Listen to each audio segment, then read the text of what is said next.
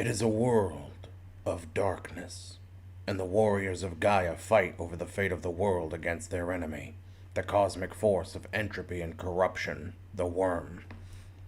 Unbeknownst to mankind, they wage a war against the coming apocalypse, with new cubs taking up the cause to fight with fang, clave, and gun and claw. They give the worm no quarter.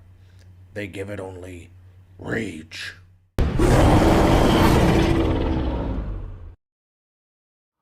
To set the scene, you find yourself in Bill's house. It is very cozy and comfortable. No doubt the glasswalker, stuck in this chilly situation, certainly loves the comfort of an actual dwelling and luxuries of luxuries. There is, in fact, a huge lion-footed bathtub with hot running water. For the lupus, there is a warm bear pelt rug by the fire. And Bill has laid out with quite an impressive spread of freshly baked bread, fresh butter, there is a barn nearby, honey, jellies, jams, and a rewarmed leftover but still quite meaty haunch of venison. There is also cold spring water and honey mead drink. And he has allowed yourselves to get comfortable, healing those of you who are hurt.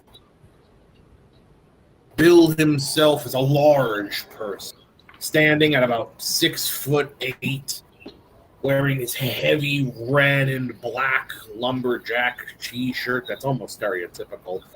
He sits with a pipe reclined in one of the seats, waiting and smiling patiently as you all get comfortable. In the distance, through the blizzard, you can hear the howl of wolves, yet they don't seem to be approaching. And for those of you in need, there are clothes you are welcome to borrow, though he does express, with some sympathy of apology, that Tara may have to get creative with making his large attire suit her body. If you got needle and thread, I can, help out with that.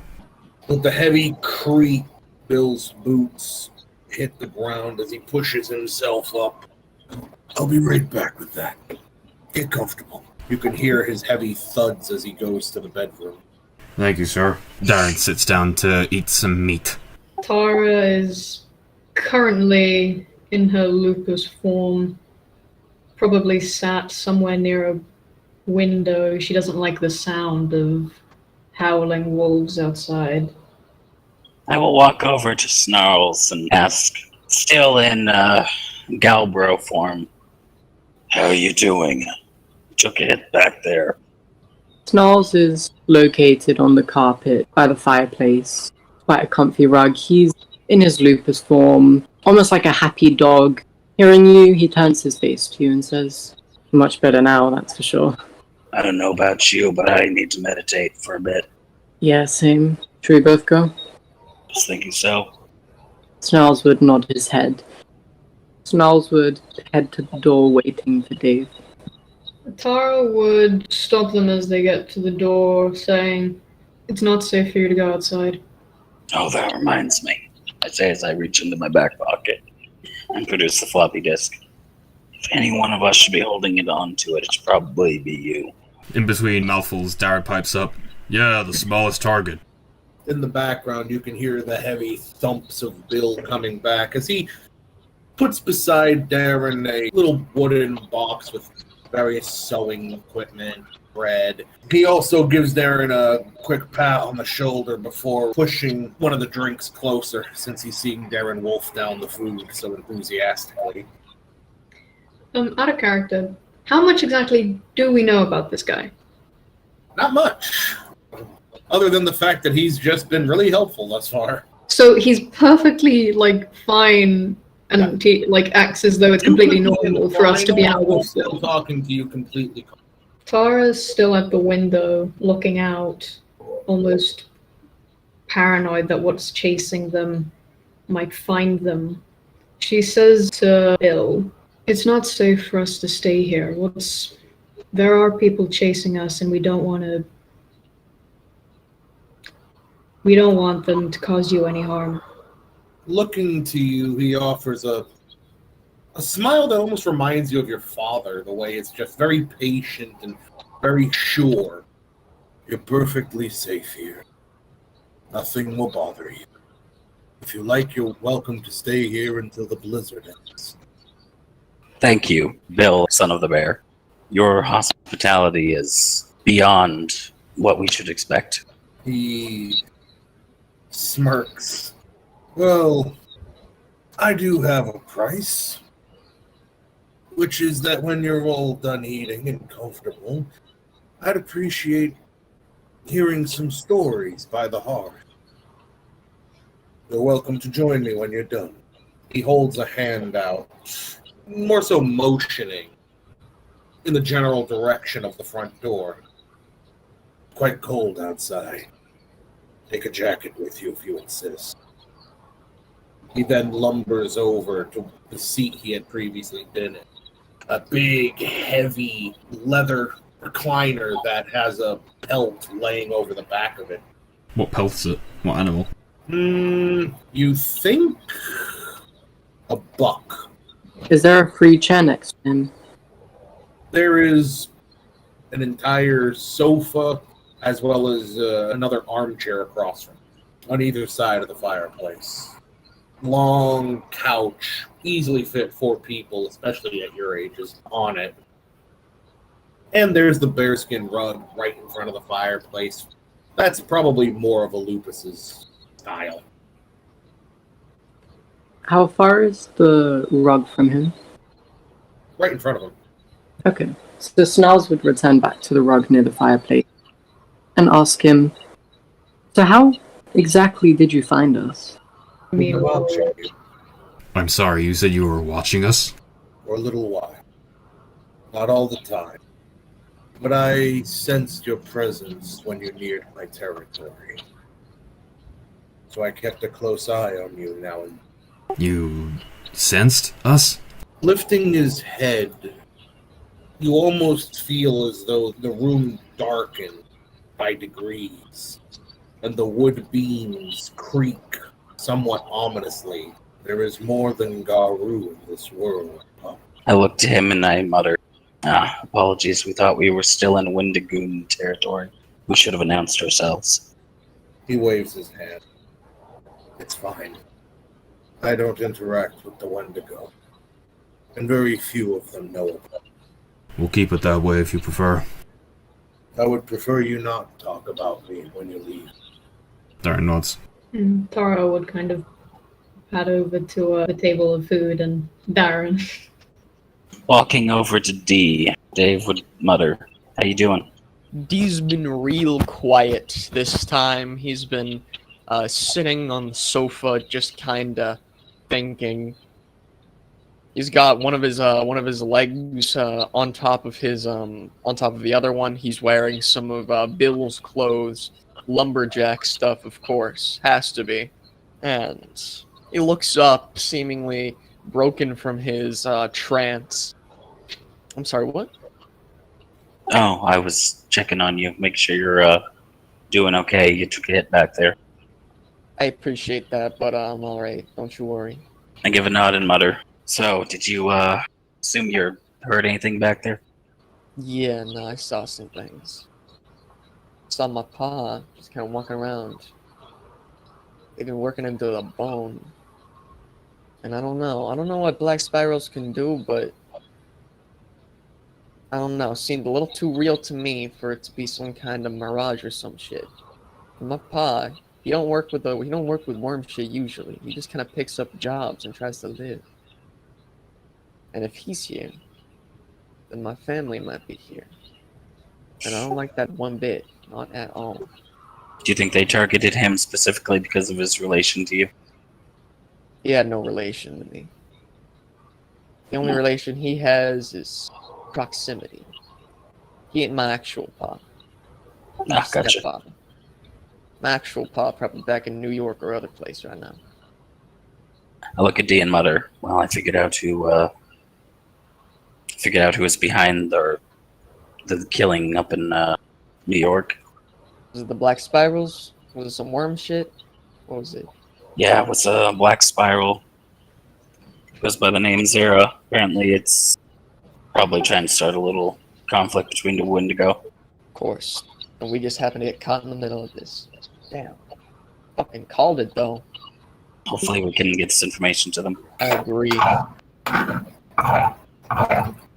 You can hear Bill adjusting the logs in the fireplace with the iron poker, trying his best to respect your privacy. As they continue to talk, Niles would approach Bill saying, I want to thank you for getting us out of there, and I've got a favor to ask of you if you'd be so polite to help me. I fear that in our future travels, I may not be able to protect the group. I know there's a gift that the spirits of the bear and unicorn. Would you be able to help me with that? When you're all set, we can talk. Have nothing to worry about. Have some food. I'll be very interested to hear what it is that brought you up here. From your accent, I can tell you're not local. Niles would nod and say, thank you. Tara eats some of the food at the table, constantly looking back over to see how it looks like Darren is getting along with the clothes. I'll look back over to Dara. I'll go mutter to her. I assume we have Banes and Lord knows what else hunting our ass. No doubt about that. Is there anything that we could make that can hurt them? We hurt them the same way that we dealt with that Bane in the village. That's the most we can do. And about our sucker friends, what do you want to do? We said we'd meet him. So, we gotta keep to that. And then she gives Dave a bit of a harsh stare as though to say, no, don't bring it up. Not while we're here. I give a nod and mutter something along the lines of, yeah, I'll wait back with the rifle in case, I'll stay out of the sight in case things go down.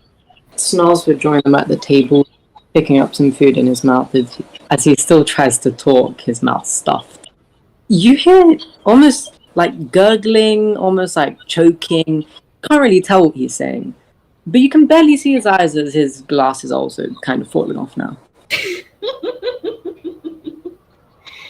Snarls, at it's this rude point- to talk with your mouth full. Swallow first. In one big gulp, he finishes the food that was in his mouth, moving his head slightly so that his glasses fit on properly. He'd say, for the while that we've been here, we have such a proper shelter. Doesn't it feel nice? Yeah. Out of character, the only person not at the table is D, right? D's kicking on the couch. He's still thinking. Nylan, how am I looking on the sewing?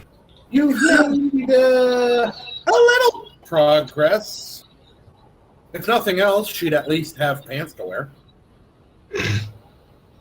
Though they're not bell bottoms, but they might as well be. You've only really made it so that they wouldn't fall off her hips. Other than that, they're kind of like MC Hammer pants, though they're not meant to be. Does Darren need help? If Dave approaches, Darren just flicks his eyes up at him and glares. Dave would approach and he would go, hey, nice job back there. Darren gives a quick nod. That's what I do. His gaze would kind of go down to the massive scar across his chest. That's what I try to do. Well, it seemed like you were holding up your own against, what was that, 3 of them? I don't know whether to be glad or annoyed that you think that was me. I was, not in the driver's seat. Quirking his brow slightly, and then he would mutter, take it as a compliment. Hey D, get over here. Bill's been kind enough to prepare food to warm our bellies and drink to lift our spirits. D snaps out of his trance for a second. Huh? Oh, yeah, just a sec. Bill, who's smoking his pipe, looks at D and gives him almost a quick lift of his brows as if to suggest, Go join your friend. Dee looks at him, eventually realizes what he's doing, and then stands up, walks over, and if there's a free seat, he's going to sit down on it. Is Tara the closest one to Darren? Yes, she is constantly looking over your shoulder to be like, is he done yet? He's going to be, like, holding them up to Tara, like, doing very, very rudimentary tailoring work. Or just so, like... Great. He knows how big a 5 foot whatever girl is. You can comfortably say she could wear the pants without it looking like she's trying to repeat the styles of the 80s. The t-shirt will sit a little bit better on her shoulders, and frankly, while it will be a little baggy in places, it'll be fairly comfortable, and you can probably tuck it in to the pants. The belt has been adjusted, and nothing you can really do about the Mulligan boots other than just make them a bit tighter around the top and middle. She might want to layer her socks so that, there's not a big chunk of the toe just empty. Hey, Tara. In a very low voice, trying to make sure only she hears. She looks good. The, scar on my chest. What, does that inspire anything in you? He just, looks down, kind of a mix of gloominess and anger on his face and frustration. The scar on his chest is 9 inches long from his armpit to just the side of his heart across his left pec. It's where he was run through with the clave of the Black Spiral Arun, or where Harold was. We were in a tough spot. Not sure if we'd make it out alive. A lot wasn't in our control, but we all pulled through. We survived. I wasn't the one doing anything. I didn't earn the scar. You were the one who, when the gunfire started, rushed to our aid. But I wasn't the one who fought. I wasn't the one to get this scar. I think I'm stuck with this. I know you're the gal you are, but heart scar seems kind of fitting for me now. Just means you have to work twice as hard to make sure you earned that scar. I'm almost certain that that's not going to be the last time we see those ugly faces. So even if I can, get it gone, you think I'd be able to live that down? Have a fresh canvas to carve up later? Have pride in all of them? Or I'm just gonna have centuries-old scars all over my body. Ones that I don't even remember getting. Ones with stories I can't tell. So gotta tell you, I don't feel too goddamn glorious with this on my chest.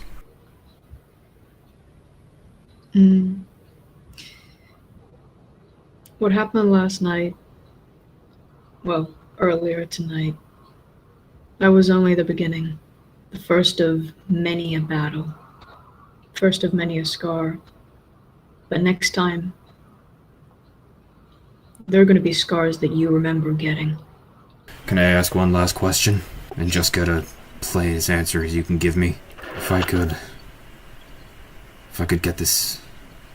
If I could ask Bill, son of Bear, to heal it, what would I...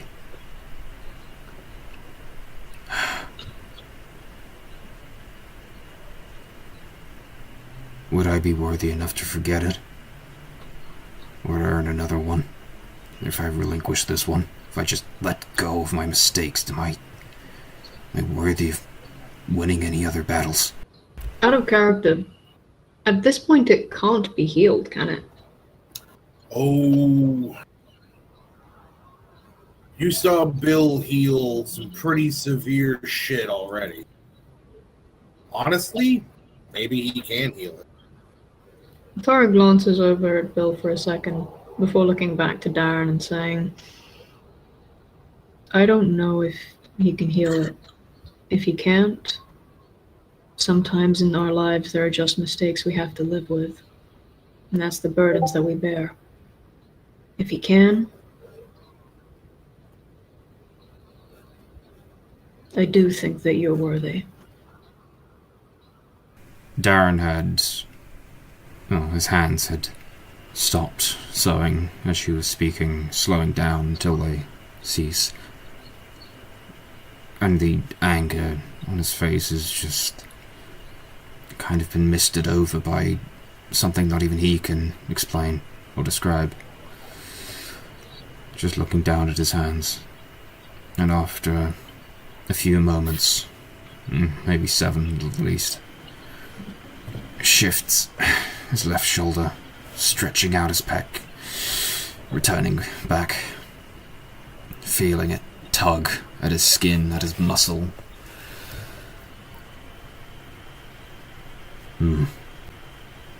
Thanks. She gives a nod. I should almost be done with this. Good, then we can have a proper feast. You gonna turn back? Once I get the clothes. Yeah, if you keep those, I can, see what I can do later. Fit them better. He says, handing them to her, draping them over Lupus form as she walks away. Lovely. Tara would, step away for a moment, then change into Homid, putting the clothes on. Then she comes back, almost jumping into her seat. Have some food. What kind of drinks are that?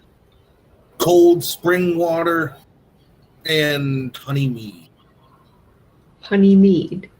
Yes. I'm gonna go for honey mead. Like you, Dave is drinking all that spring water, correct? After taking another sip of the honey mead, which Bill had given him, he looks over. Sorry. Bill, son of Bear. You got this honey mead, right? Does that mean you have any, wax stored nearby? I collect it when it's in season. Everything you see here is made by me. If you've got any, clothes that need repairing, could I trade you for some, beeswax? Services for goods? You don't like charity, do you? I earn what I have. You not. And when you come back by the fire, tell a good story and we'll call it even. I prefer company to services. Deprives me of earning my own way by keeping my own things. Darren would give a warm but half smile and a nod. Thank you. Once everyone kind of is at the table, Tara would kind of, grabbing her drink, stand up, raising it in the air, and just kind of addressing the pack, saying, I know things didn't go exactly how we planned it to, but we all pulled through. We stared death in the face and made it clear that now was not our time. Dave, you pulled off feats I didn't know you had it in you to pull off. Snarls, Gaia smiled on you today, and it looks like your prayers were answered. D-Prince, you stood by your pack mates selflessly and with no regard to your own safety. And Darren, you fought fearlessly and ferociously, the first to put yourself between your pack and the enemy. I'm proud to call you all my pack. Darren would, take his cup, tap it on the table and raise it. Skull! And then finally saying, and Bill, son of Bear, we are in your debt for coming to our aid and offering us shelter. We will never forget it. Takes a drink. He holds up his pipe as a best toast he can give at the moment. Dave No. would wrap an arm around Snarls and raise his drink. Snarls biting at the cup to lift it. Would try to give a toast. The cup wobbling in his mouth, a little bit of it running down the side, kind of painting his muzzle a bit wet.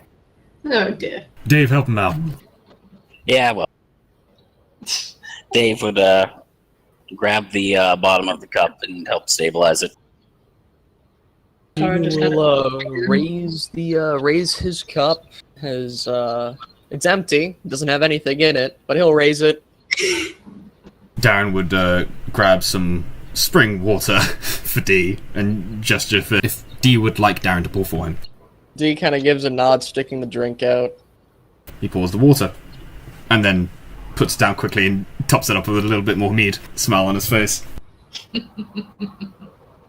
D looks at him with a bit of a wry smile before raising it again and actually taking a drink this time.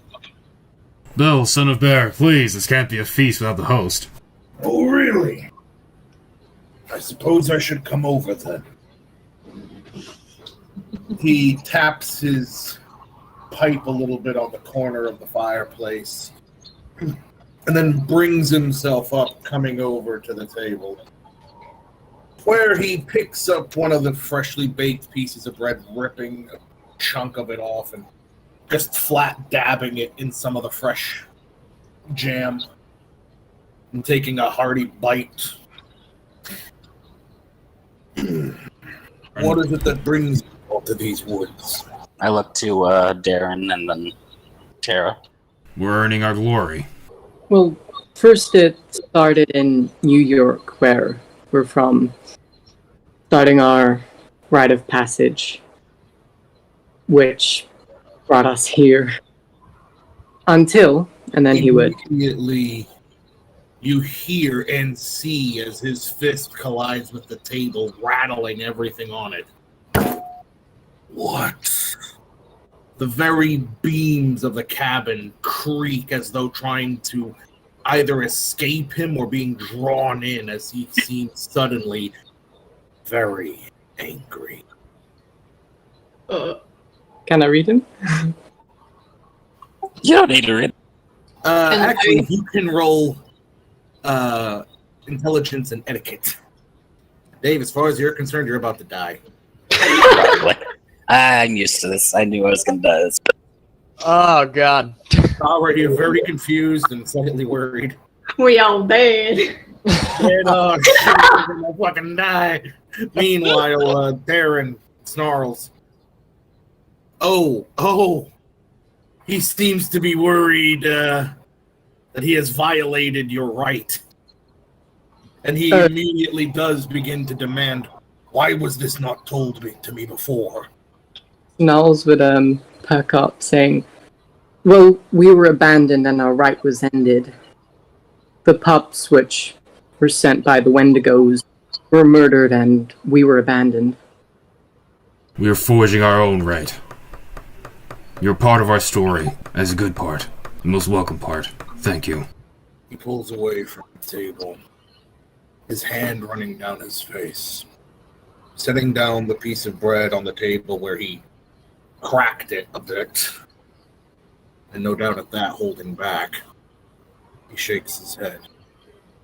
When you leave, I will ask you to swear to speak to no others about my existence. He does hold up his hand, though. I apologize for my reaction.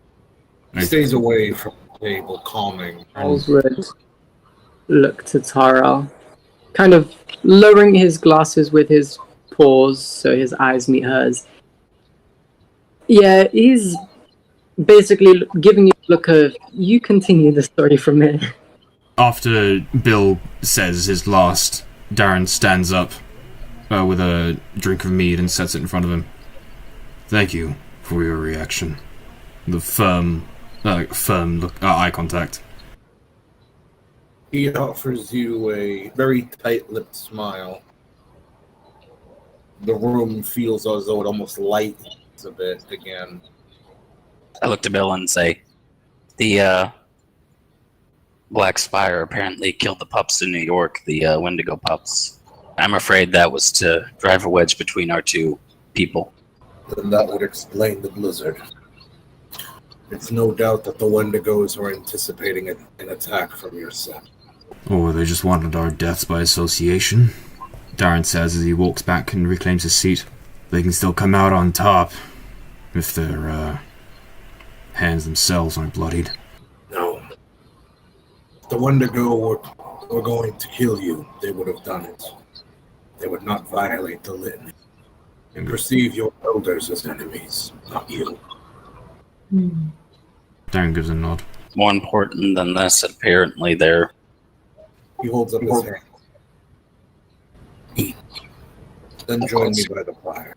He picks up the piece of bread he initially took and moves back to his seat. You can see him rolling over in his mind, his thoughts. Tara finishes her plate, finishes her drink, before sitting down by the fire.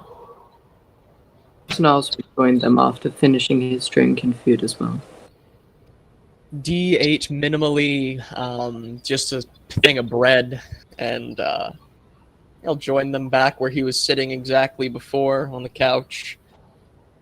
Darren would wipe his face and hands and get up and join them, sitting next to D. As the pack rejoins Bill by the fire, he pauses long enough to stand. Bending over, he grabs the iron poker and shuffles about a few extra bits of wood into the fire. When he seats himself again, he seems to be back to his normal self, his voice gruff but kind. So, I believe someone here is due to tell me a story. And you already volunteered. Isn't that right, Mr. Beeswax? Darren grins. Yes, sir, I did. I believe... he looks to his pack. I was meant to tell you guys the story of Uli Brightjaws, right? Tara crosses her arms as she sinks into the seat. Dave sits back and smiles. Let's hear it. Bill, I don't suppose you've had any get of Fenris tell you this story, have you? I don't get a lot of company, but I'm always eager to hear a new story. Nylan, what's the likelihood I could tell this story as I've been told it? It's one of my favorites. Tell me what you learn. You can tell it fairly accurately, but you might slip in some modern slang and rather than some of the older words used. Okay, lovely. Thank you. However, I will provide a bit of ambiance for the story.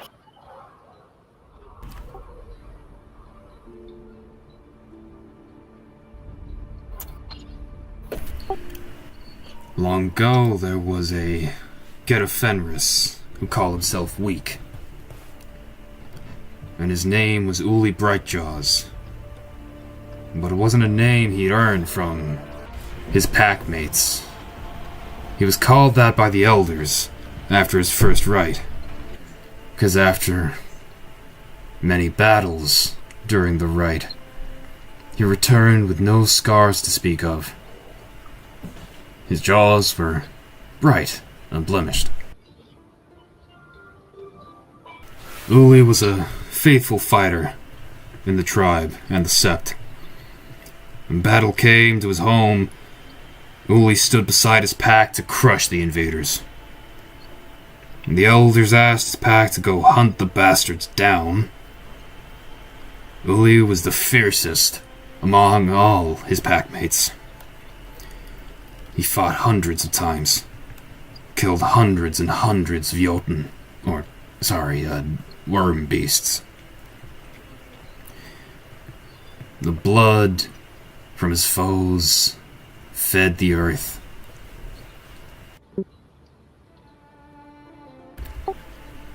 But every time, since his rite, and every battle since, he maintained the name of Brightjaws, maintained a perfectly unmarred skin.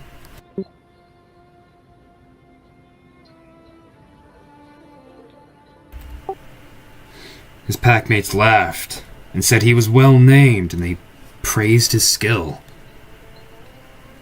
But when he lay beside his wife at night, Brightjaws remained awake as she slept, and he stared upward into the dark, and he said to himself, at Darren looking up to the ceiling, leaning back on the sofa, "I am weak. That's what filled the days and nights of Brightjaws. When his pack gained glory from a kill, Uli went over the battle in his head and decided that every time his part in the battle was the smallest. He was almost worthless in the fights. When Uli's flesh was torn, he gritted his teeth in pain and thought to himself, surely his packmates felt their wounds less than he did. Every day he saw something that made him more convinced that his strength wasn't what it was supposed to be. And every night he lay awake, wondering how much longer it would be before his weakness was the death of his pack, of his sept. Finally, Uli resolved himself to do something about it. He went before his Jarl, his elders. And he said, Master, I'm not as strong as great Fenris demands of us. I feel in my heart that I will fail you when the need is greatest. And I cannot live with this knowledge. I beg of you to let me go into the Umbra, where I can confront myself and wrestle that weakness out of me. And the Jarl frowned at him. Go into the Umbra without your pack? This idea of your own making, Brightjaws? It is. With my pack, I can depend on their strength, and my weakness will hide from me. Without my pack, I'll become, well, my weakness will become stronger and braver. And then I can kill it. The Jarl growled and shifted on his seat, and he looked over at the Goldie, the Theurge. And the elder hummed to herself and rubbed the rune stones around her neck and said, so be it. And Uli was given 1 month, 1 turn of the moon, to return successful, strong, and glorious. So, Uli bowed his head and left. He returned home to his family and ate one final dinner with them, drank and played as if nothing were the matter, as if he wouldn't be leaving that next morning, or in the middle of the night. His children went to bed, happy, full, and feeling all the love of a father. But in the middle of the night, he was packing his things, and his wife found him. She said, "Husband, where is your pack? Why are they not meeting you here?" And Uli felt the pain in his heart, and Darren puts his hand to his chest, and subconsciously his fingers begin to brush lightly over his scar.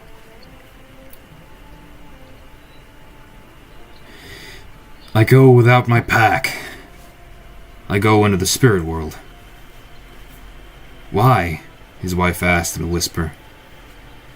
You've never done this thing before, and your pack is strong and healthy. I'm sorry, love of my life, mother of my children, but I have to leave because I'm weak. Who said that? Spat his wife. Who dare lie in such a way?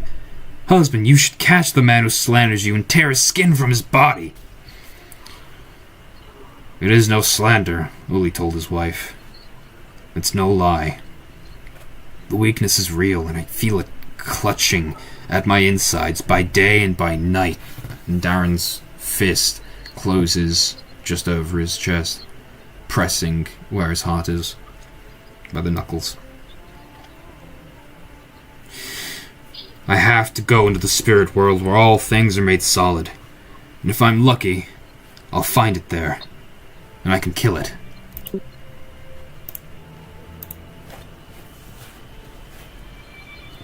Then I'll come back home again. And be a husband that you can be proud of. Tears ran down his wife's face, and they melted the snow where they fell. She bit her lip until the blood ran, and didn't say anything else. Because the kin of the Fenrir, they do not question. So Uli kissed his wife, and let her hot tears remain on his cheeks while he kissed his children goodbye. Then he turned and walked down the road without looking back. And maybe Brightjaws knew exactly when he crossed over, when he stepped sideways. But maybe his thoughts were lost and he never saw the boundary. But under the light of the moonless sky, he leapt a stream and came down in the other world. He walked for a time in the spirit world, and then he stood on a hill and looked off into the soft reaches of forever. And he listened. And he heard nothing. I have a long way yet to go, said Uli Brightjaws. And he started down the hill. Uli walked for days, drinking from the pure streams of the Umbra. Because at that time, the streams weren't polluted like they are now.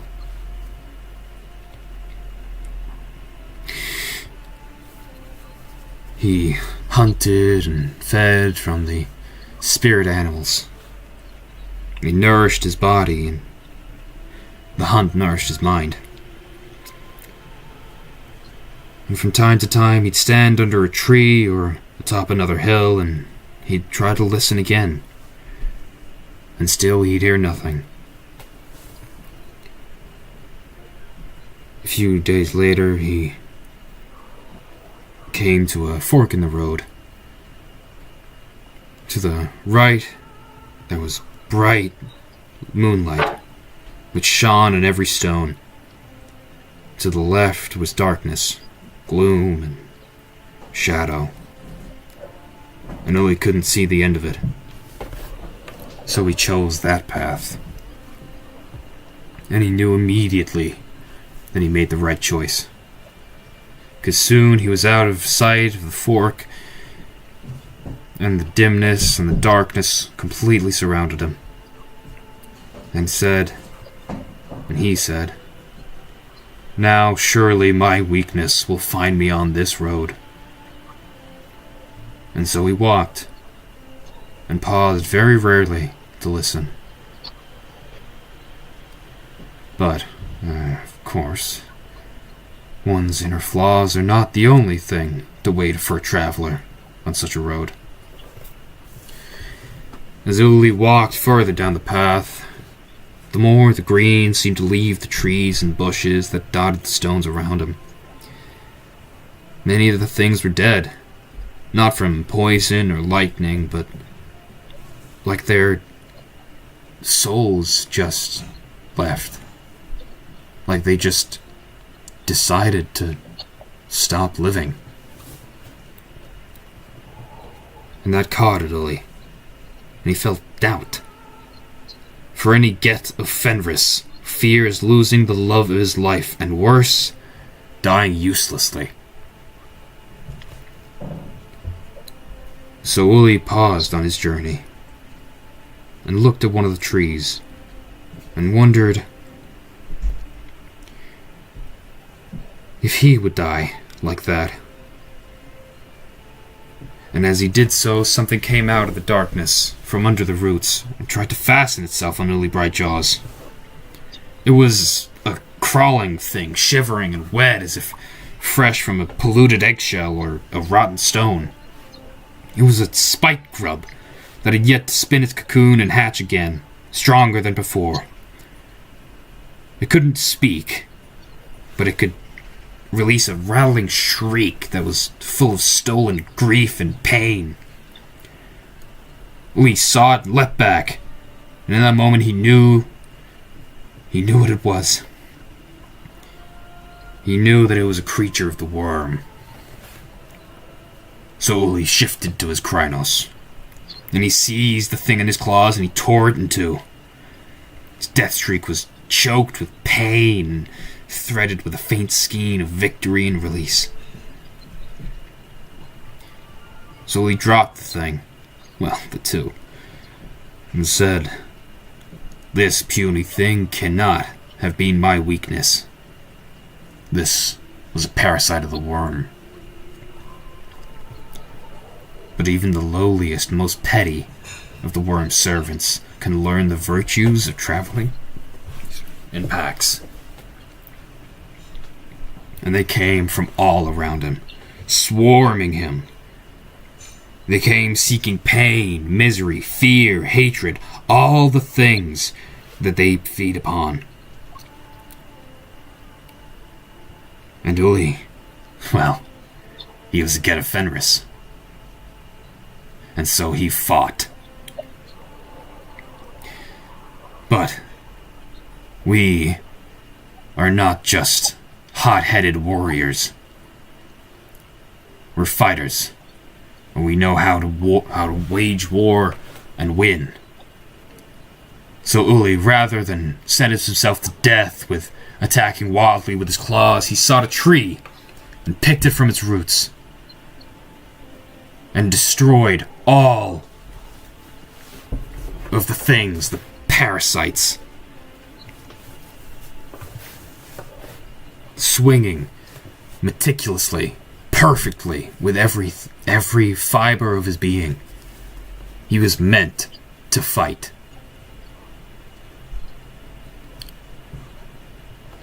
And when the creatures lay shriveled, he made sure they were fully done. And he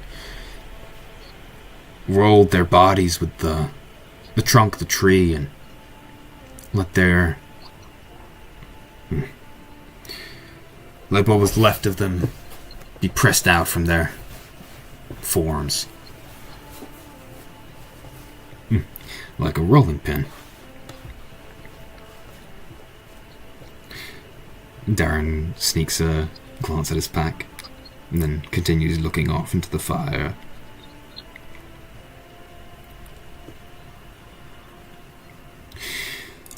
After that, he walked about a hammer's throw and sat on a rock and rested.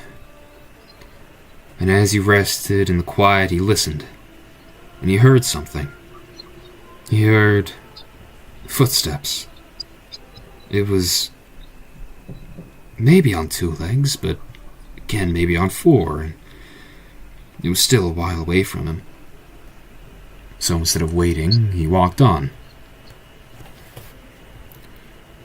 And the stones farther down the path grew rougher and sharper, and the trees and bushes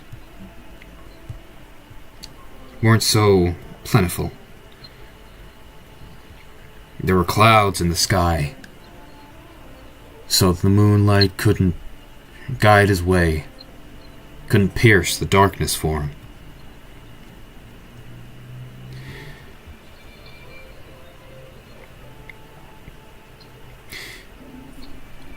But there was still light.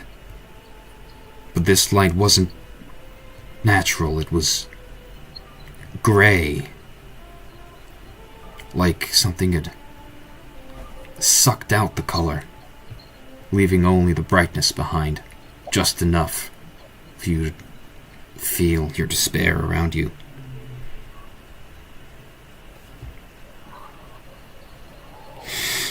But Uli kept walking. And soon, he found a tree.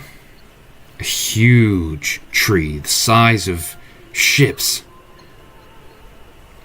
Its roots deep in the grey rock.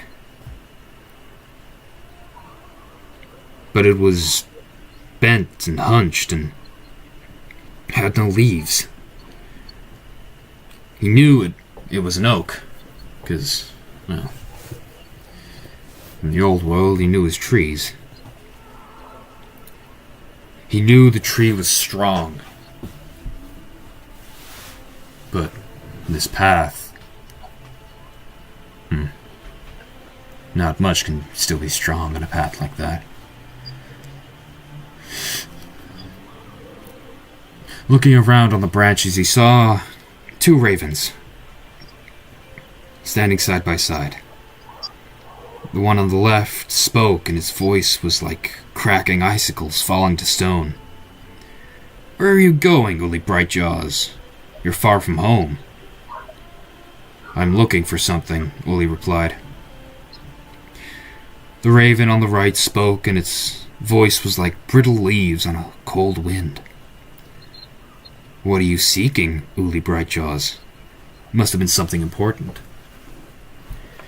Uli didn't care for the tone of the ravens, but he remembered the old pacts between the Fenris and the Rafen. And more, he knew that if he didn't speak plainly with them, they'd worry about him. Worry at him. Wherever he went until they were finally satisfied that they knew his business. As that's what the ravens do, I guess. So he said, "I'm looking for my own weakness." And the ravens shared a cackle. "No wonder you walk away from your tribe then," said one on the left. "'Cause they walk away from their weakness and toward their strength." "Still," said the one on the right, "maybe you're doing the right thing. If you carried your weakness with you, and couldn't set it down in the realm of the flesh, maybe you can outrun it. Here." And Uli growled. "I'm not some jackal wolf that would run from my weakness. I'm here to kill it." And both the ravens laughed like cracking bones. "You think it'll be that easy?" cackled the raven on the left. "You're no stronger here than you were before. If you could defeat it with your strength," said the raven on the right, "you would have done that long ago." "You need another way to overcome yourself, Uli Brightjaws. You need wisdom. If you're willing, Brightjaws, we'll share our secrets with you." The ravens puffed out their coats and shifted from foot to foot on the branches. But Uli looked at them, and the blood of Fenris shone in his gaze. "Why do you wait for permission to advise me? Aren't you children of Rafen? You're free and generous with your secrets?" And the raven on the left muttered to itself, and the raven on the right stayed silent. Then they spoke, sharp and soft. "There are rules. There is a price." And Uli said nothing. "Hang yourself from the tree," said the raven on the left, his voice low and his eyes half-lidded. "Hang yourself here." "We'll sit above you and pull at your flesh," said the raven on the right, serpent-voiced. "And in return, we'll tell you many things. Things that'll make you wise, things that'll make you strong." And in their eyes, Uli saw a green light. In their eyes, they were as cold as the bottom of a forgotten pond in the winter. And Uli knew what he saw. His rage rose within him. "You are not ravens."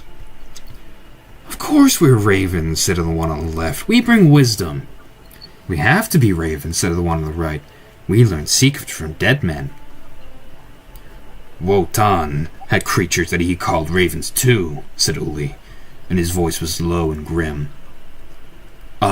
Wotan was, you guys know Odin, right? That asshole one-eyed god. Of course. I know. Alright, nods. Good. And Uli said, his voice low and grim, I know you. I don't think you do, said the one on the left, and his eyes glittered like emeralds caught in ice. Maybe instead of us, you know our forefathers' names, said the one on the right. We are their children. We are their heirs. And both ravens leaned forward in the tree, their feathers bunching outwards, and they were near the size of a hispo wolf. You're abominations, growled Uli. You're betrayers and corpse splitters, carrion wings. You're the bastards cast out by Hrafen. You're the birds that pick at the serpent's hide. We are what we are, Uli Brightjaws. We are your doom. They came at him, out of the tree, swift as arrows. Uli was in his Krynos form, as quick as an eye blink, but they sliced open his pelt with their wings, quicker than any mortal bird. And Uli couldn't snatch him with his teeth or talons. They were laughing and laughing as they dove on him, once, twice, 3 times. But then, he caught one around the neck and beat him with his wings, more powerful than as if a massive horse kicked him. And his feathers sliced at his arm, and blood ran. But Uli didn't let go. He tried screaming, but Uli's fist strangled the cry in his throat. Then the second dove on him.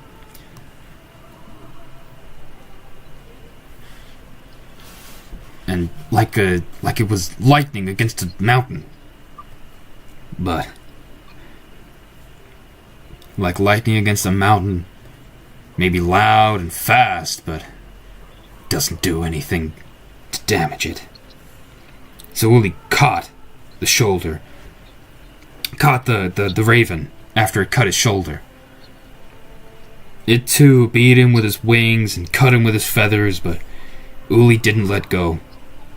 So he walked over to a stone that supported the tree, and he broke both their skulls open on it. And he hung their bodies on the tree, and, well, got away from that place. And even though he didn't see anything ahead or behind him, he heard the soft pad of feet following him. After that, there weren't that many trees, or none at all, actually. No bushes or spirits or anything with even a hint of being alive. Just rocks and streams, and the streams tasted wrong. He kept going, and the entire time he heard the thing behind him, and he fought the urge to turn back on it, because thought if he did, then it'd just flee, run away from him. So instead he kept going forwards, hoping that the thing behind him would grow bolder, reveal itself.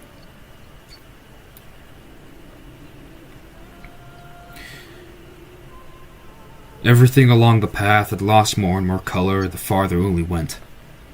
He was surprised, then, when he came to a pair of pillars that flanked the road, and saw that 2 black wolves with yellow eyes were sitting on the pillars, no, by them. The 2 wolves stood and regarded Uli. They didn't raise their hackles or crouch their bellies, just stood there. And Uli's first thought was to, be a good guest. Placate them and,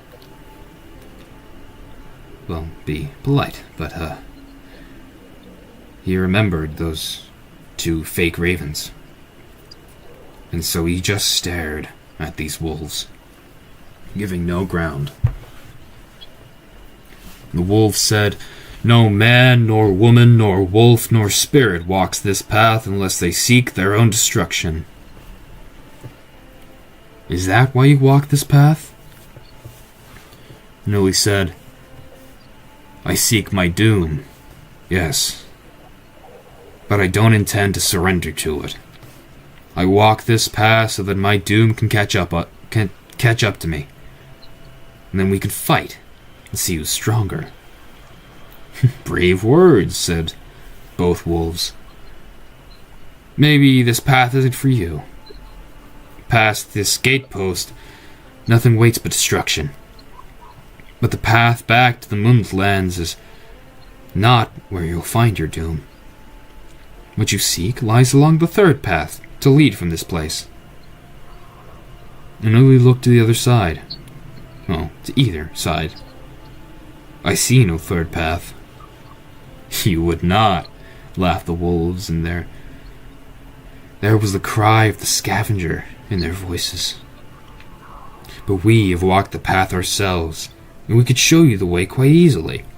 We'd be honored to. Aren't you bound to watch this path and warn travelers? Asked Uli. The path will watch itself.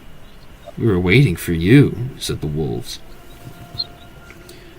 And Uli looked at the two for a second time, and for a moment the sheen of their coats was almost the grey of the purest Fenrir blood. But then it was gone, devoured by the darkness of their pelts, and Uli knew them for what they were. There were gatekeepers who abandoned their posts before, growled Uli. There were Fenris wolves who fell.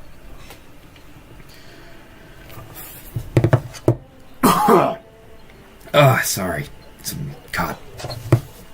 And Darren takes a sip of the mead from his cup.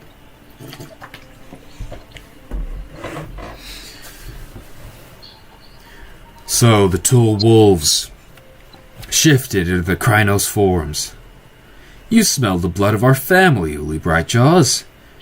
You left our sisters' bones scattered across the road, and you hung our brothers' corpses from their own tree. We'll have payment for that. So Uli rose into his own warskin and snarled his challenge in reply. The two struck as one. Maybe they were truly brothers, or maybe they'd simply learned discipline, but they fought well together. When Uli lunged at one, it jumped beyond his reach while the other scored his back with its talons.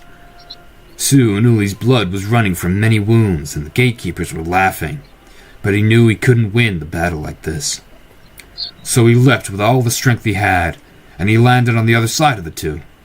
As he turned to chase him, Uli ran behind one of the pillars. One of the tainted wolves ran around the pillar to the left, and the other around the right. It's a corner, Uli. But that was their mistake. Uli didn't flee, but he lowered himself and charged directly at the wolf from around the right. By the time his brother had come round, it was too late. Uli had torn his throat out. The black wolf screamed as it saw Uli over the corpse of his brother, and it leapt at him with froth-lined jaws snapping. Now the fight was one maddened, tainted wolf against a get of Fenris. The gatekeeper marked Uli several times, but never down to the bone or vitals. And Darren's face breaks into a smile. And Uli took his lower jaw in one hand and upper jaw in the other, and he pulled. After all that was done, he set the skulls of each wolf on the pillar and limped down the path. And the thing that was following him padded even closer. Uli reached the end of the path before his wounds had healed. The mist and the shadow grew deeper, and finally, no moonlight was left. It wasn't entirely black, but that gloom was all around him. The rocks and stones Uli walked across, no color. They were gray only because there was no other color to define them. The only thing that was and it wasn't the same dull shade, was the rift in the fabric on the ground. The spirit world itself, a chasm longer than the horizon and blacker than the spaces between the stars. Uli Brightjaws stood on the brink of the chasm that divides the spirit world, and he knew that he had reached the end of his journey. Because in the abyss, strength fails. In the abyss, weakness and despair grow and can consume even the bravest Garou. Here, Uli Brightjaw's weakness would surely be at its most powerful. And if it could show himself, it would do it here. And Uli Brightjaws looked into the abyss and heard footfalls behind him. Now, a yard away, one arm stretched away. He heard the breath from an unseen snout, and knew it was his weakness come to catch him in his place. And even though it was the hardest thing he'd ever done, he straightened his back, and Darren does so, and turned to face it. But it wasn't his weakness that stood in his face. It was Great Fenris. And Darren's eyes shined in the firelight. In the Umbra, in any world, there's never been a wolf so massive, so strong and terrible as Great Fenris. When he... sorry.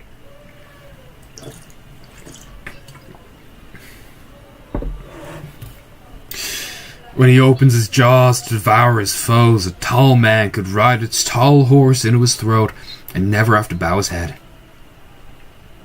His eyes were yellow as newborn suns, his coat grey as despair, and as much stronger than iron as iron is stronger than glass. When he rakes the earth to mark his territory, his claws leave gouges as deep as a man's middle finger in the heart of stone. When Great Fenris howls his anger to the skies, the stars shake in the heavens and weep from fright. That's what he is. He is rage. He's the first wolf. And he's the one who catches comets in his teeth and gnaws them until he bleed. And now, he stood in front of Uli Brightjaws. And when he spoke, his voice was like ice, each word bitten off by a snap of his terrible jaws. Why are you here, Uli? Great Fenris, I'm here because I fear my weakness.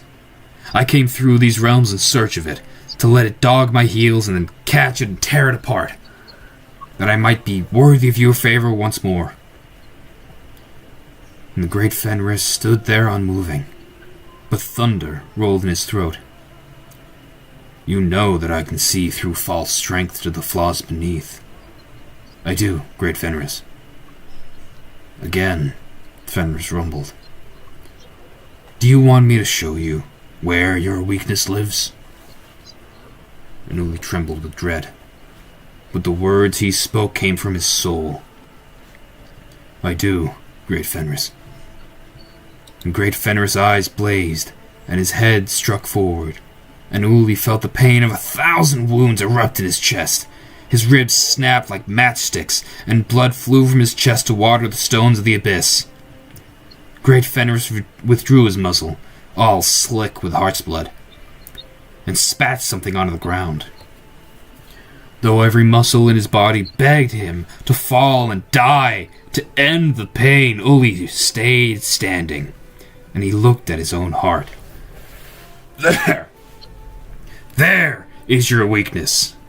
It lies in your heart, and it's a flaw I despise. Your weakness is doubt.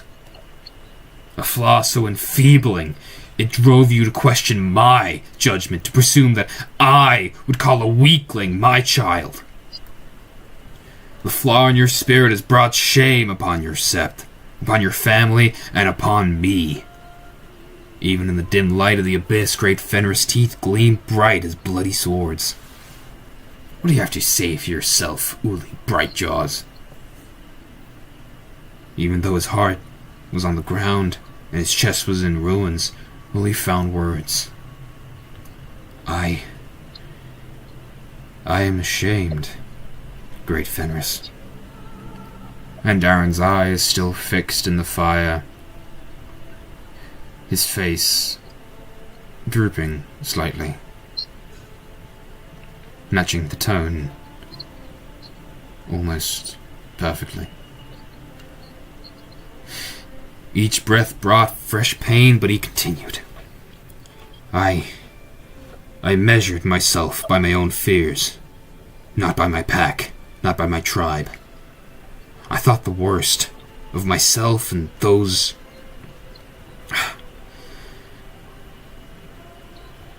Because I thought the worst of myself, I thought the worst of everyone who called me strong. I didn't have the pride that I should. I wasn't proud of being Fenrir. So great Fenris growled deep and low, and his eyes burned with fury. But he didn't bare his teeth. Take up your heart, Uli Brightjaws. Eat it. Know yourself. And he turned and he was gone, lost in the shadows of the abyss. His heart fading, his sight fading, Uli groped blindly on the ground in the warm wetness of his own blood. His fingers closed on his heart, still beating. He put it to his jaws, and the smell of his heart's blood made him both sick and ravenous. And he bit into his heart, and ate in 3 bites, and the strength was in him once more. Uli returned to his sept on the evening of the new moon, for he had left on the night of the new moon. And he bowed before his Jarl and told the story of his shame and his newfound pride. He apologized to his pack for his lack of faith, and they beat him soundly, and he came away from it laughing. And Darren grins at the story he's telling. He went home to his wife, and, well, nothing needs to be said between a husband and a wife. The scar on his chest from great Fenris never left him, and he would have been ashamed and dishonored to see it go. So Uli Scarheart lived well as a warrior for the rest of his days, and died as well as any Fenrir could ask. One of his children bred true, and was a fine skald and an honor to her people. He gestures with a hand to Tara. A Galliard. She smirks. He grins, looks back to the rest of the pack and to Bill. When she walked among the Garu of other tribes, she was proud to say that no werewolf ever chosen by great Fenris was ever weak, even if they were fool enough to think so once in a great while. And Darren, leaning back into the sofa, looks back towards his pack and to their gracious host. That's the story of Uli Brightjaws. And I guess I didn't tell it as well as a skald might, but it's my favorite story. Bill adjusting in his seat as Darren takes a place by his pack. He seems to admire the young boy for a moment before clearing his voice. He tells a story in exchange. It is not as long as that of Uli Brightjaws, but that might be for how old it is. Much of it is lost in time. Composing himself for a moment, he rests his fingers interlaced over his chest before beginning. Many, many years ago, before the white man came to this part of the world, There was a great tribe of Windwalkers who dominated the land and ran it like an ice-ridden empire. The mightiest among these was a shaman called She Cries Ice, who fought a terrible spirit. Terrible, evil spirit. This evil spirit was called the Narthus, and could not be bound into anything of this world. But She Cries Ice whispered to the sky and called down a stone from another world. The great shaman bound the Narthus into the sky stone, and it struck the mountain with great force, thus burying Narthus completely. Legend says that the mountain lies but north of here, and that one day the Narthus will rise again to defeat the children of She Cries Ice. I look in recognition to Tara. Yeah, Tara's kind of like looking between everyone else in the pack. Like,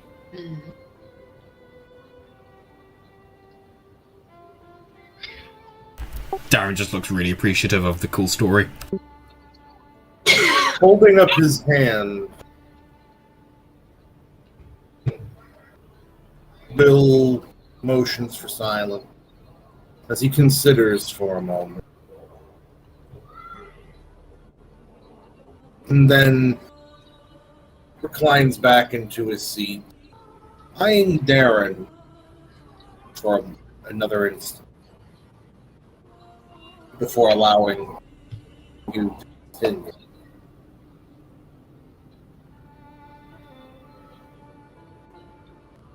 Effectively, what you do now is up to you. You can stay with Bill even until the blizzard ends. Not sure when that will be. Or you can head back out to the cold. Looking towards Bill, Snarls would ask again. So would it be possible for you to teach me the healing gift?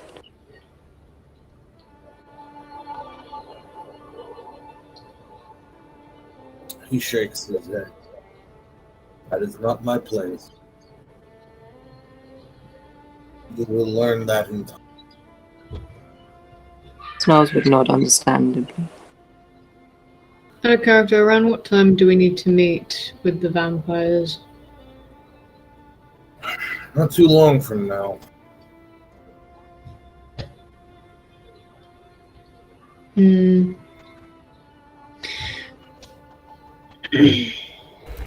anyone recognize that howl from the pack of wolves earlier? Out of character, did we? I mean, you heard it. But as in, like, do we know if it's from the Black Spirals or just regular wolves? Or is it the vampire wolves? Impossible to tell, but there are plenty of options. Tara gives a shrug. She then looks to Bill and says, "We will need to be going soon. Will we see you again?" He shakes his head. No. You will not.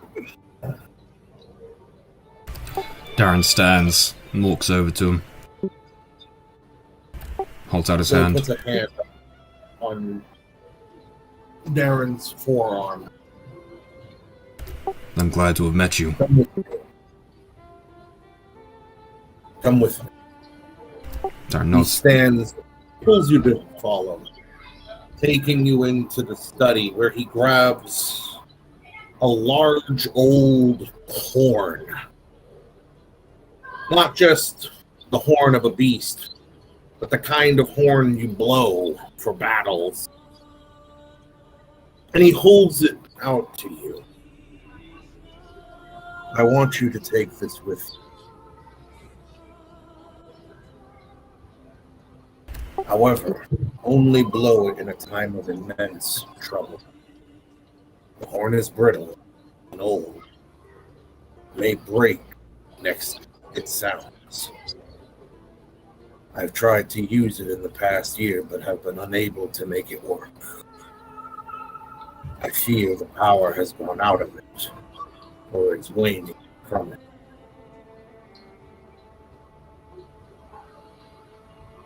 He puts the horn in your hand, and notably against your chest where the scar is.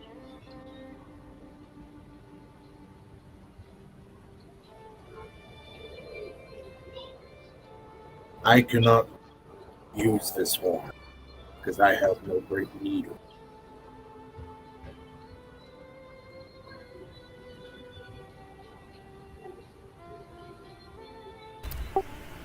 Darren, having looked from the horn and up into Bill's eyes, looks with meaning in his face.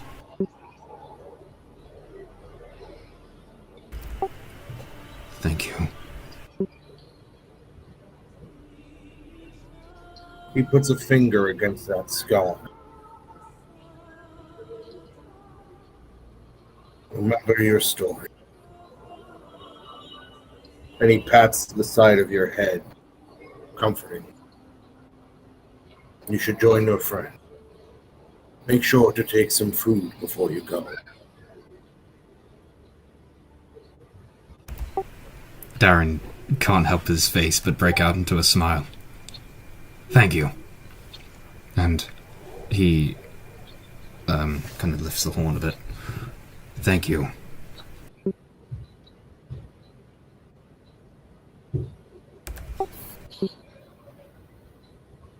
Bill lets you go. He doesn't say anything. He just motions you with a slight push to go rejoin your pack. He seems to stay in his office for a moment, thinking. Darren rejoins the pack at the hearth.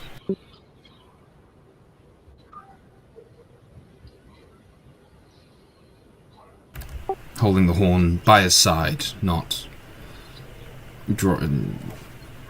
intentionally drawing much attention to it. I take a shirt that I was probably given to wear, and fashion it into a carry sack for the horn. So, I look to Darren. How'd it go? Bill Son of Bear is a great host. He's letting us take some food with us for the road. I look to where you came from and say,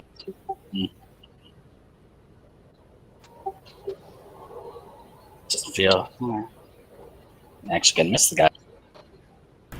Don't miss him too bad.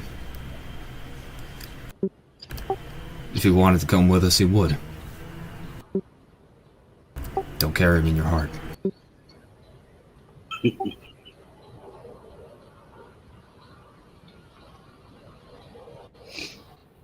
Just Tara saying, all right, everyone, let's pack what we can and get moving. Sounds like an idea. He's going to gather a decent amount of food, eating a little bit as he's packing because he realizes he is hungry because he hasn't eaten in a long time. D, sit down and eat. We'll pack around you.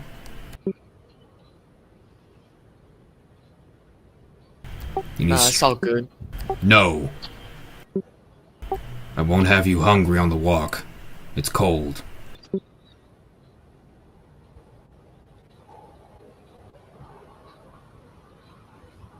Nah, I got this. Don't you worry. I'm gonna be eating while I pack up. Quicker that way. Is D near a bench or a seat? Well, near the bench by the food. D is standing on the on the corner of the table as he's gathering some of the food up. Darren would pull a chair behind him and just, pull his shoulder down so he sits into it. Eat.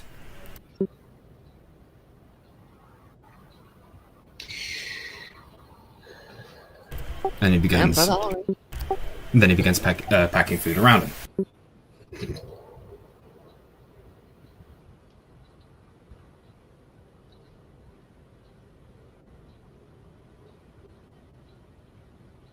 Who's keeping the disc on them?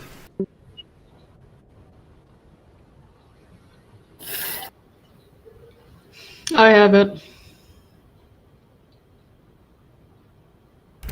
Cool. You know, I've been thinking. Sometimes. Yeah. You remember how we encountered, or at least Snarls, noticed that there were Wendigo in the town? Hmm.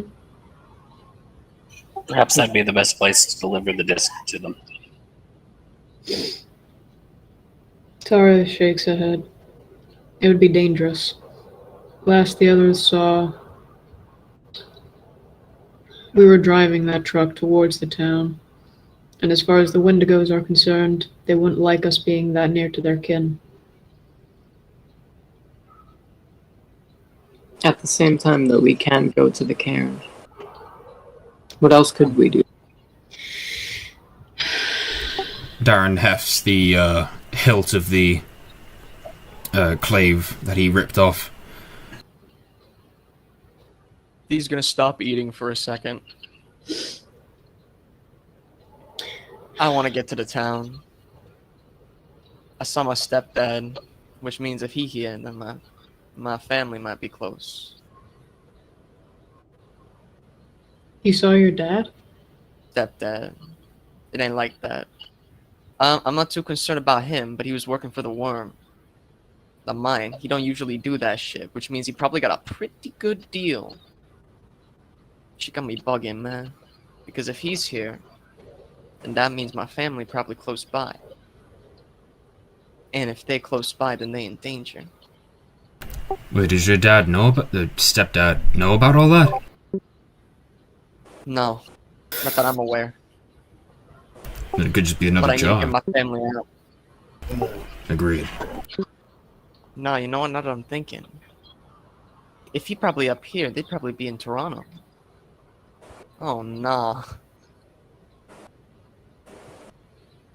What's wrong with Toronto? Besides it, being Toronto.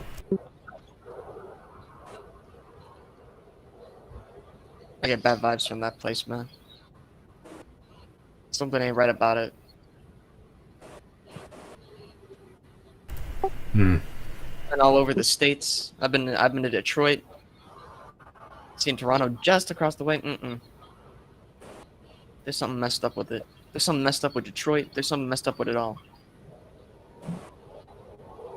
Yeah, it might just be your blood. I look to D and mutter. It's probably all the bloods. It's probably all the leeches there. Of course, they're fucking leeches there. There are leeches in almost every city. Do you know how many? I give a shrug and say, no, all we know is their territory. Or rough outlines.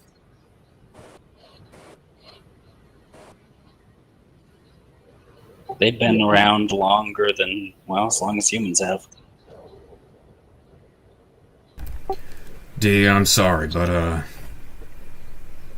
well, with the cities come glasswalkers and the bone gnawers. So I think we can go there last and go home after. We gotta get my stepdad out. He's one of the only people that can make money for the group. My siblings are too young for that shit. We'll be coming back home anyway, right? After the day's work. I don't know, man. You saw what they was doing over there. He was worked to the bone, man. Yeah. It ain't right. They probably gonna kill him if we don't get in there soon. Wish I did something, but I was focusing on the mission. As you should have. I get it, but... Maybe we can convince the Wendigo to help us. Convince them, well, have them see the truth. With this, Darren hefts the hilt of the clave. They can sense the worm on this. They have to.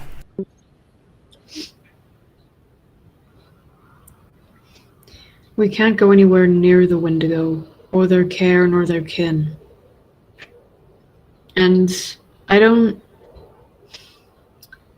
know if your dad will be going home after the day's work, after all the carnage that we created back at the mine. No, I saw them walking him off to the mine. He might be okay.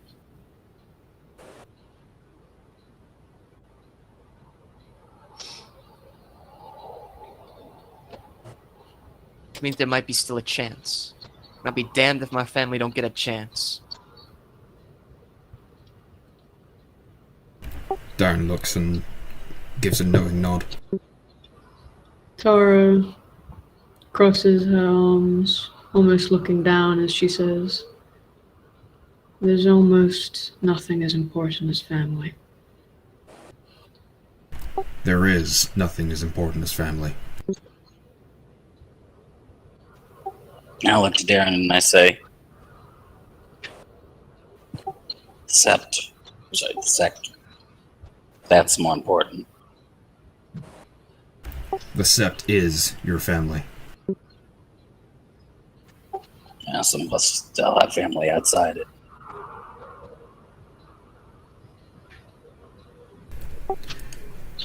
Darren just sighs through his nose and keeps packing up stuff. Mostly food. There's gotta be a way we can get the info to them. There's gotta be. We can leave a care package, leave a bag, and call them, and leave the area.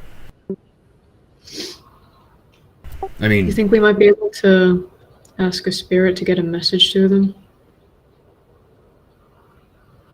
Might be Snarls? worth a shot.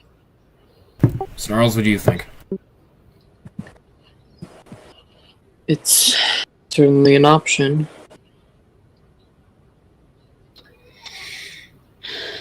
Don't know what else we can really do other than that. Snarls would continue saying, however, though, if we are going to do that, we need to be careful what spirit we get as our messenger.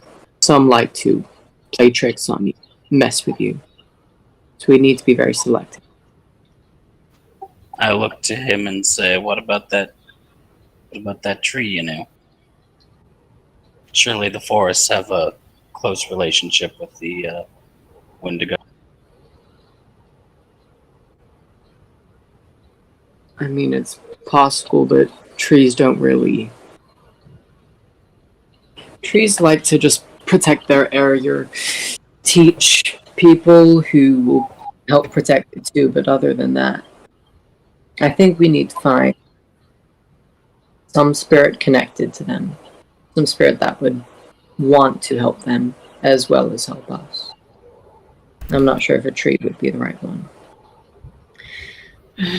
Before we were thinking about maybe going to help the pups that died in the cave. But things are going to be a lot more dangerous now with what's hunting us, with the stunt that we pulled at the mine.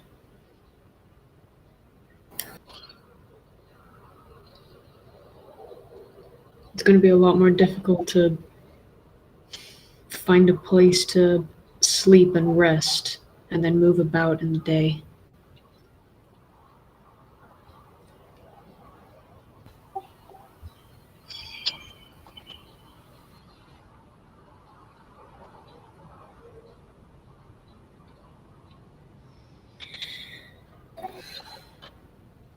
What if we find those wolves? If they are just wolves.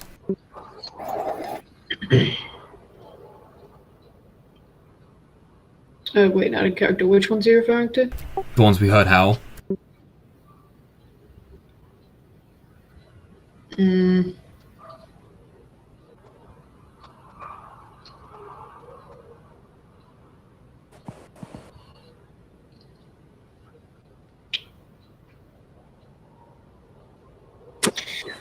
First, we need to go meet with Them. that other pack, like we said we would. Yeah. We stopping by our shelter first, or going straight to them? Tara kind of, she looks like she's about to speak, but then she pauses and kind of scratches her head and then says, we might want to ask Bill where we are. Go on, Miss Galliard. I go off to try and find him. You find him in the doorway, Oh, fuck. giving you your privacy.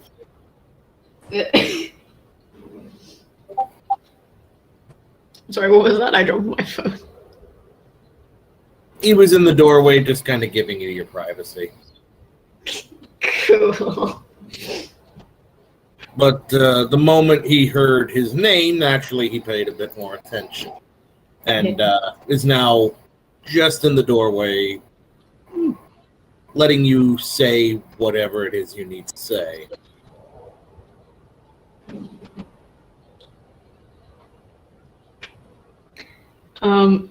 Yeah, she just kind of goes up towards him saying, hey, you mind telling us where we are?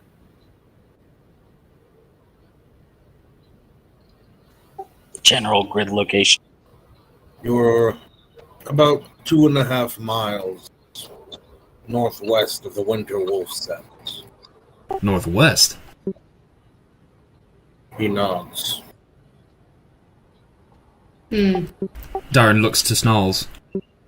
She looks back towards the pack and says, there won't be time to go back to our shelter. It's far too out of the way. Yeah, there goes my clothes. Good thing you got new ones. Yep. Oh, that poor deer. I mean, that poor moose. I look to Snarls and say, so, how do you feel about interviewing some spirit? Did you just say interviewing spirit? You know what I mean. You need to find one that's going to be receptive to helping us and the Wendigo. Bill puts his hand out to rest on Tara's shoulder. If there's somewhere you need to go, I can give you directions. I'm well acquainted with these woods.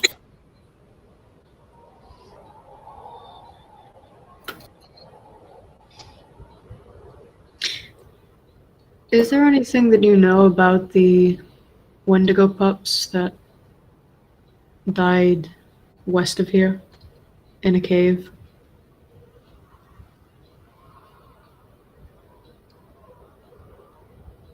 His eyes fall.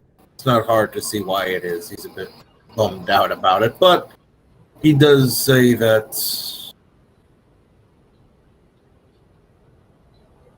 Wendigo rites are harsh and held in dead of winter. They are pups that died during their rites. And Wendigo has not come to claim their spirits.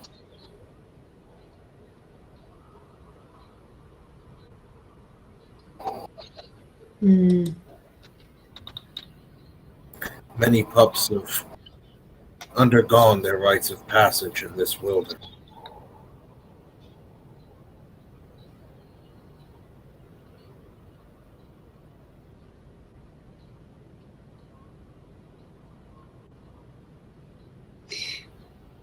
She kind of lowers her head.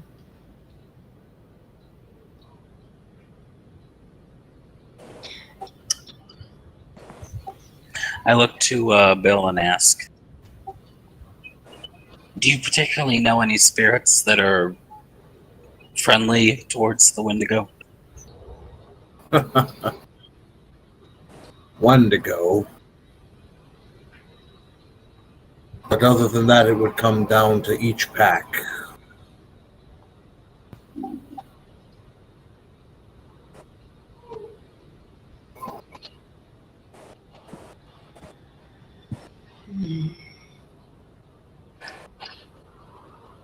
With these tormented Wendigo pups at the cave, is there any way that we can help them become released again?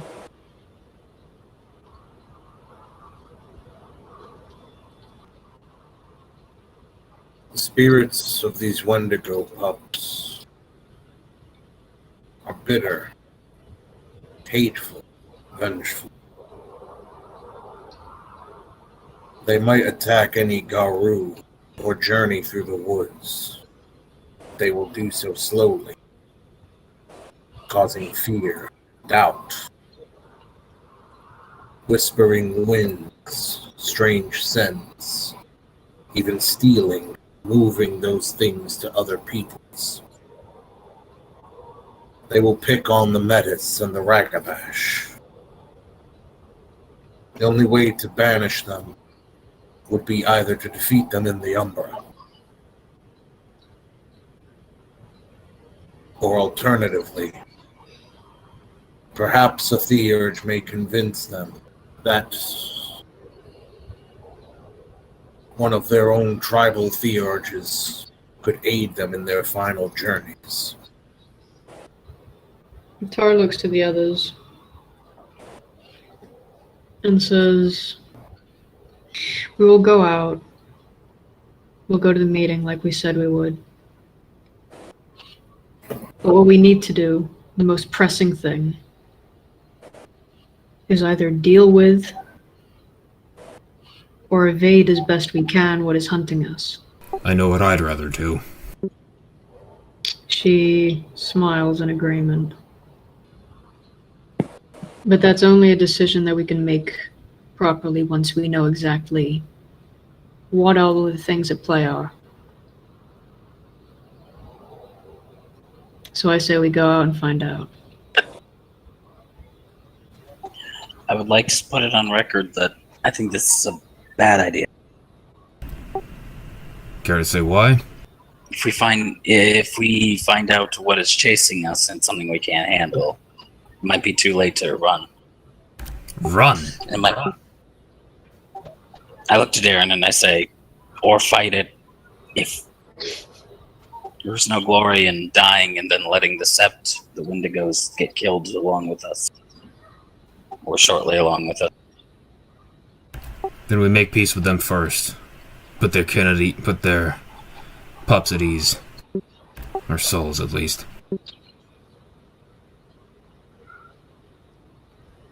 Make things right between our Septs first.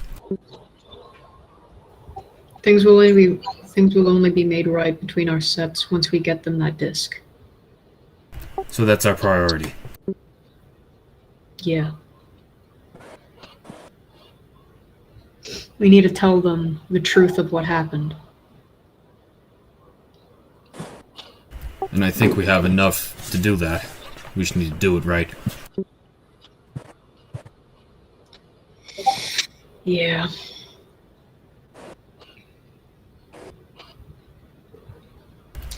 Well, I don't know about you guys, but I don't like just standing around talking about it.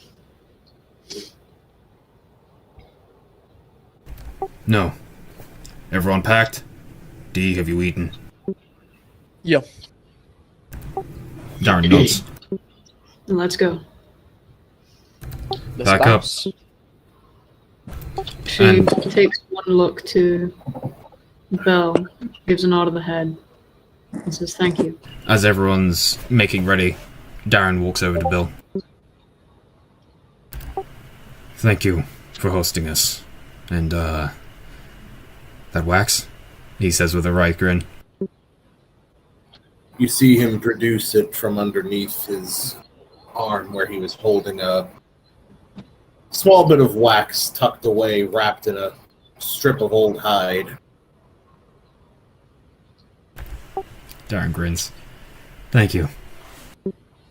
We'll be off then. Farewell, pups. And remember, you never met the son of the Petals. Darren gives a solemn nod. And turns and ushers everyone out. No sooner do you leave the cabin of Bill, son of the bear, and begin to trudge in the direction... Well, you hope you're going the right way. You have a vague idea of where you are going, knowing that you need to go about a mile east. If you were to turn back, looking for any sign of the cabin, it is gone, lost. Not just due to the blizzard, but it's as though it never existed. A mirage within the snow.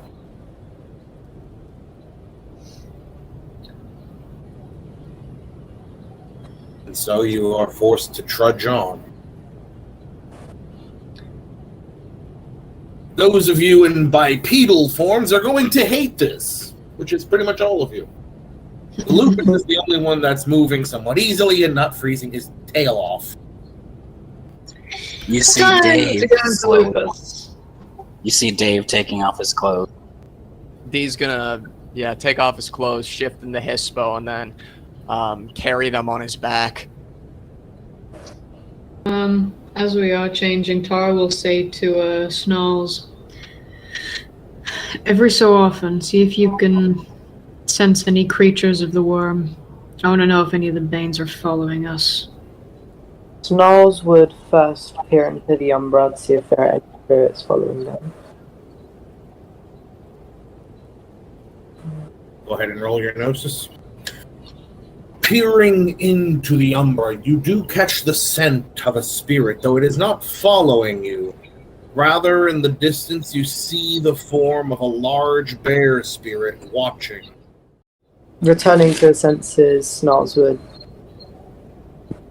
try and sense if there's any worm, and also just sniff to see if he can catch the scent of anything that's not the pack. For the moment, you are safe and alone. The Umbra around you is filled with only the spirits of nature. Many of the animal spirits venturing away, no doubt due to the blizzard, and the spirits that have been called upon to produce said blizzard. Snarls would repeat the same kind of sensing back in the physical. Tara starts moving in the direction of where they said they were going to meet. On the way, she also keeps an eye out for a place in which they might be able to afterwards make a shelter for the night. Because probably best that she sleep tonight. Darren in his Hispo form has the bag carrying, well, the stuff he packed, the beeswax inside the horn he was given, and whatever food he took with him, just holding it, having it in his closed mouth, which is definitely going to be big enough. Which I hope is big enough, right? Cool. I'm just going to carry it in my mouth. You just see Dave running beside you guys, or walking beside you guys, carrying his rifle in his mouth. Or maybe grabbing it by the strap and dragging it. Yeah. Snarls, growling, living up to his name, snarling, backs away from Dee as they travel. And before long, starts running ahead. Blindly through the snow. Trying to get away from that. God Right? damn it, Darren Tara follows runs right next to him. up with him. Darren immediately, as Snarl begins moving, yelping loudly, that almost coyote-ish, quick series of yips, bolts after Snarls, easily keeping pace with him. His massive frame flying through the snow, leaving barely an impression behind.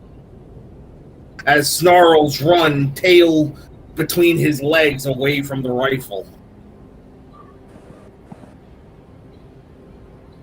Dave looks just confused.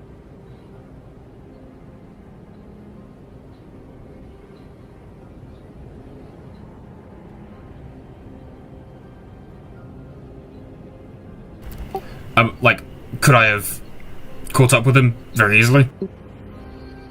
Does nobody understand English? No, but like, okay, let me be exactly what I mean. Could I have knocked him over as I've been running next to him? Probably. I'ma do that and just like pin him to the snow. Strength and brawl. The scene the pack eventually comes upon, considering they are all human, looks like when you saw two dogs play fighting that looked a little too close to really fighting. Snarls, belly up, paws batting at Darren with his hackles raised, biting and yelping, while Darren holds him down with a heavy paw and admittedly puts his teeth around Snarls' throat, having dropped the rest on the snow beside them, trying to keep him from moving.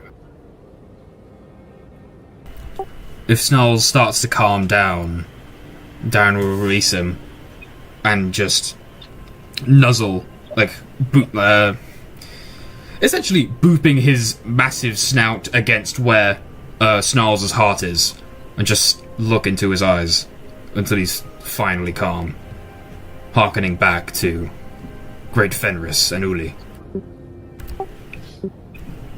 Snarls, your willpower. The rest of you are kind of forced to wait and watch as the eventual biting and yelping of Snarls turns into a low growl, hackles raised, the pawing, kicking stops as his upper paws are just pushing at Darren's chest. And eventually he begins to lower his hackles and just kind of wait there in the snow. The wind and constant fall of snow eventually making him sneeze as some of it goes into his nose.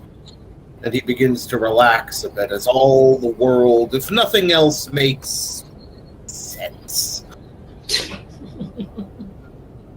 Snarls, semi-angrily looking to Dave, would say, I've made it clear many times I don't like guns. Keep it out of my sight. I look confusedly nod. Meanwhile, the pack just barks at each other because nobody has partially transformed. And I'll roll to... Yeah. Yeah, what's the roll? Dex and Primal Urge. Partial as well.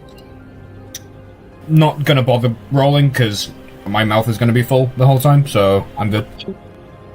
Darren, get Snarls out of your mouth. You don't know where he's been. Should I also roll for Sense Swam again, if I can sense anything? You may. No stench of the worm taints the airs around you, yet you are getting closer to the presence of one. You are getting closer to a very faint presence of worm taints not far ahead, the way you are supposed to go.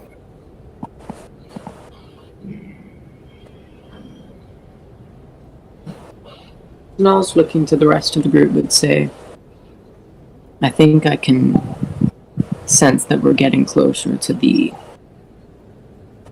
stuffed nose leech. The one we're meant to find.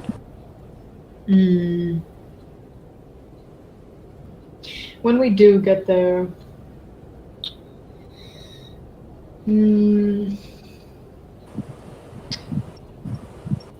Snarls, I think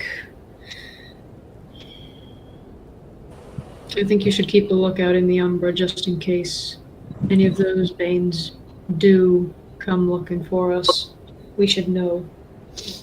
D-Prince, she looks over to him. You're going to be with me when I go speak to them. If they lie about anything, let me know. Darren and Dave, I think you two should be patrolling the area, looking out if those leeches do really mean us harm, or for whatever Snarls got the sense is hunting us. Darren shakes his tail in agreement. Snarls would ask, should I only peer into the Umbra or actually enter it?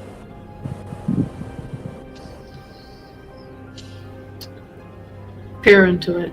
If you enter it, you have no way of communicating with us. The only thing I'm thinking is it'll be hard to truly distinguish any features if anything does approach.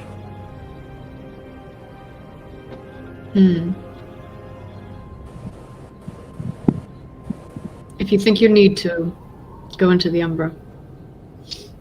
I'll let you know. I'll either go. That's when you'll know.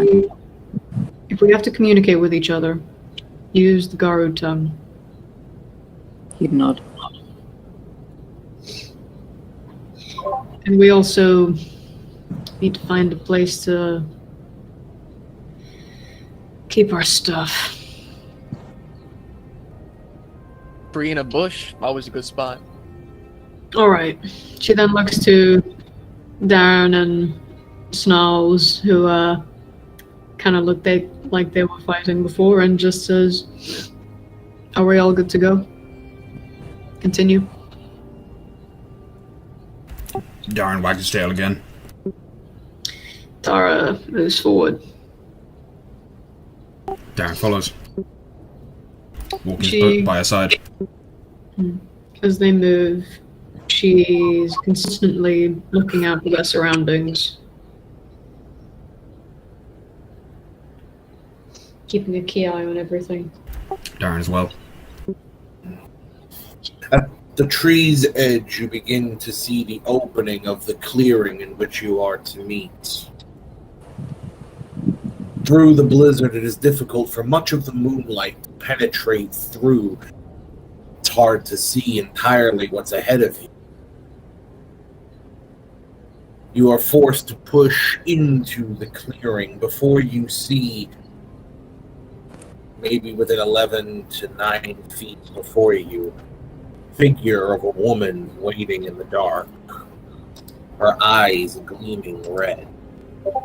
We would have had time to stash our stuff in between a tree and a bush, right? Mm-hmm. Wunderbar. I mean, in a blizzard, it's going to be hidden pretty quickly, one way or another. Guess I should go on patrol then. Yeah, as I said, patrol with Darren. When approaching her, would, well, using sense one, it be clear that she's the only one tainted being nearby? Go ahead and roll again. Oh, she certainly does carry the stench of worm. Yet, there are a couple others not far, maybe within the trees, of her kin. No doubt, that also carry it. She's not alone. In the Garu High Tongue, Snarls would tell information. Darren would whistle in reply. And begin his patrol, still keeping his things in his maw. He's not letting go of that horn. Especially not around leeches. Tara moves forward along with, I assume, Dee and Snarls, changing into her Krynos form as she nears them. D is going to do the same, though he's going to be emerging from the trees in Krynos.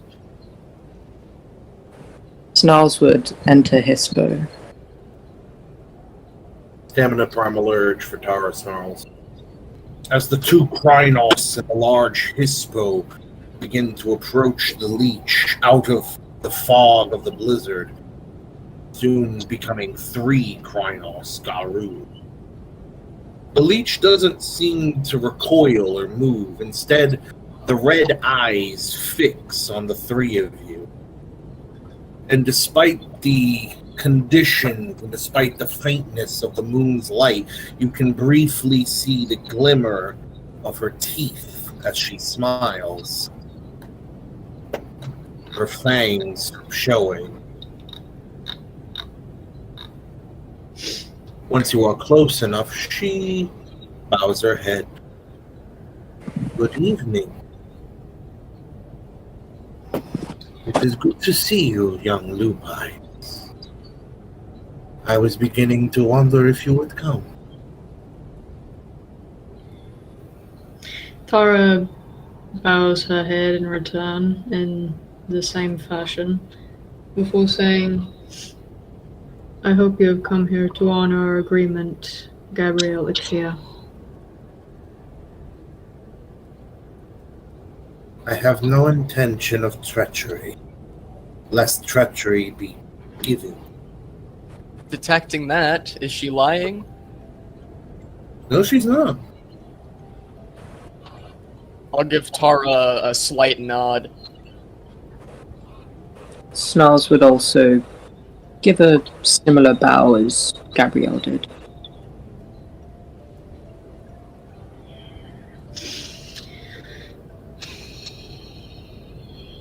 She gives a nod to Dee before looking back to the vampire.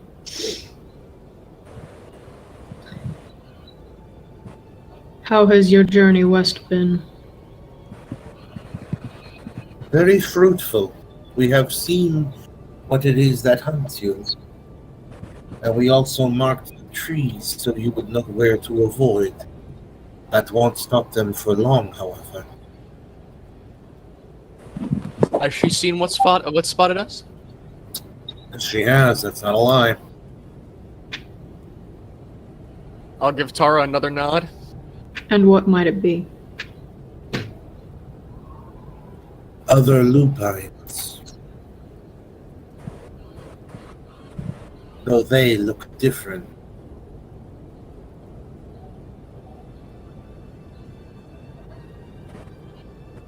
Could you describe them? They carry the appearance of strong timber wolves, varying shades of gray. Very common among North America. Is she lying? No. Those fucking Wendigo. I'll give a nod to Tara again. The vampire's eyes seem to linger on Dee, studying. Dee's going to stare right back at her.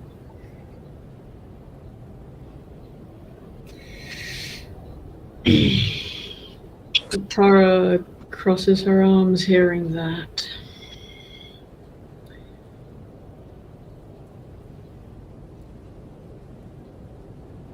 How many?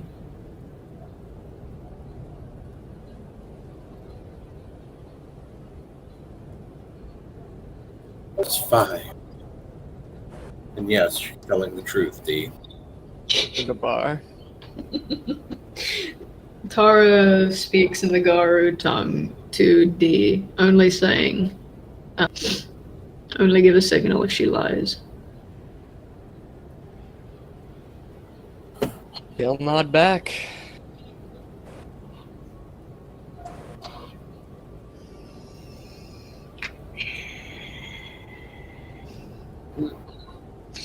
Out of character, the Wendigos, that would be going against the litany, wouldn't it be? Yeah.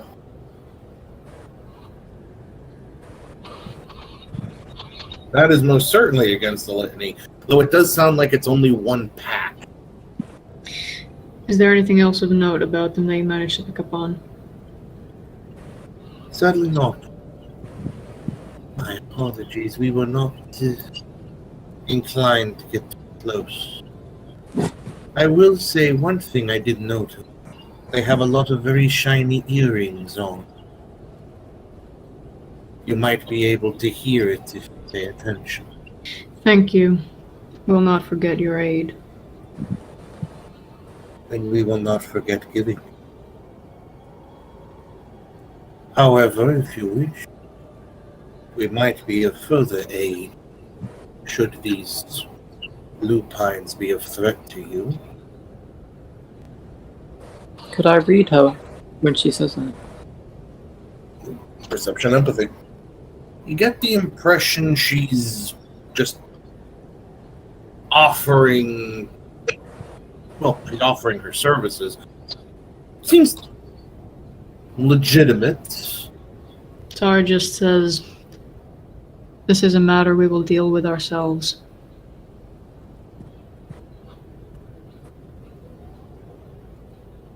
As you wish.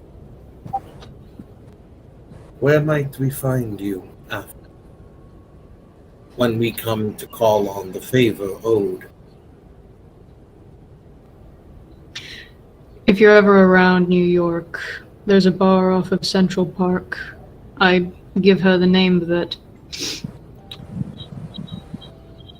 If you ask about me, I'll hear about it.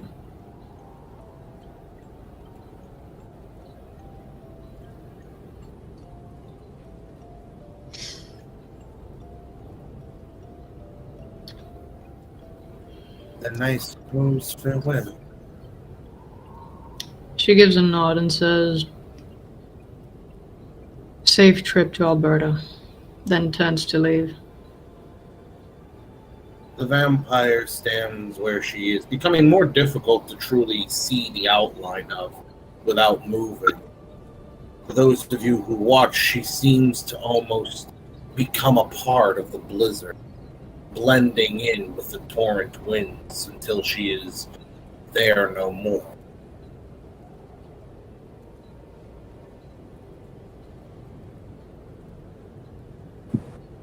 Would I still be able to sense them? Yes. Do Though, they be leaving? for a while, for a few minutes, they stay in the same place, but then they begin to move, fade away further away.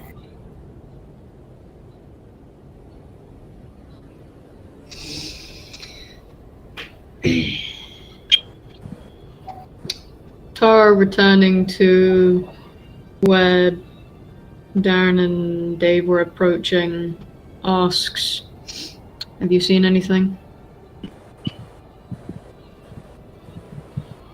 Darren shakes his head.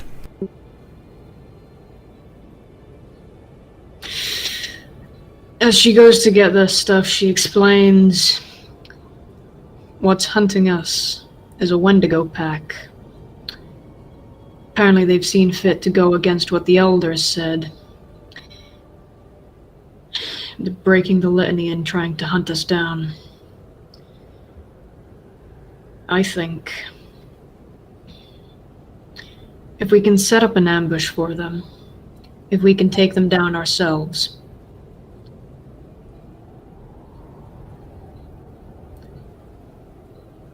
maybe they might be able to carry a message back for us to the cairn.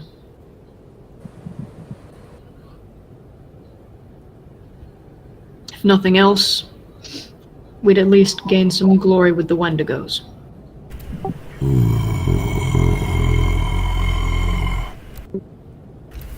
Darren growls low at the rogue pack, the mention of the rogue pack.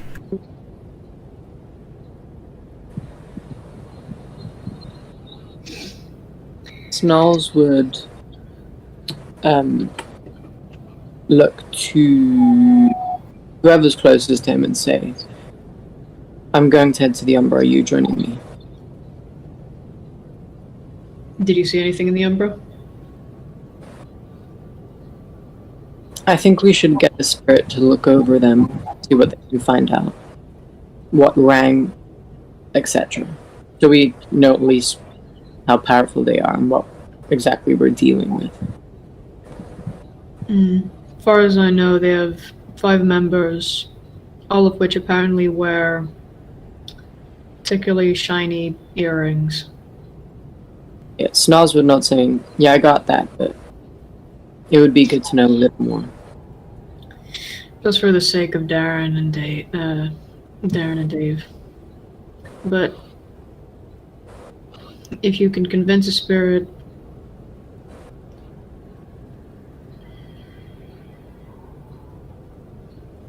they might listen, they might inform the Wendigos. That or Snarls something. I'll nod and say, "Perhaps either way we are going to run into them." They already know what we are. Know we're pups. We don't know enough though. We could move further west for tonight, make a shelter. Then tomorrow, set up an ambush for them.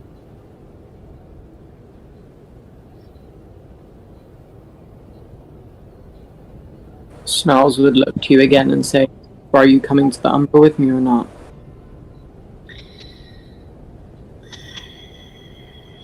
Alright. Snarls would wait for Tara to look into his mirror shades before entering the Umbra.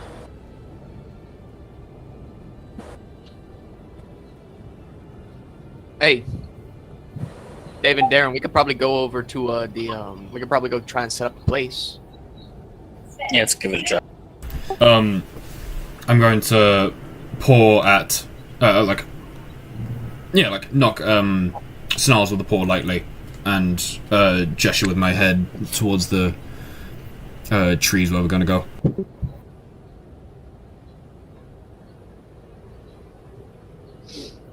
Where I decide we're going.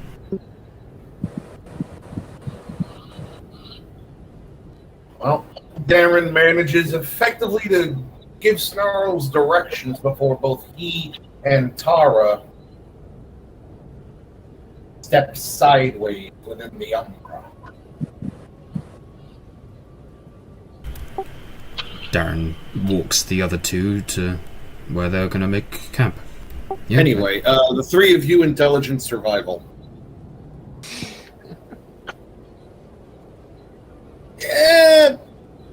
It's a good shelter. It's not going to be something that you could come back to repeatedly. It's get some good sleep in it, and probably have to rebuild it each time someone leaves. Mind you, there's also no way you could keep fire inside of this fucking thing. Oh. This is why you just wait for Snarls. Anyway, Snarls, what is it you're doing in the Umbra? So, my question is, that Stormcrow, is it still in my line of sight? Yes and no. Could I find it? Now you're going to be tracking. Yes. So, if you're going to be tracking it within the Umbra, well, how are you tracking? When I peered into the Umbra before and I saw it, did I catch a scent? Or no? No. You can't, really. It's a little difficult to do that, considering the circumstances. You manage to very quickly spy and come across the faint traces of the Stormcrow, following the subtle sound of its wings, and more importantly, for how you are tracking it, where the branches and trees shake ever so slightly from its passing. And your presence in the Umbra brings its attention rapidly as you see it before long perched on the branch of a large tree, the Stormcrow looking down at you with harsh gray eyes and a massive wingspan, larger than any eagle. Snarls would immediately give a bow, still in his bow, placing his two front legs forward as he lowers himself, his chest touching the snow which is on the ground. He'd call out to the spirit, saying, "Spirit of the Stormcrow, that associated with the great spirit of the Grandfather Thunder. There's a pack of Wendigos stalking us, following us, hunting us, unrightfully, going against the litany. Could we request your help to understand better to what extent their power is before they come and catch us?" The Stormcrow's head leans downward, its shadow cast over you as its feathers bunch making it into a great looming shadow. Far greater than yours.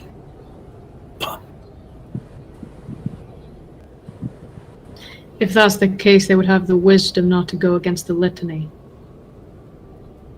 The eyes flicker to you, its head cocking to the side.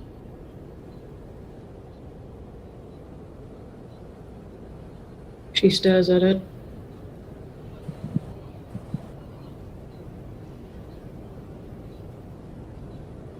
What knowledge of this Wendigo pack can you impart on?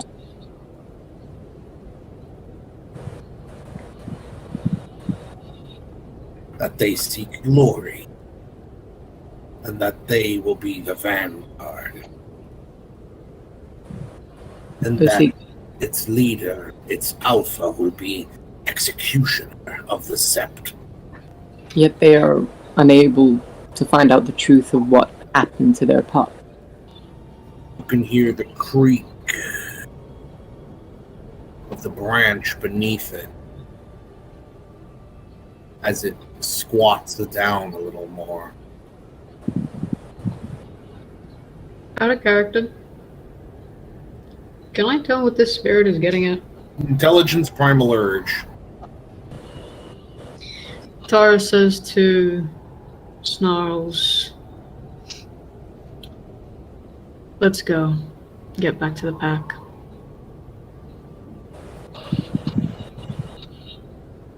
And then turns. Snarls would. Does the Stormcrow still there, yeah? Mm-hmm. Does it seem like it's going to talk anytime soon? No, not for Snarls, let's go. Snarls would turn. Unlike most of the times, he doesn't bow to the crow and follows Tara. You can hear behind you the Stormcrow leap off from the branch, cracking it with the weight under its claws and a clap of thunder from its wings as it flies off.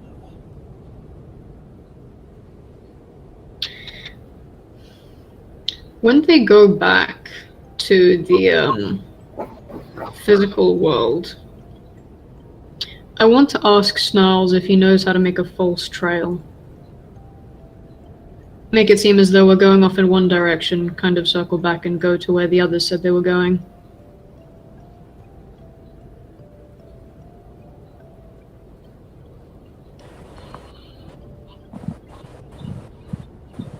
The blizzard is still going on, correct? Yep. As both of you return to the physical world, snow gathering on your fur, this time physical rather than that of the Umbra, color comes back into full swing in an instant as you find yourself stood among the trees of Canada.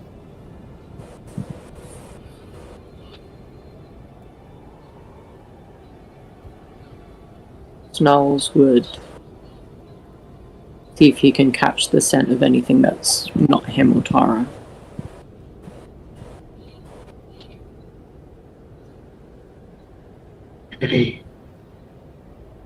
So, do you think you can make a, or do you know how to make a false trail? Make it seem as though we're going one way.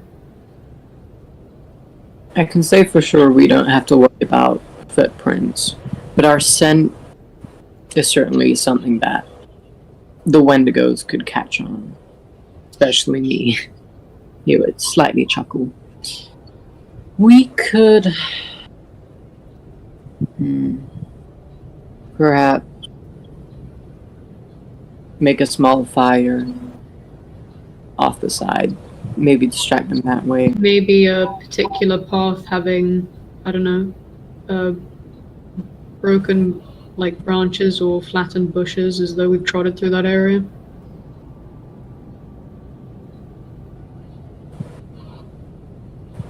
We don't want these guys to sneak up on us in our sleep. Nalan, is there any other idea? Somewhere south, Snarls would look for a good, like, I don't know, lightly packed place with like packed trees and lots of bushes, to find like a good place to make it seem they went off. After doing so, he would... Is it possible to make a fire? Take some time, but yeah. Snarls would ask Tara to, as quickly as possible, collect some branches and, twigs, all of that. What would I need to actually light it?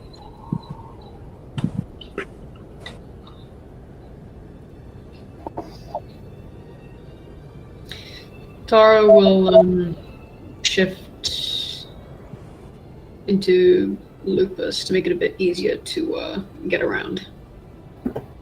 Snarls would also return to us from his bow. Anyway, so we're just going to quickly try and make a relatively believable trail and camp, and then go off and join the others to kind of divert the attention of the Wendigo pack that's hunting us. When you do get back, the pack has made a near permanent shelter. Again, not quite fit for having a fire inside, and it'll probably only last for a day or two. But that's more or less all you really need. You can get some good sleep there.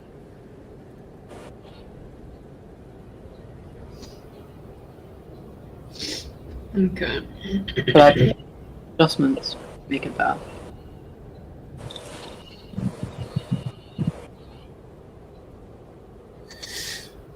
Tara,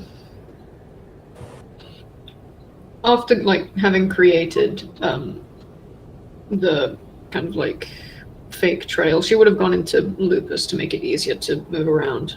So before going into the shelter that the others have made, I just want to do a quick circle around the place. Make sure it's all safe. Make sure there's no one nearby that could be dangerous, and then go back in. Well, go in. Snarls would peer into the world, see if there are any spirits following, and also use sense mode. You're safe. If anything, the only thing Snarls see is a messenger spirit rushing towards you, and it brings you word of what is happening in the second degree. It is the 5th day into the beginning of your rite. When you awoke this morning for the first time since the night of your expulsion, the blizzard has ceased, replaced with the regular and normal snowfall. There is still a bitter chill to the air, yet it is no longer the suffocating cold of frost that the blizzard brought. You can see more plainly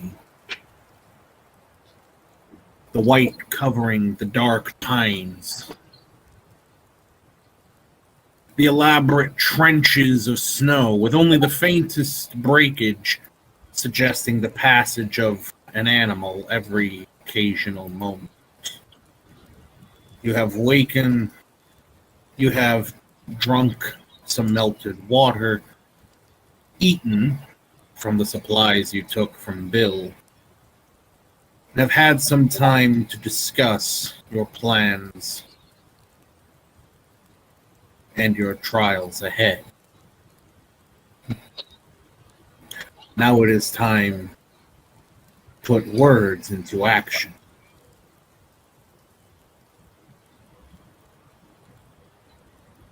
Scene is yours. All the traps are set. Alright. Tara, you told us about that dream. You, Snarls, Dave, go and Why is Lupus? Start a fire. Stay around the fire. Maybe cooking something. D, you and I are going to be nearby once they come out of the snow and attack those three. You draw their attention. You guys step sideways. And then Darren will shift into Lupus and find a place to lie, covering himself with snow and camouflaging himself as much as he can, also masking his scent with the snow around him. He's gonna roll around in the snow after turning into Lupus, and then find a nice place to hide. I think that's a good idea. I might do the same thing. Is everyone clear on what we're going to be doing? I yawn and look at Tara and say, yeah, we're, you, me, and Snarls are going to act as bait, and then we're going to run the, step into the Umber once we're sprung trap, run a little bit, come out of the Umber, get their attention, and then run away.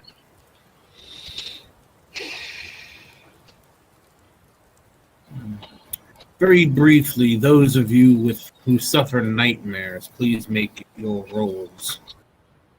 D was strangely able to shake off the waking terrors that bothered him in his sleep the easiest. Darren and Tara, some lingering scenes, some lingering screams, a word or sentence uttered is still remembered. But ultimately, you are able to put it behind you. Not too caught up in the horrors of past or present to forget what's happening. I look at Tara and mutter, should we try reasoning with them? Sure, they're after us, but if they've been following us all this time, they fucking know there are pillars and Bane spirits running around the area, and they're bothering us instead of dealing with those. The only way to get them on our side is to beat them.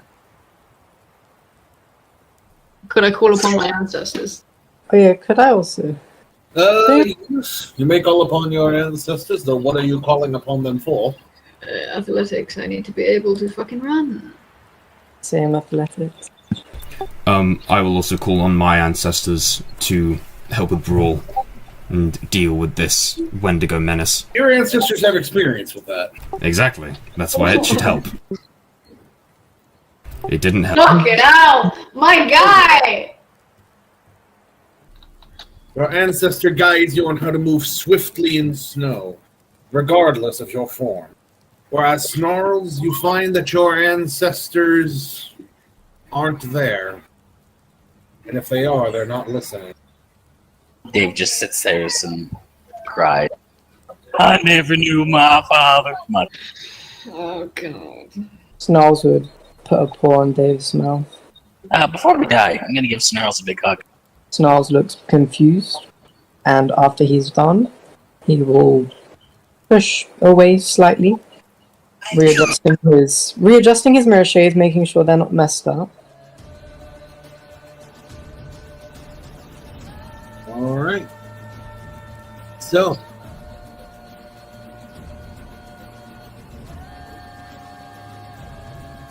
Tara, Snarls, Dave, are there any final things you do before wandering about waiting for a bunch of Wendigo to come jumping out of the snow at you? I look to Snarls and mutter, you ready with those glasses, right? Snarls would nod. Okay then.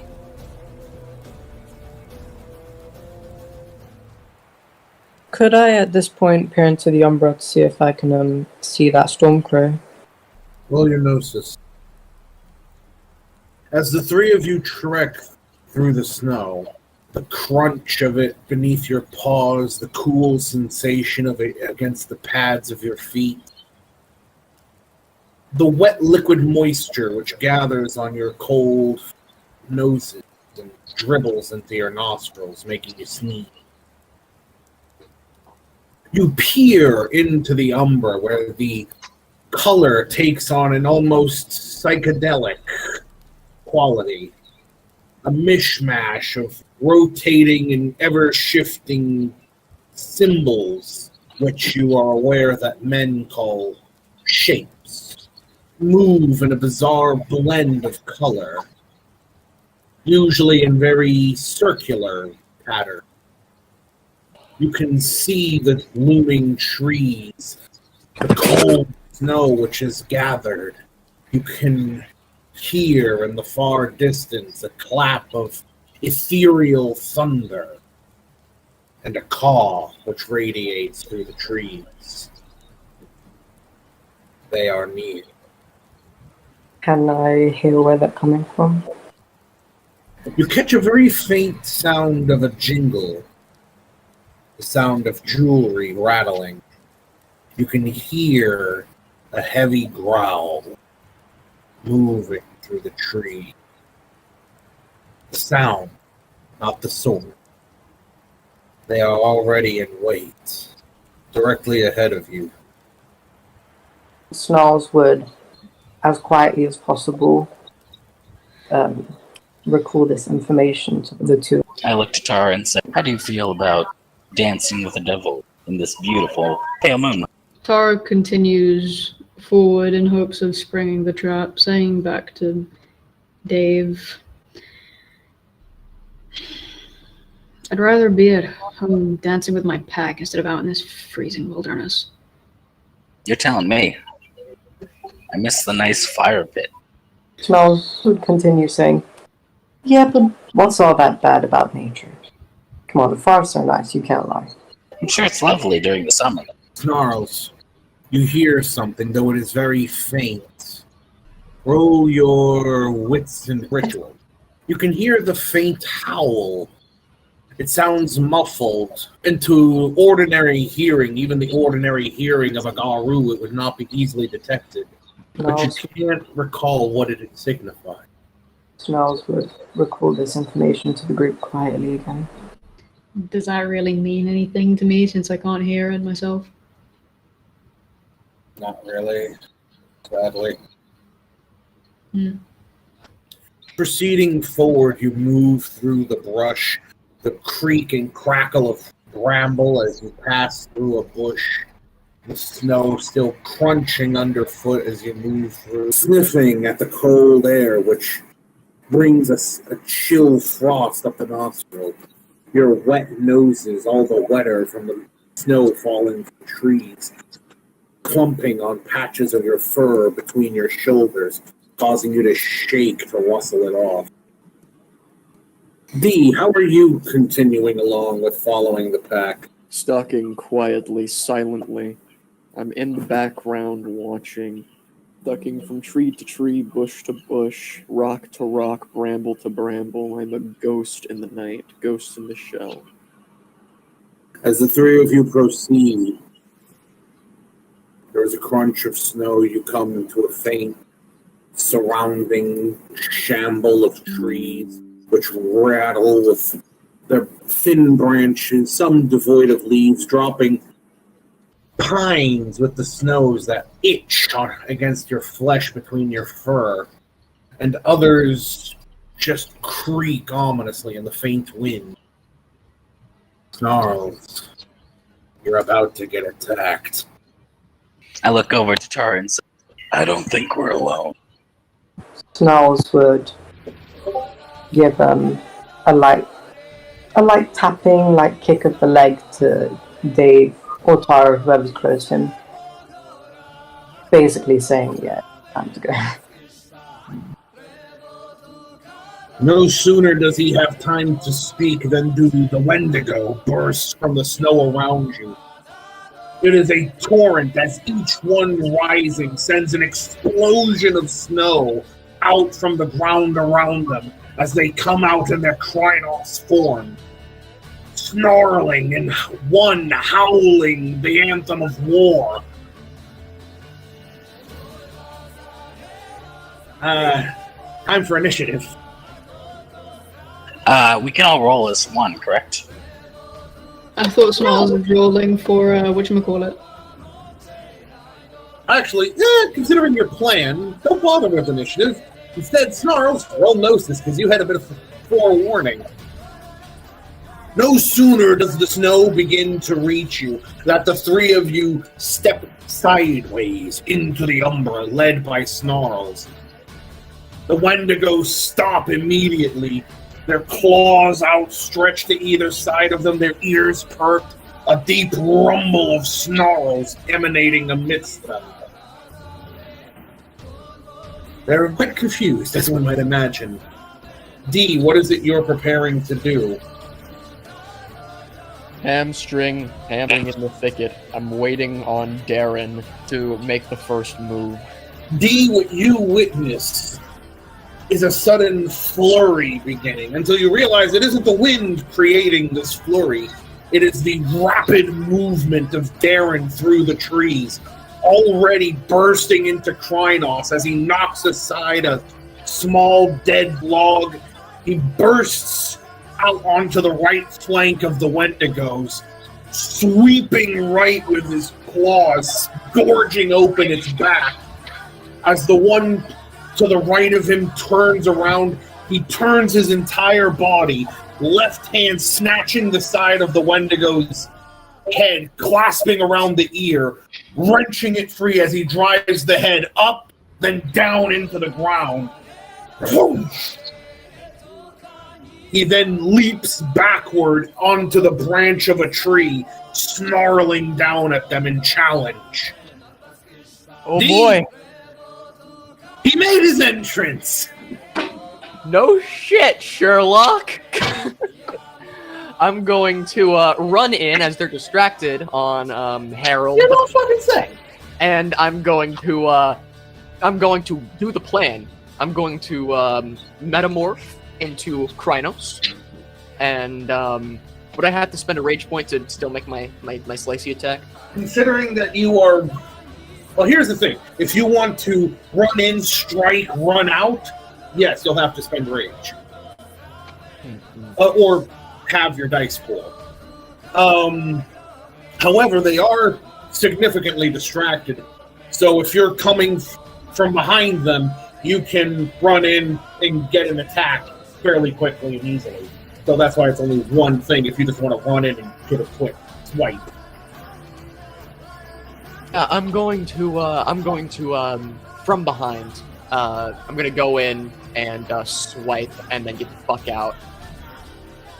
All right. In which case, you will need to spend a rage. And next and brawl. D, the best way you could describe yourself is the Black Torpedo. You bolt through the trees, just burst free from the shadowy confines of the pines above you. As midair, you shift into Krynos, sweeping with your talons for the back of the forelegs of the nearest Krynos, rending flesh, pulling at individual muscles until they snap, cut on your claws, before, in the same motion, leaping back into the Hispo before striking snow and beginning to run off. As the Wendigo turn and looking about them at the realization that they have no clue where the pack is, they begin to refocus on the still present Darren, while those trying to break off to defend their back suddenly tug at their legs, realizing the roots of the trees have grown up from the ground and wrapped around their ankles, freezing them into place. And in the case of the one whose head was slammed into the ground, unceremoniously, he finds that he is being slowly suffocated as the roots try to pull his head underground as though he were an ostrich. How does the other three in the Umbra react? I assume we're going to be circling around and, trying to attack whichever side is exposed. Which, by peering through the Umbra, you'll be able to see. Roll that Gnosis, boy. By peering in, you can see that the plan has worked with a complication. Darren isn't leaving when he was supposed to. Oh, God. Okay. Instead, he has begun climbing the fucking tree like Spider-Man. Okay. Okay. So, from peering into the Umbra, would I be able to grasp, like, a good location to exit so that we can just slice and keep running? Yes. Okay. You So can then see that their backs are turned to the south. Those trying to cover the backs of their packmates are currently hung up on the roof. Okay. So then, wait. So there are people covering their backs? Well, there was some trying to. The problem is the trees ain't letting them move very much. Okay. So, is anyone's back, like, completely exposed? Yes, 2 of them. Okay. So then Snarls would position himself to leave the Umbra where they can go for those 2. I'm totally helping with that. Can I change into Hispo? Stamina Primal Urge, and Gnosis from Snarl. Okay. Can I swap to Krynos? Stamina Primal Urge. From the moment you step outward of the Umbra, you are greeted with the automatic gust of wind, as well as sudden high-pitched and return to normal sound, as you can hear one of the Wendigo belting out insults in the high tongue at Darren, one climbing the tree after him, clave in hand. The one whose back is turned, I want to, like, rush forward, like, gash his hamstrings, run, dash backwards, howling my own, essentially, challenge to fight, and then try and lead them off into the traps. X and Brawl. Okay. Would I have to use rage? Nah, you're just pretty much hitting and taunting. I expect you to taunt. You know, the people with the roots, their legs aren't exposed because they're being pulled, right? And their feet aren't exposed. These are werewolves. They're quite tall. Okay. As a lupus, you don't really have claws, do you? You have claws, but again, they're wolf's claws. Okay. Then, I mean, can they really swat if their back is turned to us? Can they swat at us? Yes. I mean, can you reach with your arm behind your back? Yes. Sometime. Okay. And if you're a capable fighter, especially when you practice hand-to-hand and melee combat, I'm sure Big can attest, you tend to learn a few basic ways of defending your back. Okay. You said one of these guys is climbing a tree after Darren, right? Yes. Climb the fucking tree. Okay, so I have a question. Can I shoot at the branch that he's currently using to climb up? Dex and firearms. Could I try to tear up one of the back-turned guys' legs with my teeth and then jump? Like, just avoiding to get, slaughtered from them, Yeah, strength and roll. Okay. As the pack steps back from the Umbra, coming in behind the Wendigo a bit to their right, Tara at once in the Hispo lunges outward, dashing past one of the Wendigo, using her massive paw to swat at the back of his leg, giving him a nice cut up the calf muscle, forcing him to take a knee as he falls snarling, batting at her but missing entirely as he swats with a massive taloned hand. A sudden sound of gunfire echoes through the woodland as Dave opens fire upon the tree of which the Wendigo chasing Darren is attempting to climb. At once, the branch moves into the line of fire, allowing it to be struck and weakened so it snaps, causing the Wendigo to latch onto the tree with his clave buried in the trunk as he turns and snarls at Dave. He mutters something in the high tongue. Immediately as you see this massive white blur dropping down, being Darren's Krynos form colliding with the Wendigo mid-tree as they go tumbling to the ground. The tree elevating one of its rigid roots for the Wendigo's back to strike on as they hit the ground. And Snarls, you need a real stamina. Could I use a rage to try and react? No, you did not do well. As Snarls went to bite at the back of the leg of the other turned Wendigo, by now he's heard enough chaos erupting around him.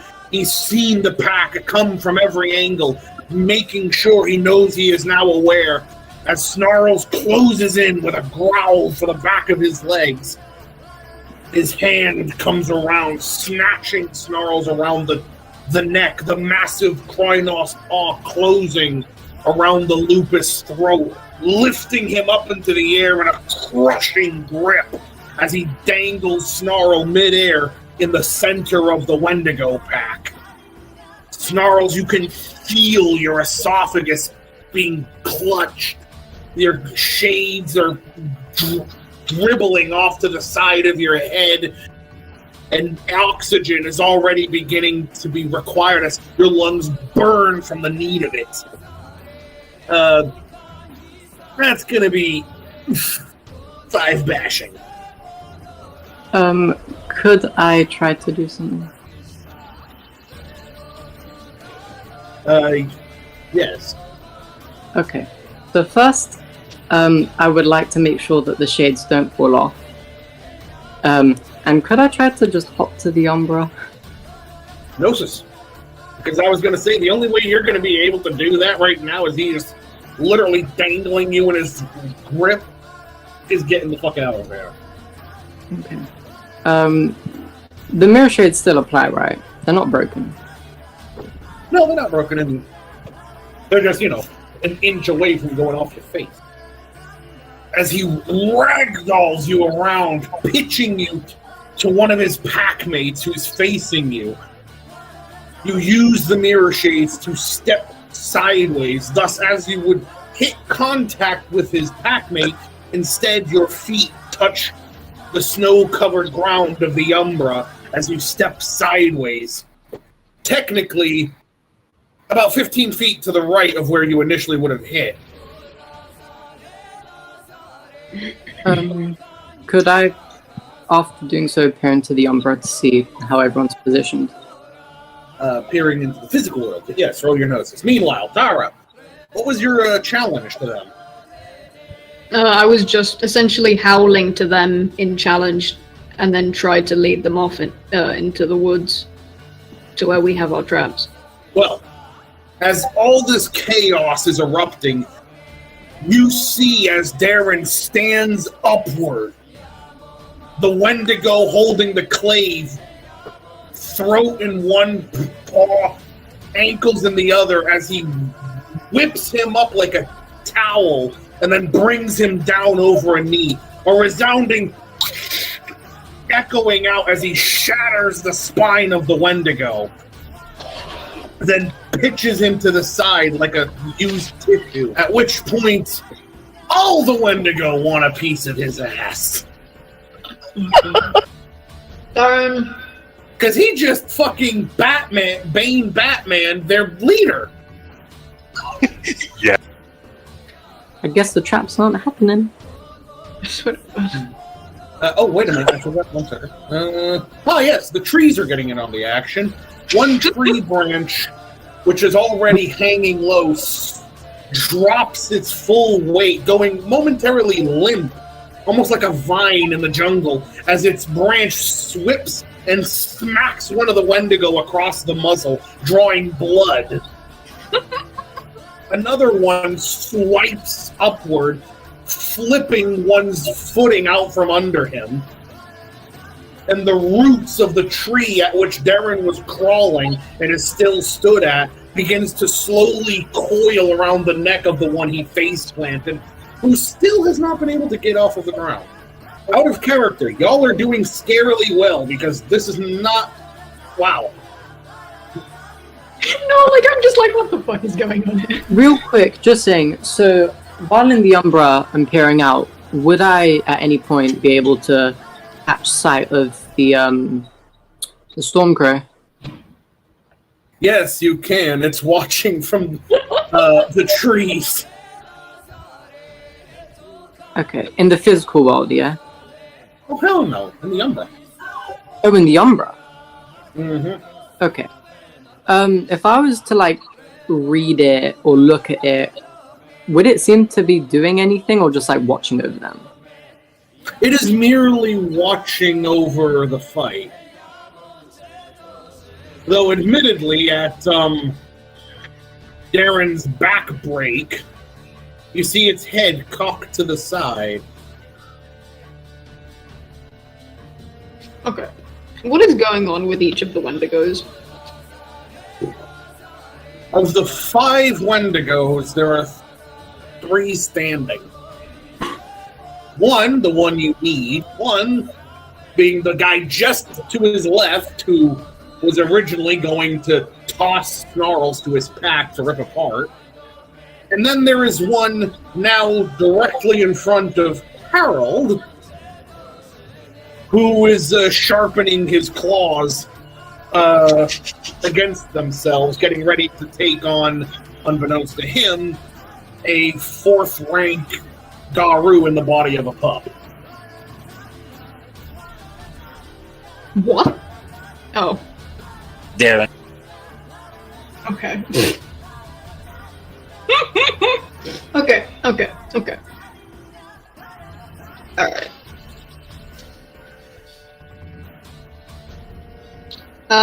The 2 who are on the floor, do they look like they're gonna get back up? Honestly, maybe. If the one guy can get the tree to stop trying to drag him under it, and the other guy can heal long enough that he can walk again, then yes. Are they all like grouped like around each other, like close together? No, the 2 that are closest to each other are the ones you and Snarls originally attacked, which are about... They're easily within arm's reach of each other. Whereas the other one is about 5 feet ahead of them.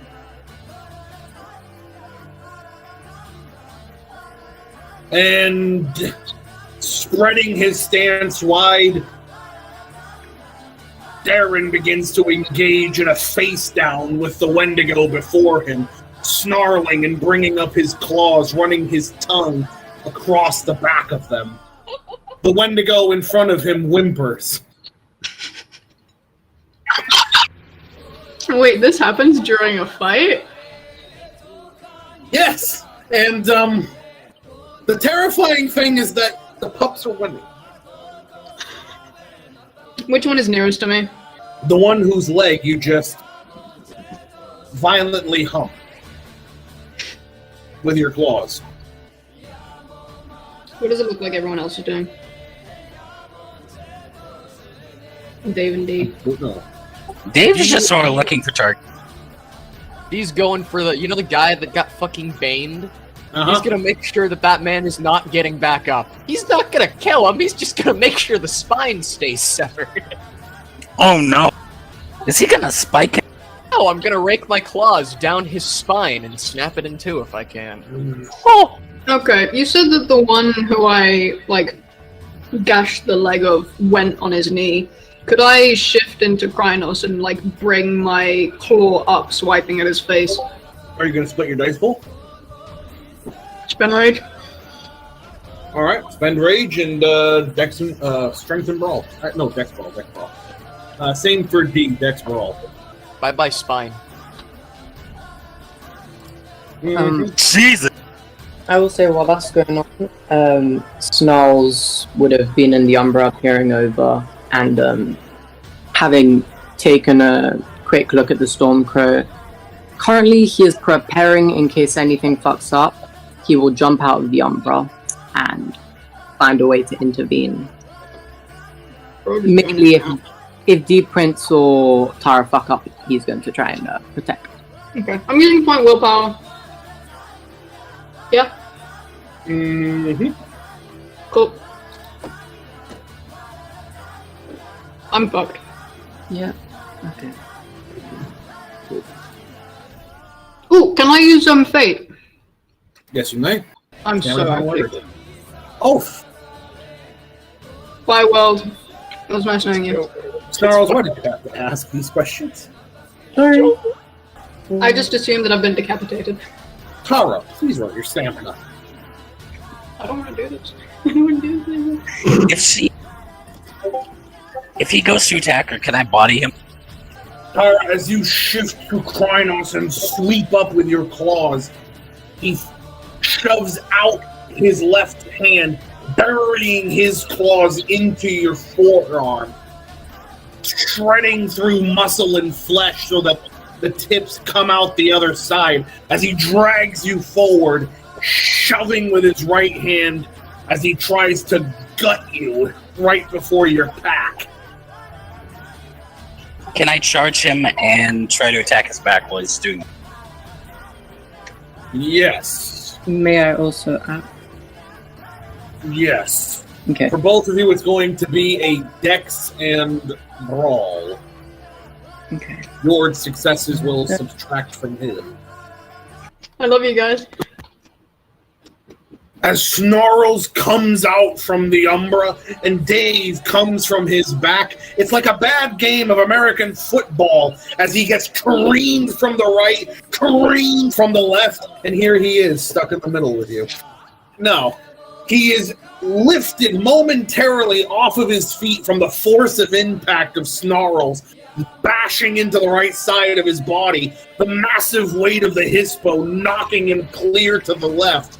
Right as Dave sweeps at his back, taking him up off the ground so he falls prone on his left side. Boosh! A burst of snow coming out from under him as he's forced to miss you and instead smack the ground angrily. Very dangerous. Don't underestimate. Meanwhile, a piercing scream pierces the woods as D, reappearing, burrows his talons into the back of the fallen leader, severing spine and pulling free one of the notches so that the man is forced to revert back to Hamid, naked and panting in the snow. God damn it. You fucking hurt that boy. This is what you get for violating the litany! Punishment! Rip out his spine! With that, the rest of his pack, looking up at their alpha, wounded, attempt, as best they can, really, to pull themselves back almost to shield him, their Philodox being the one to go to his knees and hold up his hand. Wait! And that's when we're going to have information, because I need to pee. Hey! Can I just say that I have my foot on this man? On his leg, and I want to be staring at them with his fucking vertebrae in my hands. Did you guys hear anything? I heard finish us. Oh god, I need to peer into the Umbra and take a look at that Stormcrow now. Leave the fucking Stormcrow alone, you've got bigger fish to fry. I'm just saying, I want to see how he's feeling. Stormcrow's probably looking pissed that its pack is Here's what you see if you look into the Umbra. There is heavy black clouds covering the ground as thunder rolls. And yet you don't feel like it's angry. The Stormcrow is looking at you curious. New totem? this Stormcrow can go fuck off. Meanwhile, y'all are going to have to worry about stopping Darren from ripping that Wendigo's throat out. And that's to ignore penalties, yeah? And I can add my dots in Pure Breed, right? Yes. Cool. Trust me, I did. Shit. Not me. You don't have pure breed. Exactly. You're a mongrel.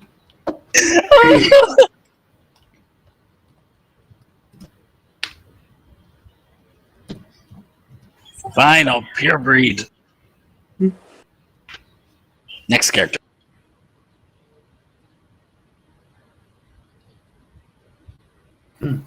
Oh yeah. Tara will leap in front of him, growling as they face each other down. Tara roll again. It actually forces Harold to take one step back as he's either not expecting this or actually momentarily wondering what's going on. Roll again. Yep. Does my air of confidence count?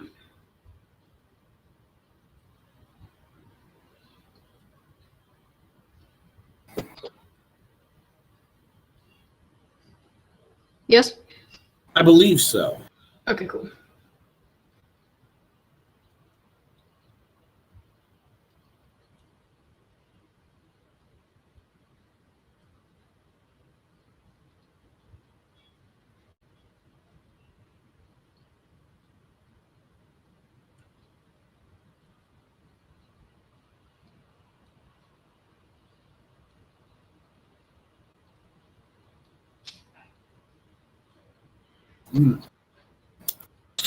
Ooh.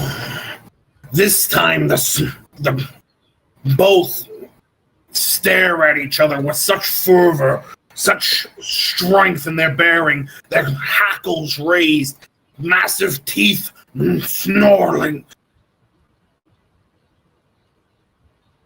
Tara, one more roll.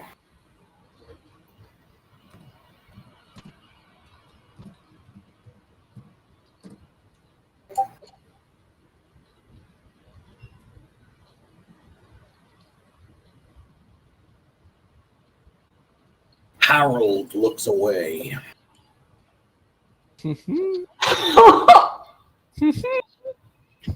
And immediately surrenders control to Darren. He's Pissed. he's pretty much thrown his hands up and just gone, fuck this. Lost to a pop, bozo. Am I still in Krynos? Yes. I cut that goddamn tree down and walk away.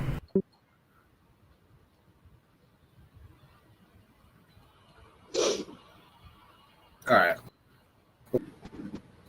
Going back into the scene.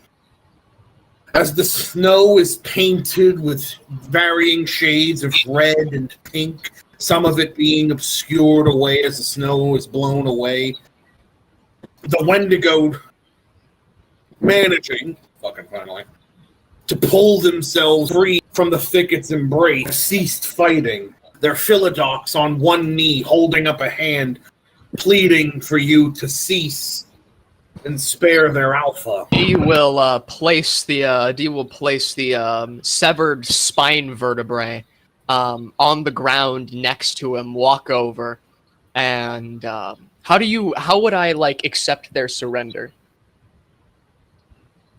Well, it should be your alpha who accepts that. Oh, okay. Then Dara. Tara, in her Krynos form, walks towards where the Alpha, their Zadok, has fallen, growling in every footstep heavy, as she stands before their pleading Philodox. And she says, firstly, just growl, saying, "Do the decisions of your elders mean nothing to you? Does the litany mean nothing to you?" It is the decision of the Alpha to clasp, clutching in the snow for his clave, as his Philodox, still in the position, bearing his throat in submission, says, "Such was the will of our Alpha. Such was the will of the Stormcrow. We sought glory, nothing more. You have bested us." Do I see him clutching for his clave? The Alpha? Wits alertness. Nothing escapes the vigilant watch of the pack. Smells still in Hispo would kind of pick it up with his... Wait, does he seem like he's going to be attacking with it? Or... I mean, you doubt he wants to bake you a cake. Charles would pick it up with his mouth, considering he's still in Hispo. Returning back to Tara's side, he merely shakes his head as he does so. Tara would say, "We will accept an honorable surrender, and you can have your alpha along with his clave back. If you can get the Philodox Elder to speak to us." Looking up, there is a moment's pause. You would keep our alpha while you send us away? That is the least that you could do for your transgressions. Snarls, with the clave still in his mouth, growls slightly at that. Where would you meet the Elder? At the clearing 3 miles northeast from the Sept. The Wendigo, looking amongst each other, glower their direction back at you. They don't seem pleased by what they're hearing, yet they're not putting up a staunch resistance. They don't have many options. Tara just maintains very stern eye contact. We have your word that nothing will happen to the Alpha. Tara brings her hand up in a fist and over her chest, saying, "You have my word." Then we will bring the Elder, as you say, and sort this issue.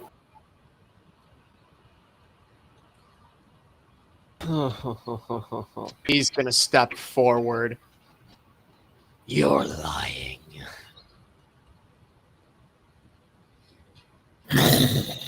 I speak truth. The fetish says otherwise. Tara bares her fangs. Now you lie. Do we have your word? I will bring the Elders and we will make peace. You lie again. I will rend your alpha's head from his neck. He draws one hand up, his talons outstretched. Watch your tongue. Then watch yours. The other Wendigo snarl. Several exchange glances. Should I try to read them? Snarls. You're getting that uncomfortable feeling again that they're about to try some shit. Snarls, Can I grab their leader by the throat, raising him up into the air? Strength and brawl. Meanwhile, Darren, wits and alertness. Snarls is holding the clave in his mouth. He would go into Krynos so that he could speak, and he would say, "Don't you dare try." Stamina primal urge. Dropping the clave from your mouth. You had some sap on there that really just tasted horrible. You could not think until you got that thing out of your mouth. Meanwhile, Tara, scooping up the leader, all of them move forward until she holds him up. Dee's gonna Would I stand be in between able? them. Would I be able to use persuasion again? Yes. Okay. Tara will say, "You will do as we ask. Do not dishonor yourselves even more." Stepping forward, one of the Krynos of the Wendigo puts a hand over his heart. You can see him shift back into the Galbro. His nudity not bothering him, he cuts with each claw on his hand over the place of his heart. I will go and bring the Philodox without treachery. Tara glances over to Dee for a split second before returning her gaze to the one who stepped forward. He tells truth. She lowers Zadok, letting go of him, or letting him go drop back into the snow, and then gives a nod. With that, he turns, shifting to the lupus form, and begins to trot away before breaking into a sprint. The other Wendigo wait, shifting to their breed forms. Their galliard stepping forward with the theurge, stared daggers into Tara before the theurge passes.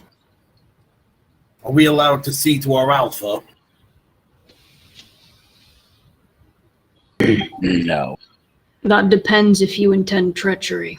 A small-looking one with only a bit of peach fuzz on his face crosses his arms over his chest. Coming from your people, what would we only repeat what we've learned? Can I read him? Yes. Okay, I'm getting it out the way, okay? You get the impression he is trying and failing very poorly to seduce Tara.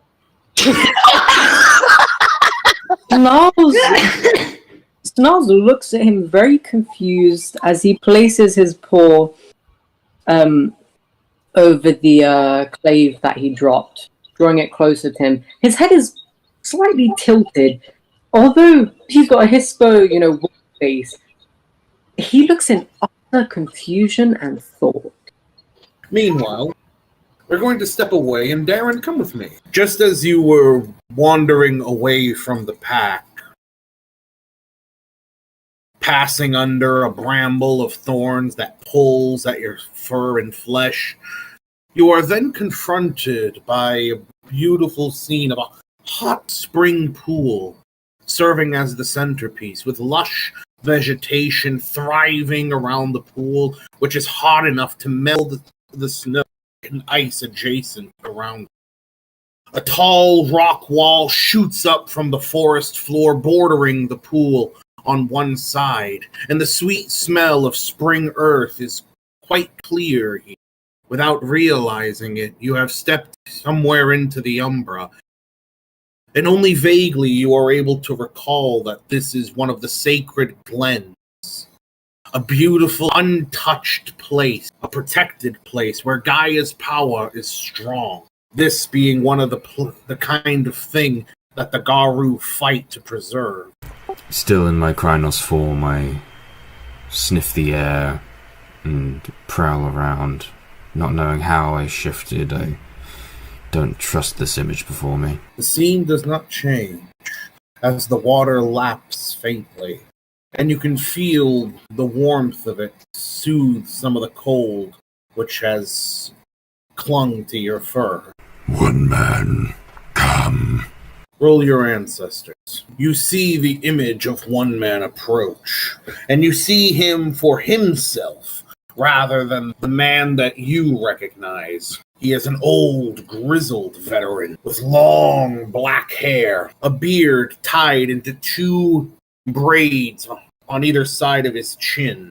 Scars line his face and exposed flesh, one creasing down from his forehead over his right eye and upper lip, giving him a deformed appearance. His hands, though helmet curled like claws, he glowers at you. And as he begins to take a step forward, preparing to hear what it is you have to say, you feel a hand on your shoulder. I turn. Wits and alertness. You recognize this warrior. Yet the only reason he would be here now, the only reason he would be here as you evoke the memory of your ancestors, would be the fact that he is an ancestor. Uli Brightjaws, or Uli Scarheart. He stares down Harold just as you did, and then pushes you forward, forcing the confrontation. At the very beginning of the pressure of him being pushed forward, Darren would turn to face Harold and, I suppose, step with purpose towards him, brandishing his talons, spreading his hands at his sides. You steal my glory. I give you honor when you have none. And Darren would attack, lunging forward with his talons. It is a savage brawl. Bites and claws. He has no choice but to fight you as Krynos. Even as stubborn as he is, Harold isn't insane enough to fight a Krynos in Hamid. Yet he does try in Galbro.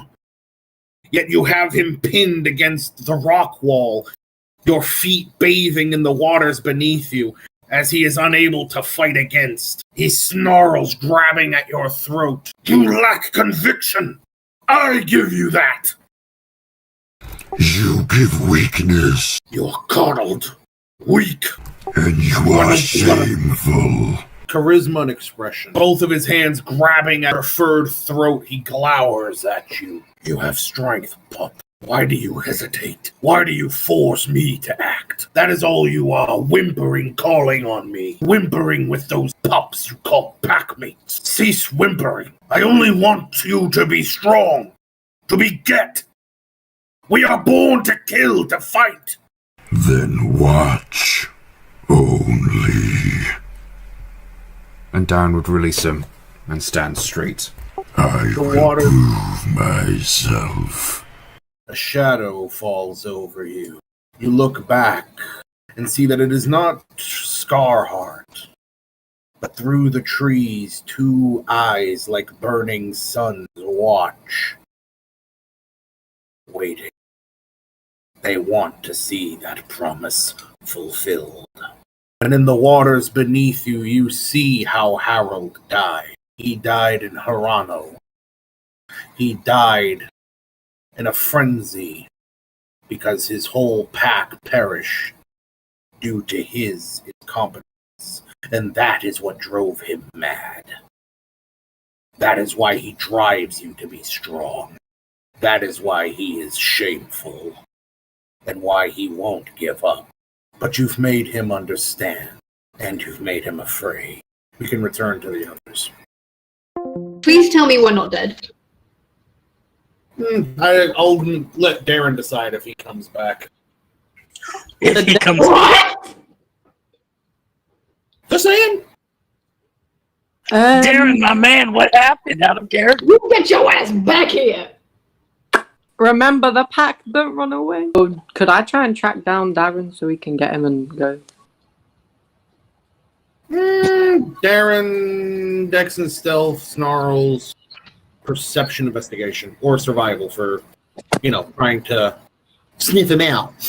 Snarls, you can tell that he is staying close, but seems to be holding back, more or less watching from the sideline. Perhaps looking over the pack as you move. Ah, bitch. Dead. Okay, sorry. Cool. Out of character, Tara. Should we try to convince these Wendigo that we're not responsible for our sept, our people aren't responsible for the dead pups? We're not saying anything to them, and if you start talking to them about it, I will tell you to stop. We're not saying fuck all to these pups. Okay. Would I be able to tell what Darren's doing? Watching. Yes. He's just watching. He is watching. Alright, then we'll call it here. I gotta know what happened. You stand again in the clearing. Having just stood in this place the night before. You had warmer food in your bellies. And it was colder outside. Less visible, certainly. Though strangely, your company was probably more amenable than present.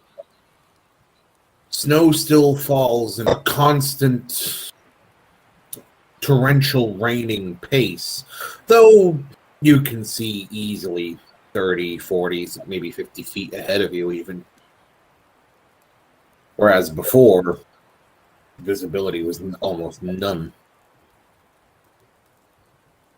Trees on the edge of the clearing are plainly visible. You can see anyone coming openly on any side of you. The snow has still clumped together, but it's a fine powder that you can easily crunch through, especially depending on the form you carry. You've been waiting, and the Wendigo pack have been recovering. You doubt you've won over their respect or even much goodwill, but there's bigger things at play. things that time is running out for. So you wait. The scene is yours. I will say that. Question: what form is there Zadok in? Hamid. He has a heavy jacket, the interior having fur. A pair of padded pants and boots cover his feet, though his chest is bare. And his jacket having a substantial hole in the back, thanks to deep roots. Tara would approach Snarls, just saying to keep a lookout for the scent of any worm taint. Niles would simply nod his head. At this point, he'd be in Lupus form. Darren would have, from Krynos, shifted into his hispo and gathered the horn and kept it with the bundle in his mouth. The horn and the beeswax wrapped in the blanket. No stench of the worm's presence lingers. No strange howls, no eerie sensations. You are, if nothing else, for the time being, safe. Could I also roll to see if I can smell that Ragabash coming back? Perception survival. As I'm travelling in my hispo, a few meters away from the rest of the pack, I'm scanning the area with my eyes. Though there is no scent of the worm for Snarls to detect, Darren, you do see an odd carving on one of the trees, deep into the bark. It's just a few jagged claw marks, but they're fairly large.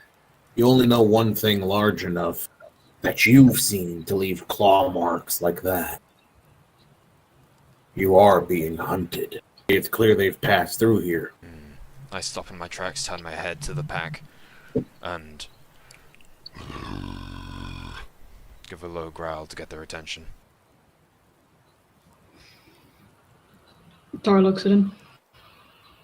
Turn my head back up to the scratches. I know what that is, yeah? Wits and Primal Urge. You recognize what that is. Claw marks left behind by a very large black spiral Arun. Tara turns to Snarls and asks, "Did you sense anything?" Snarls would shake his head. Snarls, still with the clave beneath his paws. Snarls would say, "No, I haven't sensed anything. They must have passed through here a while ago." All I can say is make sure you stay alert. We can't trust anything right now. Where are Darren and D Prince? Not Darren, Dave. D is sitting not too far away in his hispo form.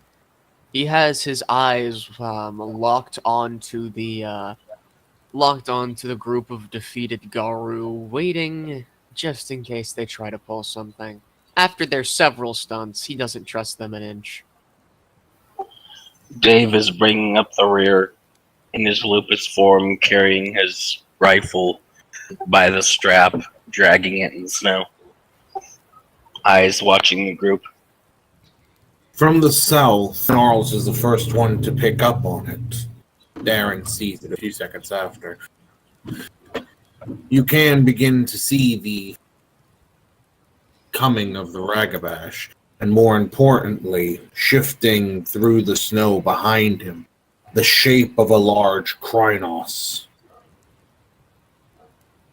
8 feet in height, bearing every distinguishing mark that a Wendigo could hope to be blessed with, showing he is of a pure breed. The Philodox walks. I will say, just like before approaching them to D Prince, We need the Elder Philodox to know we speak the truth, and while we have the disc, we may need a more immediate way for him to know we are honest. Could you offer your fetish to him? It was a gift by my dad. Oh no. Actually, no, I get you. I'll take the use. Hopefully he returns it. If not, well, we did anyway. Don't need to be so pessimistic. Ain't being pessimistic, just realistic. She gives a nod. The Ragabash slows to a trot, his head kept low to show submission. The elder, however, keeps his head high, holding out his left hand. A staff appears within it. As he comes to stop, the staff burying itself into the snow with a slight jangle. It adorned with various bones and feathers, as well as several beads and baubles on it, including the skull of some smaller canine. Tara would walk forward, motioning for Deep Prince and Snarls to go with her while telling Dave and Darren to keep a lookout. As she goes to approach the Wendigo Elder, before him, lowering herself to one knee before the Elder, showing respect. Snarls, similarly, having followed Tara, slightly behind her, however, would, the best werewolf can, kind of bow down with his two front legs in front of him and lowering his chest to the ground as he does so. You will do the same. The Elder Garu motions up with his free hand, inviting you to speak with no need to prostrate yourself any further. He will push himself up. Tara stands up and then, gesturing with a motion of the head for Snarls to give back the clave. Snarls would take a couple steps back, considering he would have left it further. And with his paw, he would kind of push it forward towards the elder. We come before you, bringing with us Ice Dagger and his pack, who have violated the litany in attempting to hunt us down, so that they may be returned to the Winterwolf Steppe to face judgment.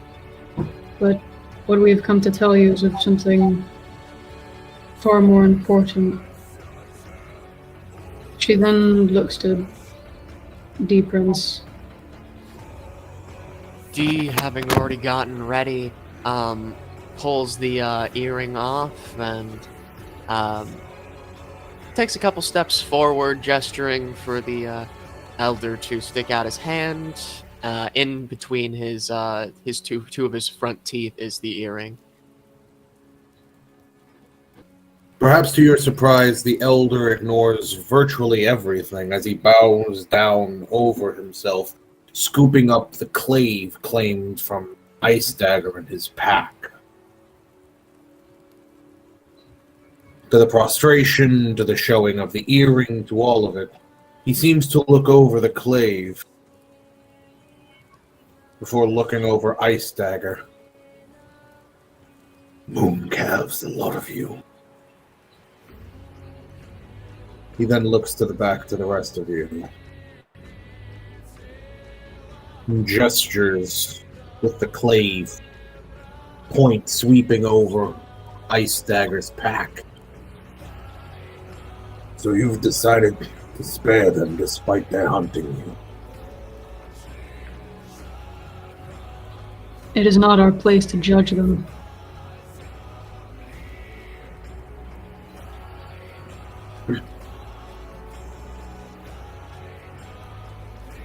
He thrusts down the clave straight, and it plunges between the snow, fixing itself in the earth.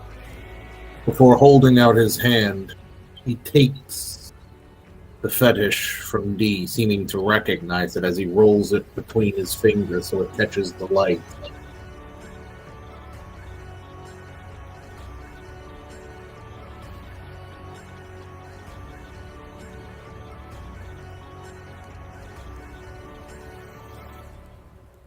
He eventually seems to offer a bit of a wolfish smirk as he recognizes its significance.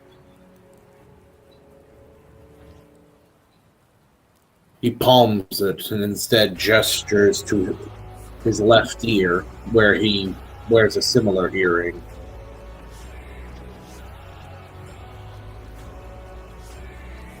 D, noticing this, will nod.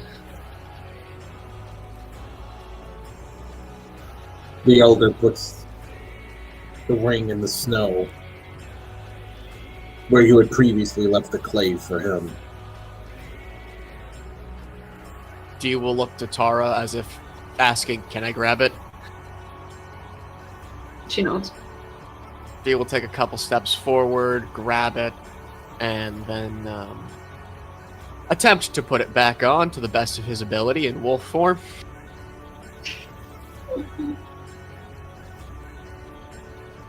Giving up shortly after, then looking to Tara. The elder takes the back of D's neck. Not violently, but enough to make him be still. He sets down his staff and looks over the others before helping affix the earring to your ear. At which point, he lets you go and stands, reclaiming his staff as he walks past you. Still not stopping to listen to what you have to say to him, despite its importance.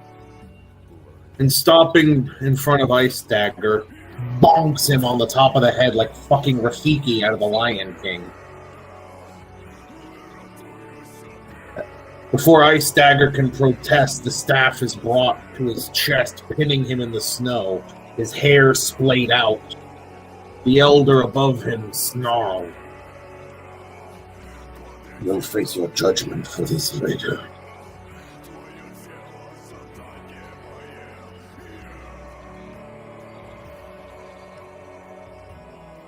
You shame. He shakes his head. Not just the anime. You shame them more. And Gaff. He then looks to the rest of you.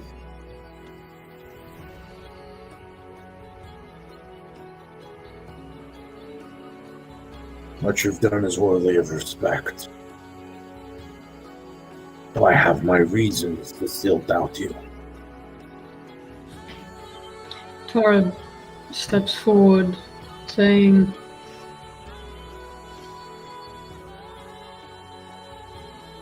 I know there is bad blood between our sects, and that our people haven't always seen eye to eye, but we know that your pups were not killed by the Sept of the Green.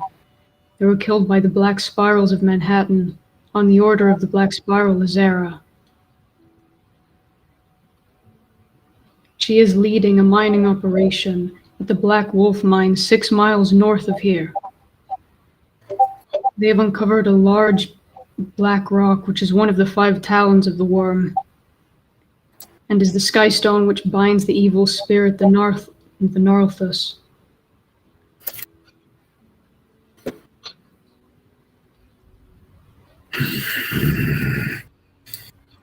These are fanciful words. But a pup's words don't mean much without evidence. Despite speaking truth, despite my sympathy for your plight,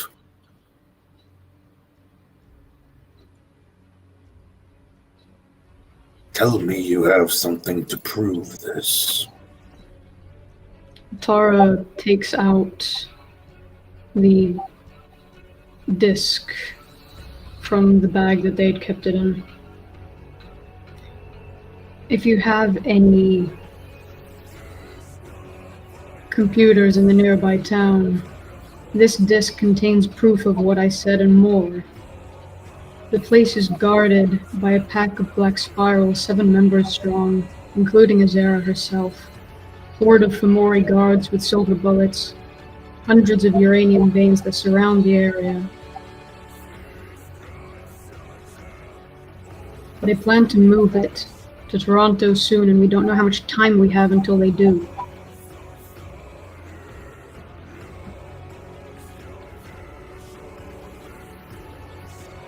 Immediately after Tara finishes, Snarls starts to snarl, as with his name. He growls, saying that creatures of the worm, or servitors of the worm, are soon to approach. Just as the words come, you can feel the subtle shift in the air as a malodorous stench begins to pollute. Even the snow seems to take on a slightly yellowish cast. The Wendigo elder, drawing his own clave, staff in other hand, growls. One of the Wendigo pups points at you and shouts, "They're in league with the worm!" Darren gets up, launches, lands right behind him, and just growls by his ear.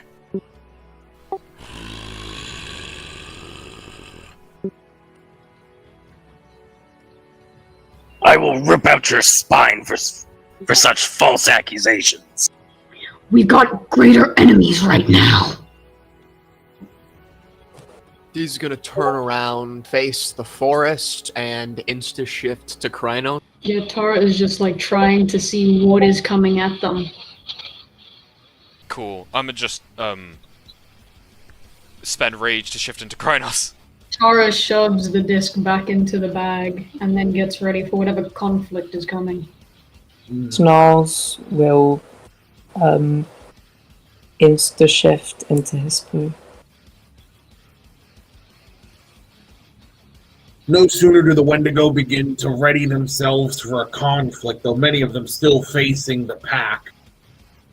As the pack shifts forms preparing and the elder is stood alert, the black spirals appear from the umbra, snarling.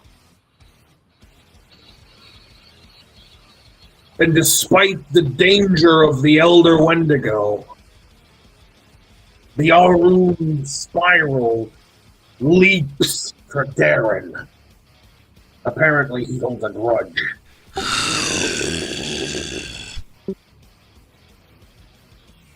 Well, as the two of you collide in the air, it's actually with sufficient force that some of the snow is brushed aside around you in the epicenter of the collision. However, he is too strong to overpower or rape with your claws.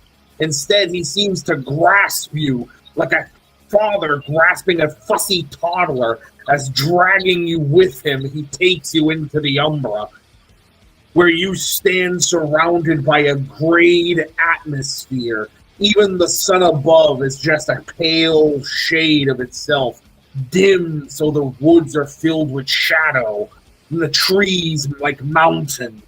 He lands in the snow with you, his claws grasping your shoulder as he snarls. "You'll be pieces. Get." Meanwhile, held back with the others, the Wendigo Elder is on the move, closing the distance with one of the spirals, who whips with a whip. Go figure. Consumed with a greenish balefire, it cleaves through snow, and behind him splits a tree in half as the Wendigo sidesteps, smacking him in the chest with the staff before over-swinging with the clave, gorging open the black spiral's guts. Well, I just saw Darren get fucking finagled into the abyss, right? Man's gone. Yeah. Okay, I'm gonna look to Snarls, and say, I'm gonna go help Darren. And I'm gonna try and step sideways. Well, Gnosis. Aaron, you see as behind you from the shadow comes another large standing black figure that you recognize as friend, not foe. I look to Tara. Yeah, Tara looks over to Dave and just kind of gives a nod, saying, What we planned before. and I want to essentially go to whichever, like, rush with Dave to, whichever spiral is nearest to us. Oh, I have a plan. Dodge and, get the spiral's attention while Dave attacks. Closing the distance, Tara gains the attention of the black spiral by... Come on, Galliard. Can I Galliard and do, a howl calling to battle? Yes, you can. And that seems to get the son of a bitch's attention as you give this ferocious howl that belts out of you, covering the area with this echoing sound that would cause avalanches on mountains. Just as the sick bastard gnashes his teeth, this greenish mucus eking out from his saliva glands gets ready to lunge for your throat. He completely misses as Dave, coming up beside him, gives him a nasty bite and ducks around behind him, causing him to sweep at nothing but snow with his claws. Biting this thing, would it taste foul? Well, it tastes like biting into someone's meat, so you tell me. Anyway, Darren, you have a big fucker on top of you and a buddy behind him. I want to, spending rage, try to cut his arms and, curl myself up into a ball and kick off, his chest, leaving my foot talons in his chest with spur claws. Strength and brawl both?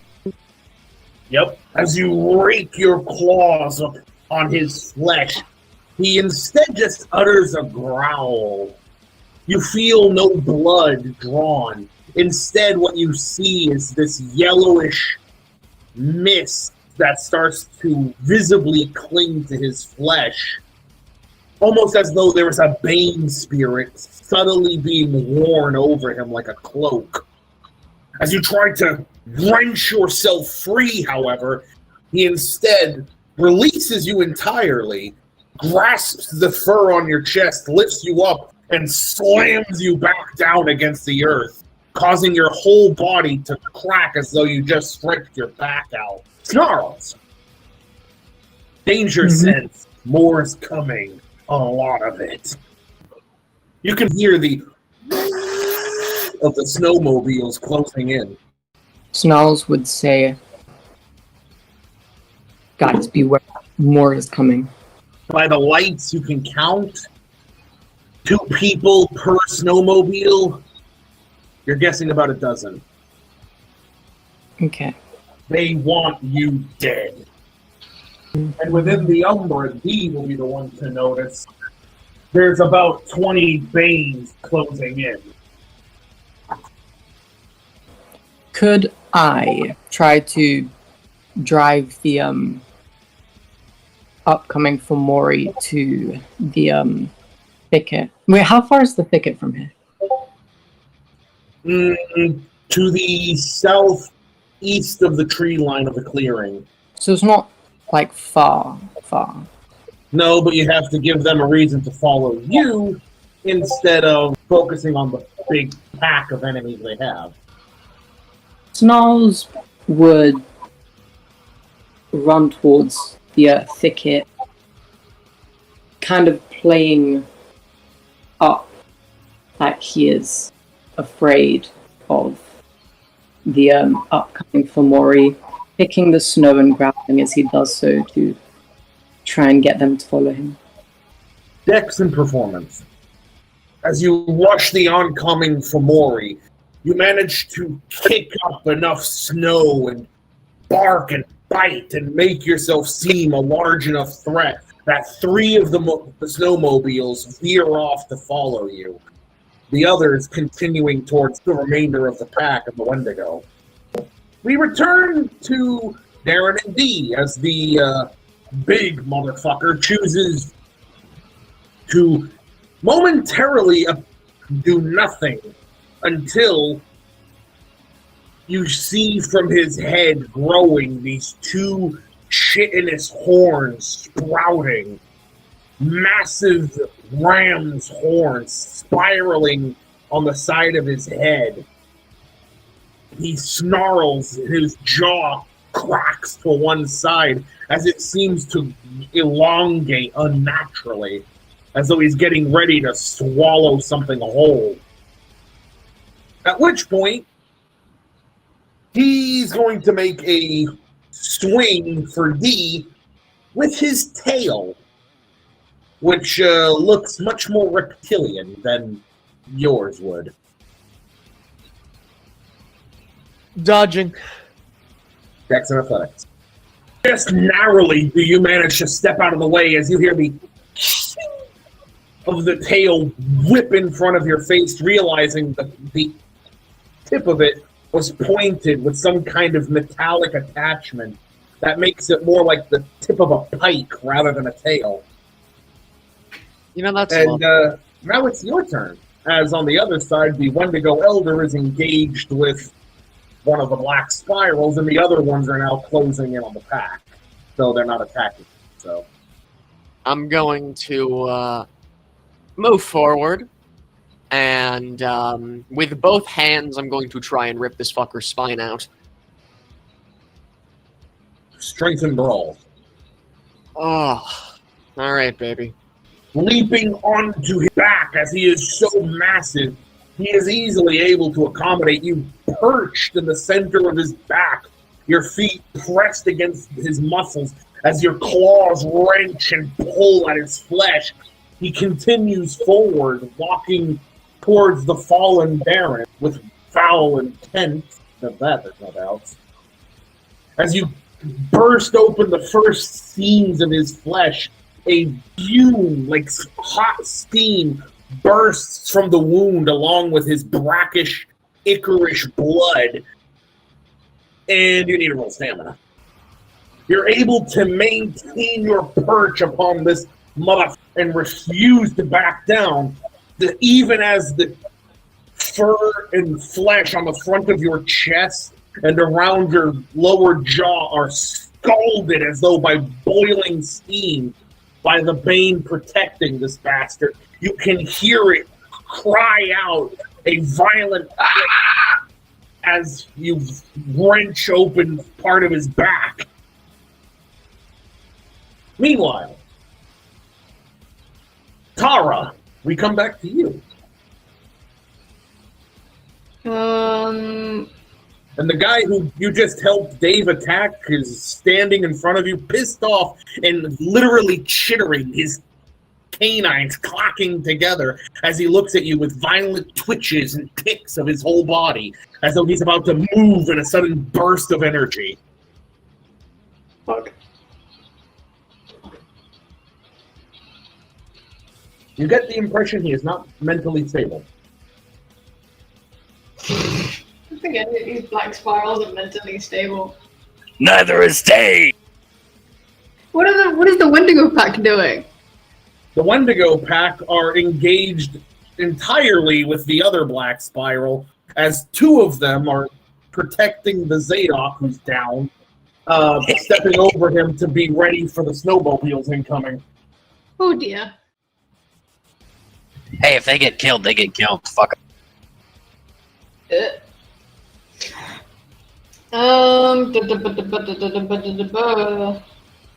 I'm mentally stable. So he's fully like facing me, yeah? Oh, yeah. Though you get the impression he would happily eat your innards or days. He's not picky. I want to try to, like, sweep past him. As I do so, try to, like, rake my talons over his eye. Dex and Brawl. As you lunge forward, moving past him, he tries to sidestep, bringing his left hand around to smack you on the back. Not even rake you with his claws, but touch you in general. Just a touch. Instead, what he does is present his face as your claws gorge out his left eye.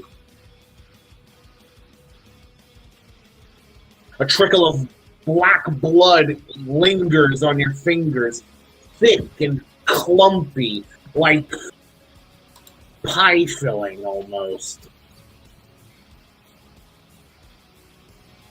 And that is when the last one, pausing, releases this deep roar from his chest.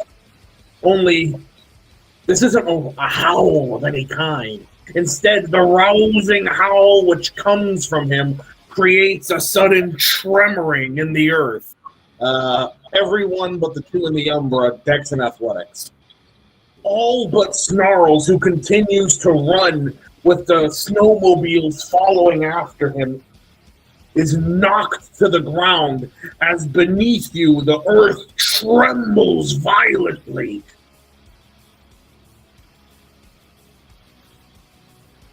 A couple of trees on the edges of the clearing teeter and fall to the side, collapsing with showers of snow.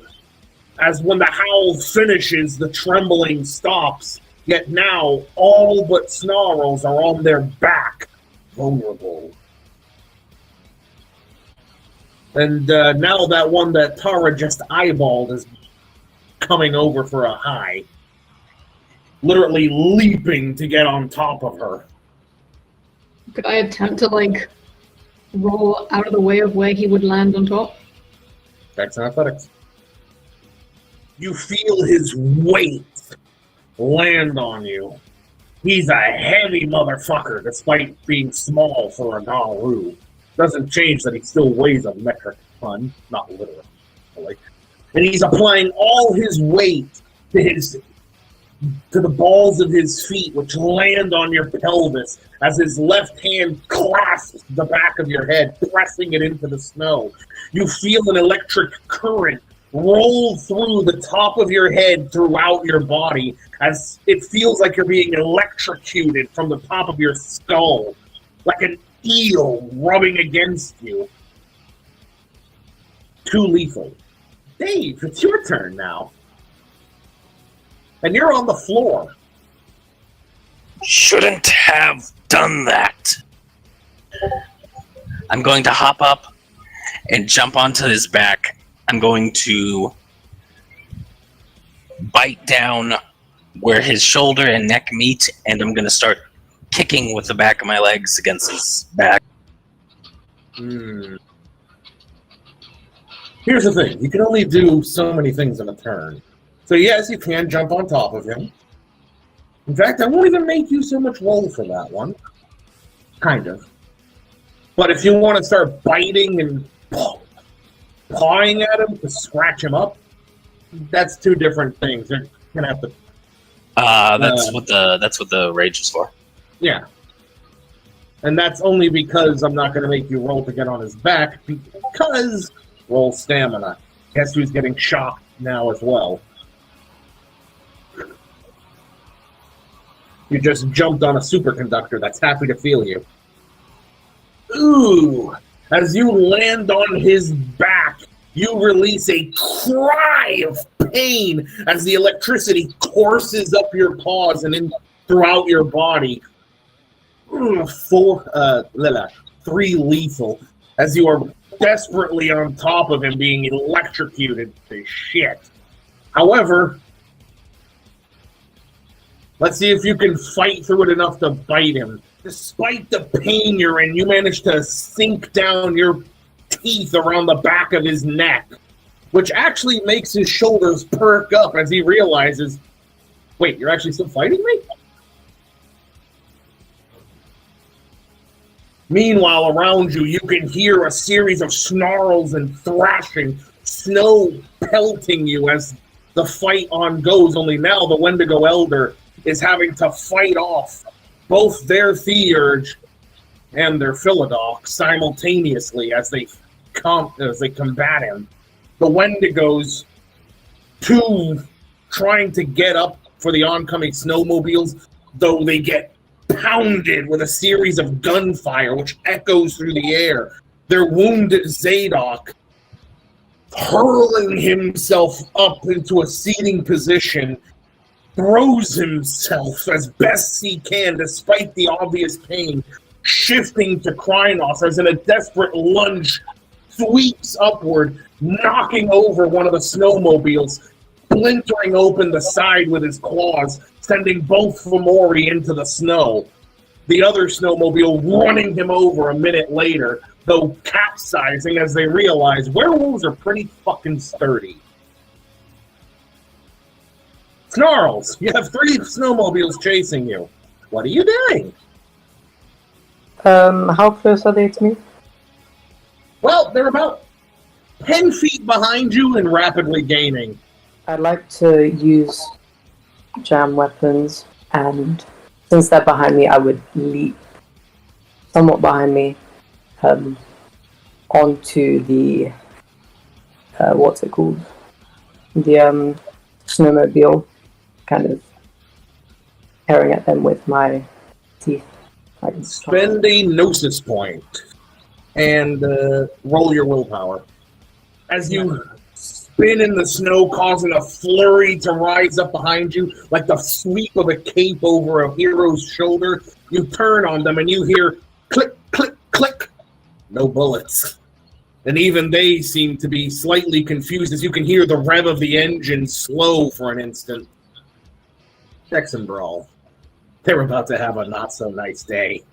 Leaping at the nearest one, you hear a brief "Ah!" as you land on top of the driver, crushing him down. You hear a crack of his legs breaking as he's folded onto his snowmobile, which tilts, the front end coming up, the back end going down, as you bite the front of the helmet of the man behind him with the gun, who's still clicking in vain with his rifle, trying to shoot you. You hear the crack of his helmet before you taste blood and he screams.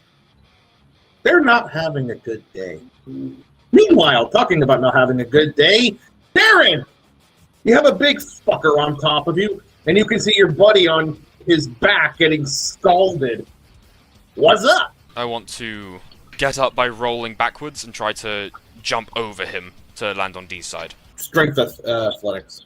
Rolling as you feel the snow pound upward as he tries to pin you under his hooved foot, missing.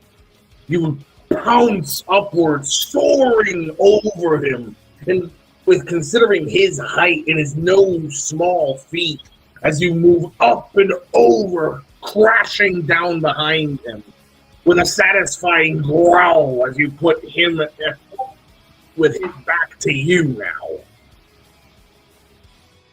Meanwhile, D, how you doing? D's about to commit a heinous, heinous felony against this man. Oh no, not the finger in the butt.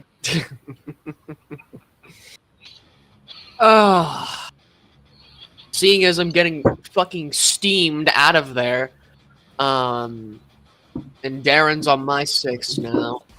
I'm gonna climb up the man using my claws, and then with both hind feet, I'm going to push down and jump off of his head to land in front of him. All right. Strength athletics. Reaching over his shoulder, he grabs hold of your shoulder and wrenches you up and over, smashing you against the ground while twisting his hand. A loud as he breaks your arm so the bone pops out from the elbow, bending at almost 180 degrees. That's 4 lethal. So I'm at I've hit incapacitated. Am I fucking down? You're gonna have to roll stamina to see if you say conscious. Oh, great. Despite the amount of pain you're in, as he slams you against the ground like a rag doll, twisting your arm like he's folding a piece of paper, you refuse to go down in front of this bitch. Do I get the rage back since I didn't get to do both actions? Oh, you get the rage back plus an additional. Oh, great. Meanwhile, the Wendigo Elder, coming around, grasps the black spiral on top of him, who suddenly collapses onto his side, clutching at his chest, as you see frostbite spreading out over his heart. And he stops moving. Rising up with his staff, he billows a shower of snow in front of the other before stepping sideways, immediately coming up behind the black spiral, who might as well have the comical Looney Tunes "Where'd he go?" sign held up before a clave is buried into his ribs. Tara, you're up. And you need to both roll your stamina and your rage. Your shoulders bunching, heal a health level. You begin to push yourself up, and from this point forward, everyone in the pack gain 1 additional die. Where is this guy in relation to me?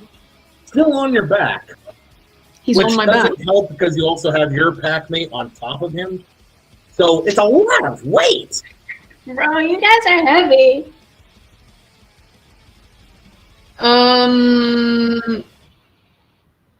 But like, as in, how is he positioned? His feet are on the back of your pelvis, and he has one hand holding the back of your head. Is like his like electric thing still going on? No. Thank fuck. How far back am I able to reach if I were to try and either like grab and or slash at him? You know when you try to scratch your back, like above your booty because you have an itch? Yeah, you have to go a little bit further than that, especially with trying to put force in it. It's not an easy sling. But okay. I want to call on my ancestor for increased brawl, and then essentially try to reach back and dig my talons into his hand that is holding my head and try and throw him all over my shoulder. All right, first roll your ancestors. Your ancestor answers by whispering and lending you his strength and advice. Now, strength and brawl to try to throw this bitch off. In an impressive display, you rise up, pushing his weight and Dave's off the ground as you rise, before twisting your back suddenly, knocking him off of you, his hand slipping free, taking a few stray bits of fur with him as he lands on his side with Dave still biting at him. Dave. I'm going to leap onto his stomach and try to bite into it. Dex and brawl. Just narrowly, you avoid being wrapped into a nice warm bear hug as you pin one of his arms down to his chest as you bite at him, pulling at some of the flesh. He responds with trying to bite you. Can I leap backwards? Dex and athletics. Stepping backward, you feel a terrible sensation overcome you as he's bitten onto the top of your muzzle, though immediately lets go. You fall off of him as you writhe in the snow, not in pain, but in deep-seated rage that you have to fight down, fight back. You can hear 1,000 voices in your mind screaming incoherently so that you can't even hear your own thoughts. The only consuming impulse is to strike out, to attack and kill whatever is near you, namely Tara. But you are hard pressed, though holding back on this impulse. Would that give me back a rage point? It refills your rage. Darren, what are you up to? I remember exactly what I wanted to do. I want to strike at the base of the Arun's tail, like near where it connects to his body, with spur claws. With the like cut flesh that I'm not actually touching anymore, aiding me, try to rip the tail off and swing with the tip of it, which is apparently a weapon that I've seen, at his back. Would that be 3 points of rage to do all that, I'm guessing? Yes. Fantastic. Well, first off, really quickly roll your rage, because you just watched your buddy get fucked up. Oh, that's not good. Oh, no it's not. As you have gone into a frenzy, you want to rip this motherfucker's arms off. And, well, your plan just went out the window as, you're just attacking for the sake of attacking now. Sorry, what about those rage points that I spent for all of that? Oh, they're still going to be used, but you do get one back additionally. Sick. Thank you. So go ahead and roll your dex and brawl. 'Cause at this point, you're a loose cannon. Coming at his back, you gorge open a piece of his rib cage, your spur claws launching themselves in. Your other hand comes up immediately after. Go ahead and roll again. Though he catches your wrist and yanks you forward, intending to impale you with his horns, you open your mouth and bite out his lower jaw, bringing the front of the muzzle clean off. It actually causes him a howl of rage as he's let go of you, and you go for the third swing. As you go for the next swing, he brings up his fist, puncturing his talons into your gut as he lifts you up in the air, snarling into your face.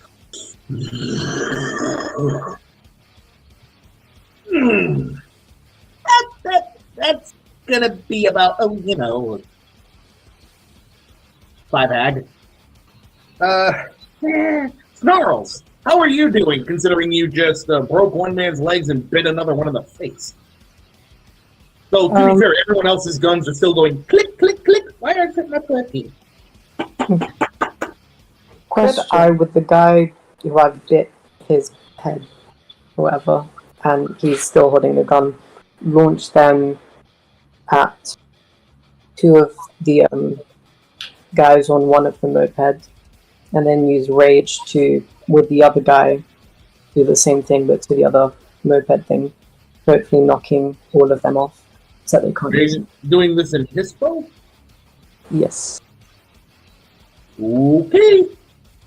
The first one, as you yank him to the side, does nothing more than tear off the helmet and admittedly cause him some pain as he brings up a knife with his free hand, stabbing at you.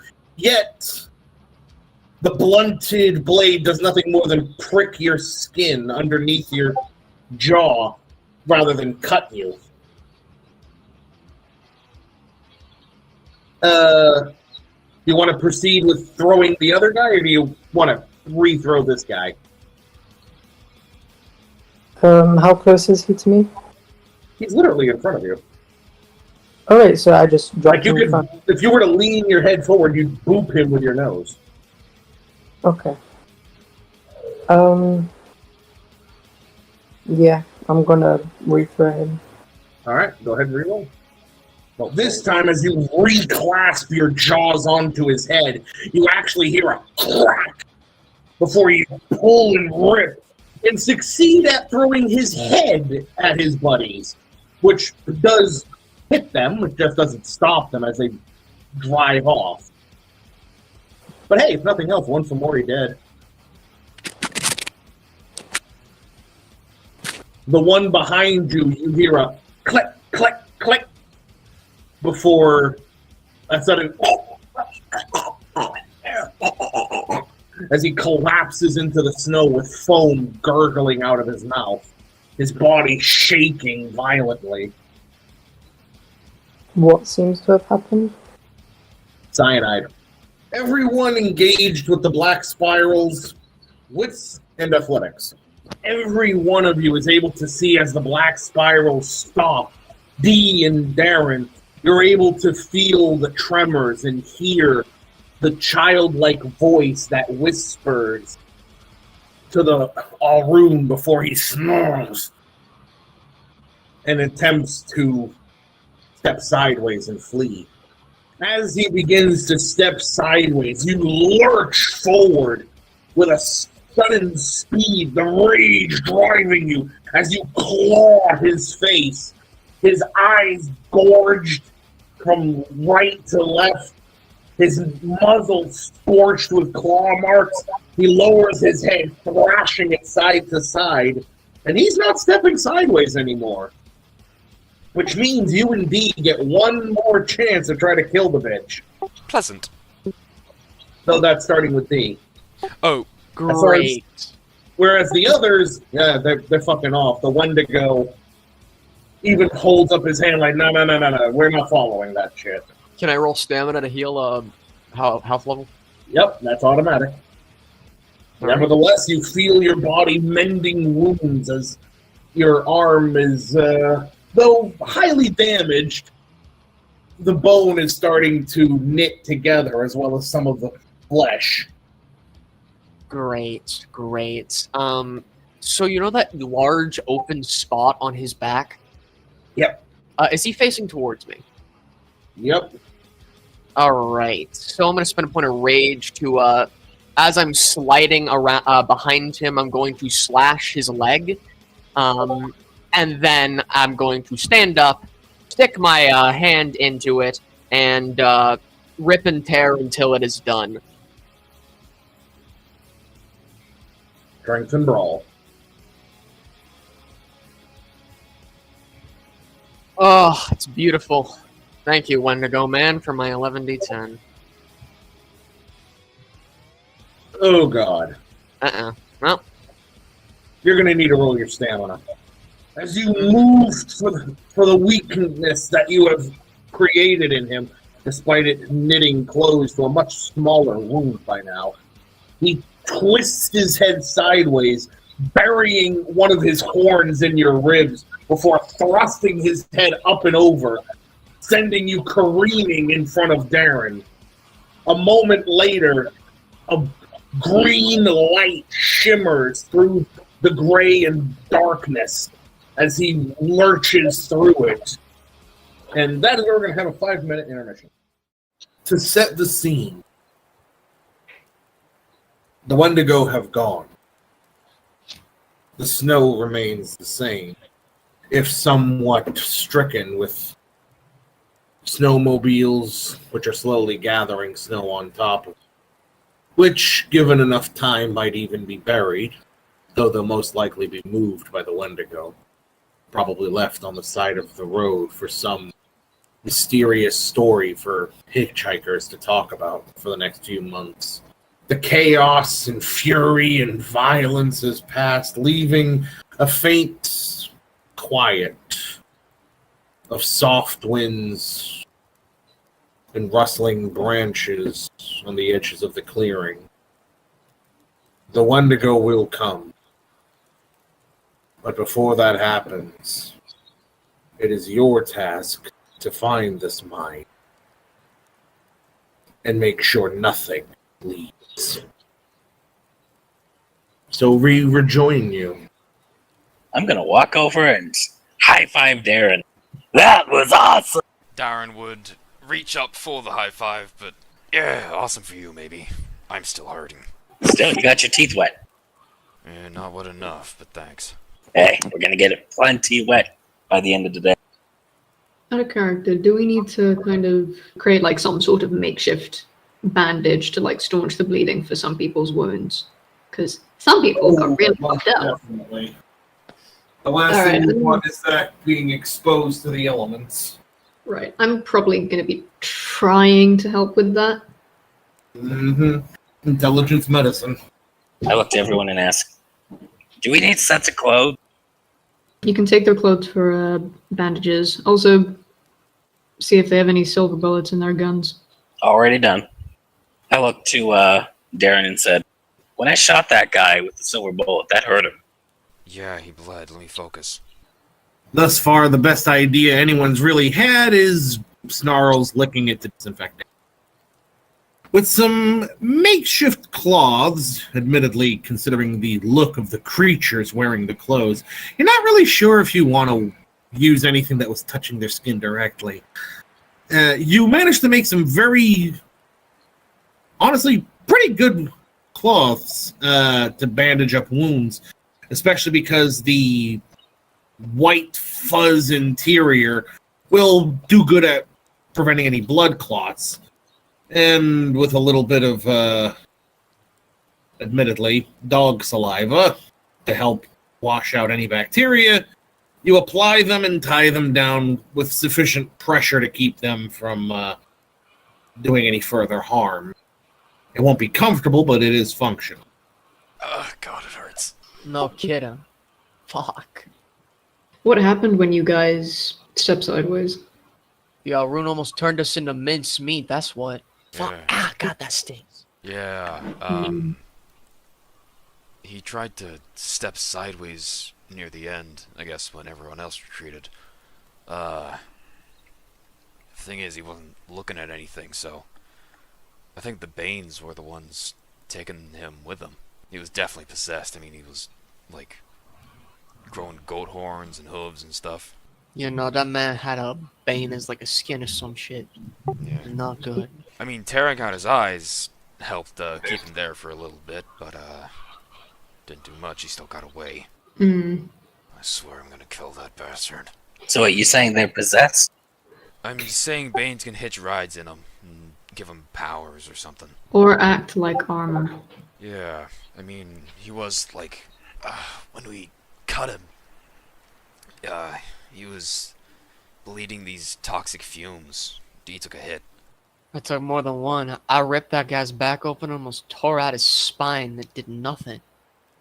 Soon your deed name will be Backshot. Oh, no. I ain't about that.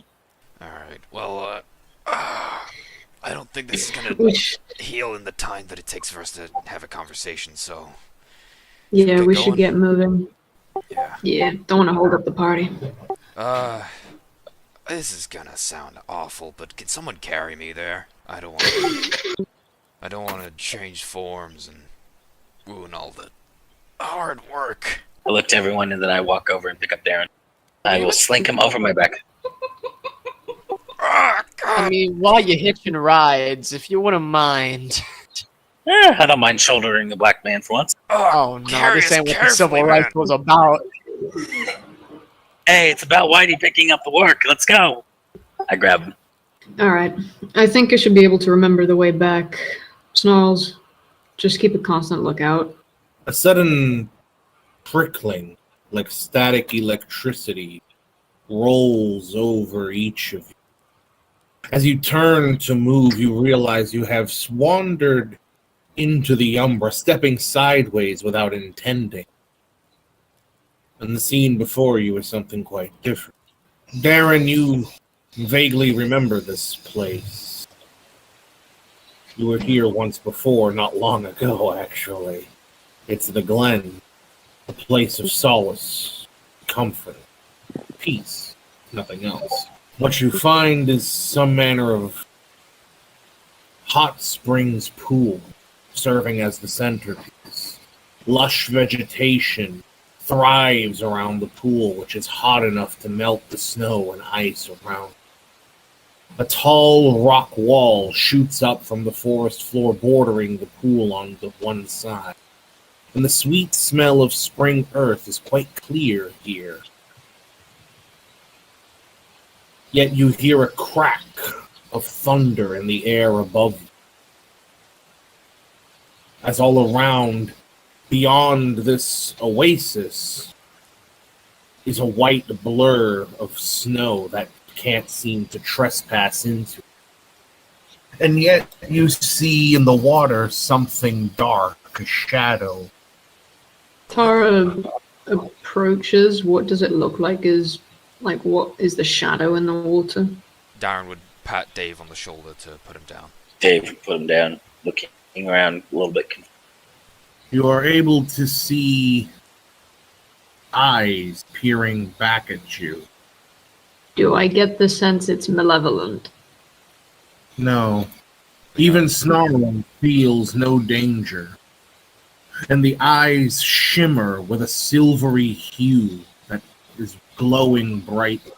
What is it the shadow of? As you kneel down, the water begins to ripple around the edges. The spirit of a bear rises from the water. It is massive. Large enough, in fact, that if it were to open its mouth, it could swallow the entire pack whole without having to widen its jaw to its limit. Its nose presented faintly before the pack, close enough that its breathing can be felt, warm air, still smelling of spring, thankfully. But it ruffles your hair and fur. Young cubs.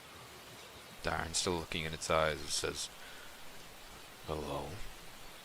Do I sense anyone on it or in the area of this place? No.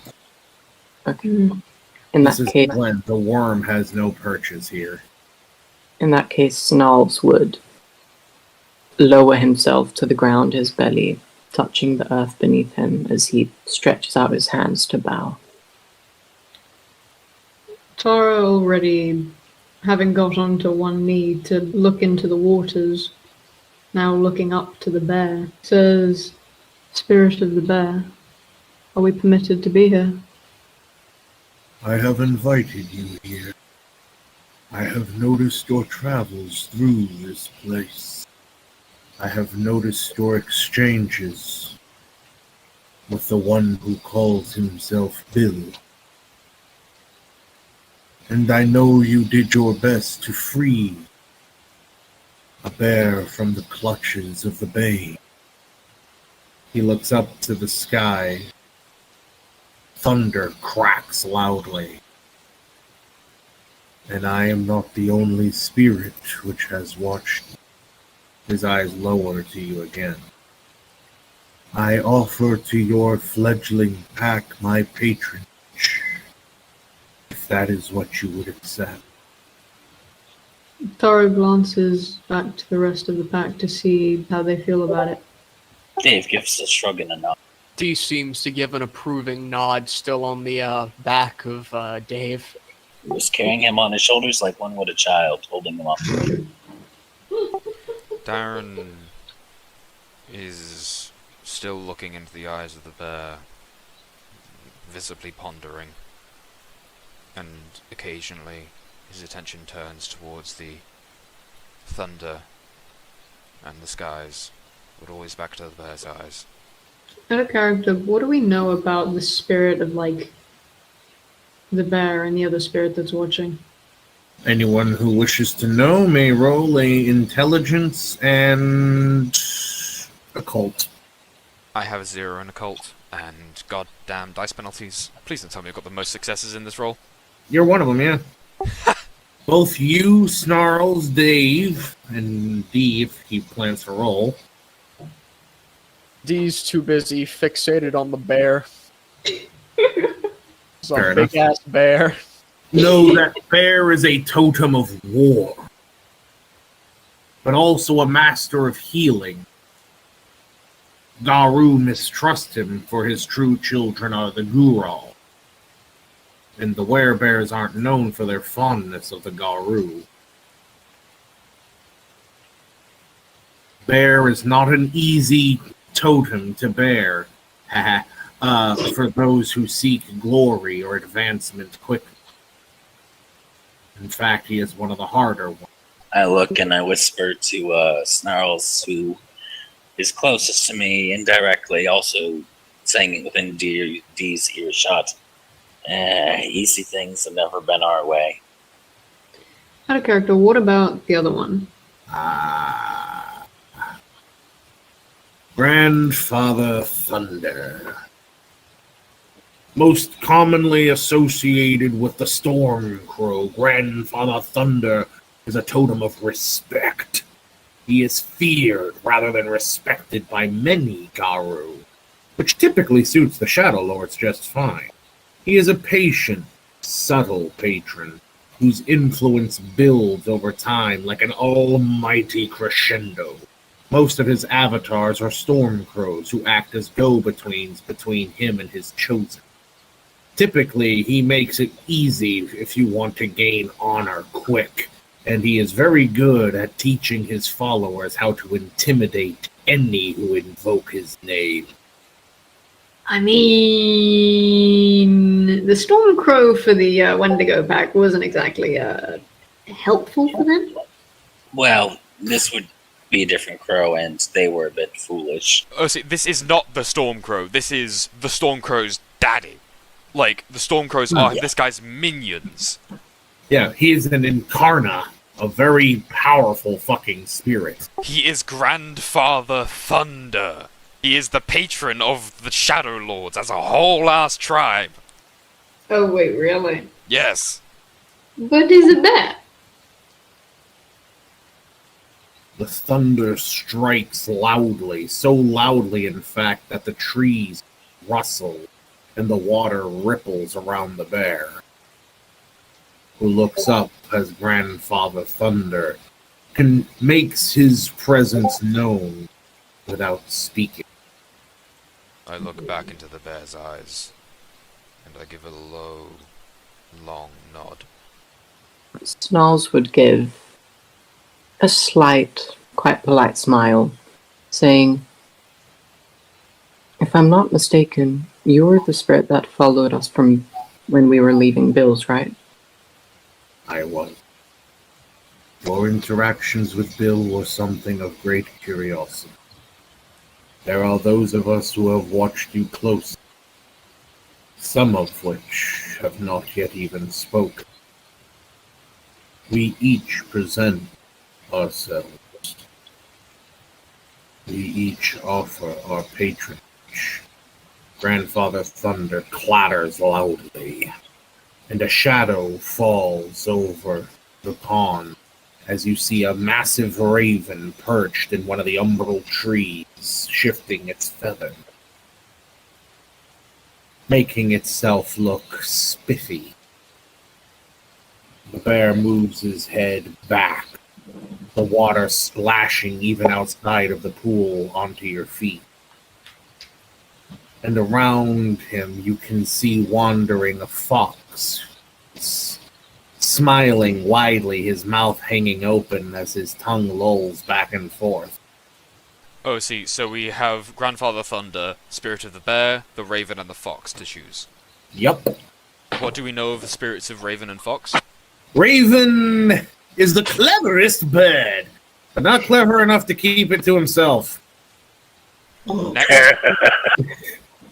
Though he teaches wisdom by taunting cubs into pretty much teaches you harsh wisdom and always eager for new secrets. Something you guys have been decent at.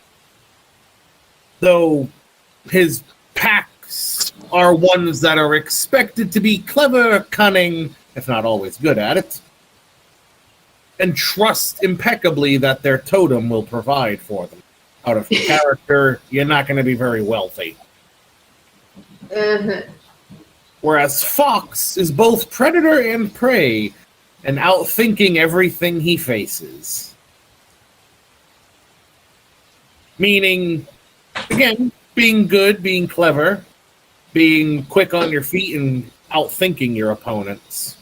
Though, as you may have guessed by now, Thunder and Bear, being the largest spirits present, both means they are the spirits most interested in you, powerful in this regard. Raven, though a powerful spirit, is not as interested in you, and Fox is just tenuously there, mildly curious, if nothing else. So, Is it basically a case of they've each, like, come to present themselves to us and we choose which we would want as our totem now? Yep, pretty much. Bear and Thunder are those keenest on having you. When you said that Bear was a totem of war, is that just... Yeah, he's a totem of war, or is there more, like, some nuance there? Totems of war, totems of respect, these all play a part. Totems can gift, naturally associated to their spirit in question, a great deal to their followers. Pack totems are effectively the spirit which holds a pack together in association with that totem. And it's a totem that best represents them, and as well that the totem feels best represents them. Sometimes Garu even go on entire quests to seek out the attention of a specific totem. Totems of respect are those spirits representative of virtue, honor, and werewolves look to these spirits for advice on leadership and diplomacy. Some of the greatest Garu leaders have followed totems of respect. Whereas totems of war, these are usually packs that are focused on and want to fight the worm. They are chief followers of these spirits. Scouts, healers, and other packs who expect to see a lot of fighting will probably come alongside a totem of war. Naturally, then you have totems of wisdom and totems of cunning.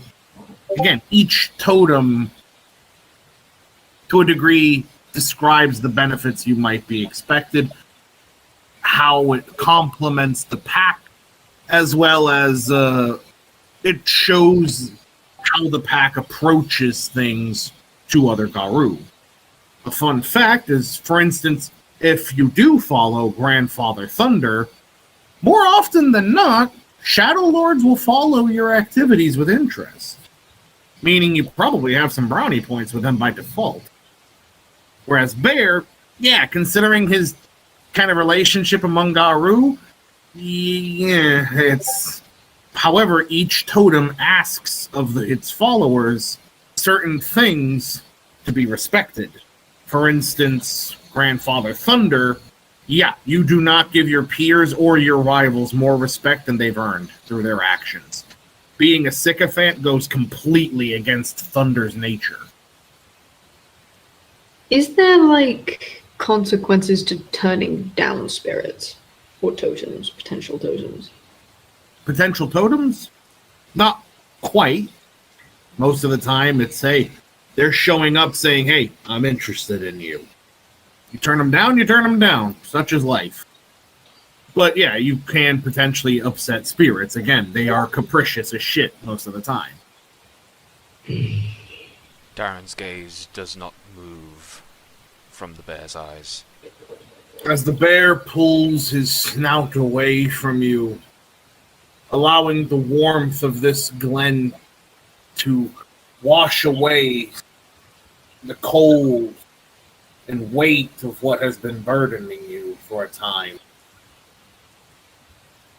All begins to shift and move as though snow being whipped up by wind.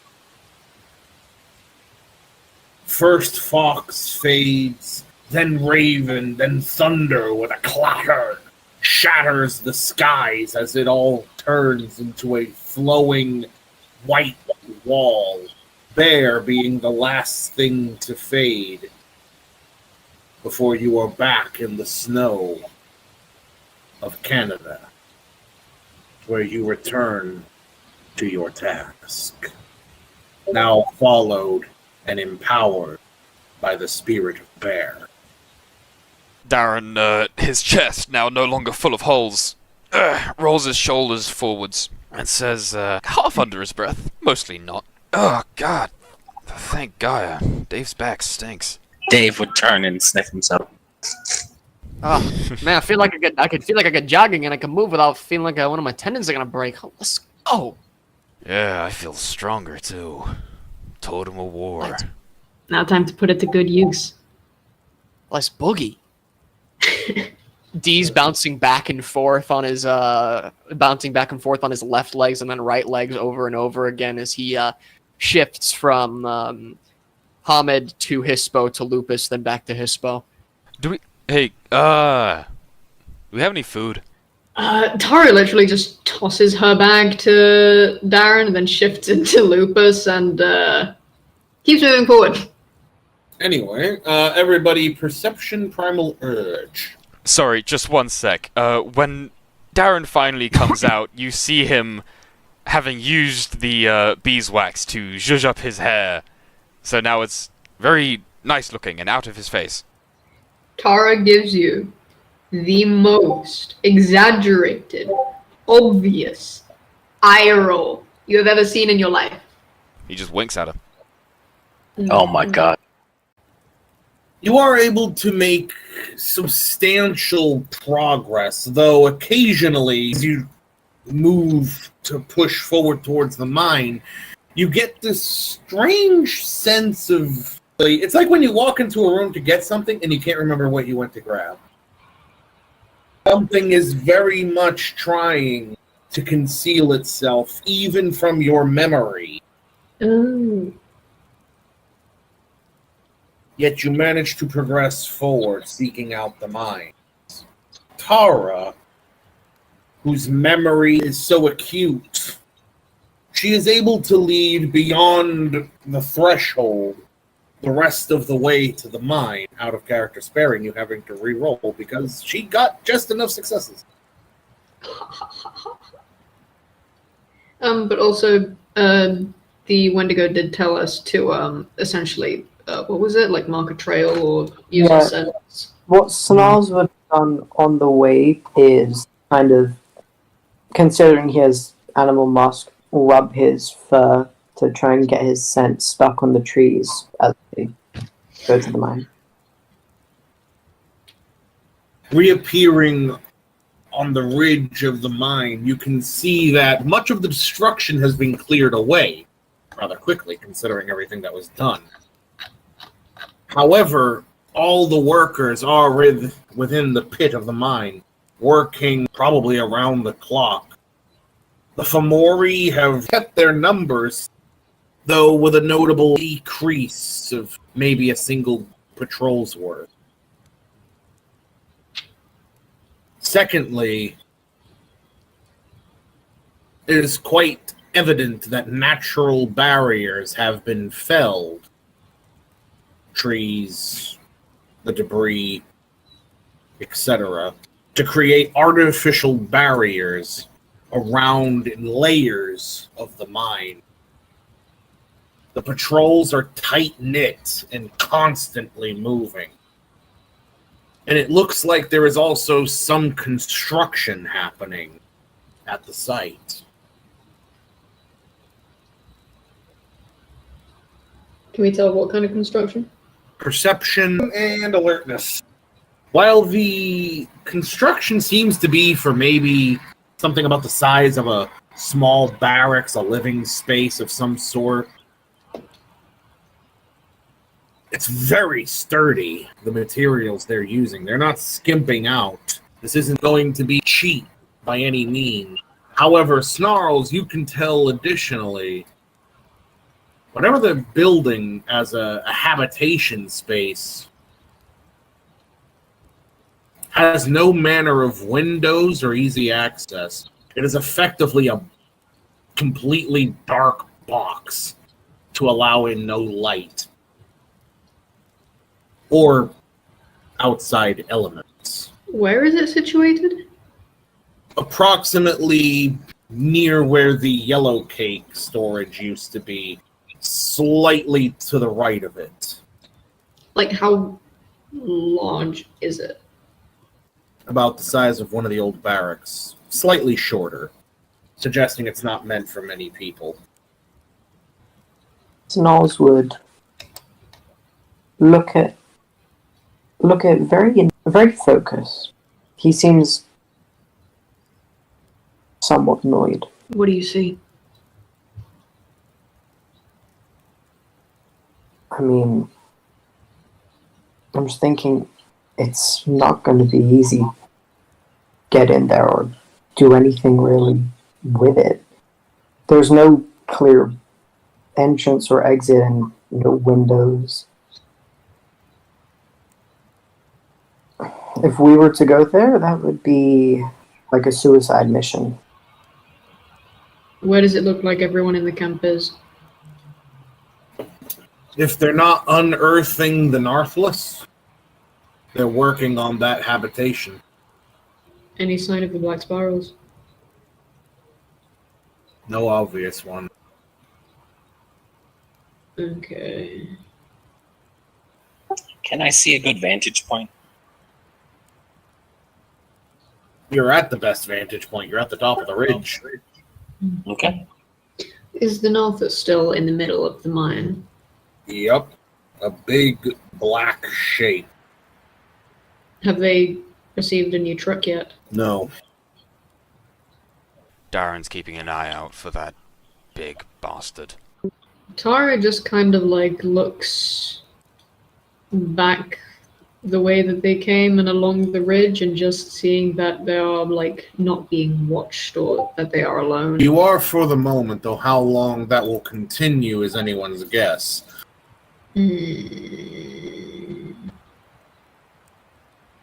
What time is it right now? It's getting close to evening. Okay. And all we really got from the Wendigos was to wait for them to get there. Wait for them to get there and make sure no one leaves. Yeah, pretty much.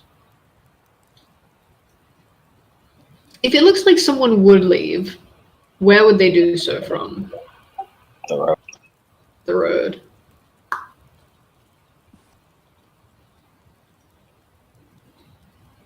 I look at Snarl. Actually, I look at Tara and mutter. Make sure Snarls doesn't see. As I reach into the blanket and pull out my rifle. Actually, I'm going to walk a little bit away so I don't immediately tip off Snarls. Darren's gonna I'm gonna go set with it. Dave. I'll meet you guys down there when I run out of bullet. How many silvers do you have? 6. Roughly. By the way, Darren, perception and alertness. Thank you. Darren, you see him in his Hamid form. The big bastard is strolling around as if he fucking owns the place. He technically does. Dave can hear Darren's guttural growl as he goes belly down to the snow, just staring at his prey. Can I see what he's looking at? Or do I have a direction of where he's looking at? I mean, looking at the mine, it's a pretty big place. To get it precise, if anything, perception and alertness, you might be able to get an idea of what might have caught his attention. Oh, yeah, you see the big fucker. He's the tallest guy in the camp. Even though you can't make him out very well, you can still get a good look of him. The way he walks, the size of the fucker, and that he has 2 people following him at all times. Literally walking around in a black, tight t-shirt, big combat boots, combat pants, and nothing else aside from this massive sword sheath back. He stands out a little bit. I mutter something to Darren. I can take 2 shots right before you engage him if you want. Or do you want to take him at full strength? Just don't kill him. I give a shrug. I'm also lying between Dave and the rest of the pack, just to make sure that Snarls doesn't accidentally turn our way. Quick question, Nylan. Those clothes we picked up earlier, what are any of them Dave-sized? Some might be a little baggy on you, but Good. If I'm going to be in Hamid form, I might as well not be freezing my tits off. Tara kind of like goes lower down to the snow so that she would be harder to see from anyone in the camp looking upwards to the ridge. And she just tries to keep an eye on the movement in the camp. Can I see if there's any trucks there? Have they gotten any resupplies or back? no trucks. So there is a helicopter that is landed there now that wasn't there before. This is plainly visible to everybody. That means someone's back. Yep. Though I will say it is quite clear that the chopper is by no means one capable of supporting cargo. It is strictly for travel. Of course. Does it look armored or is it unarmored? Oh, this thing looks very much armored. In fact, you wouldn't put it past it for this thing to be titanium reinforced. And it does have, in fact, under it, a black cylindrical shape. Oh. I lick my lips and mutter something along the lines of what I wouldn't do to get close to that thing.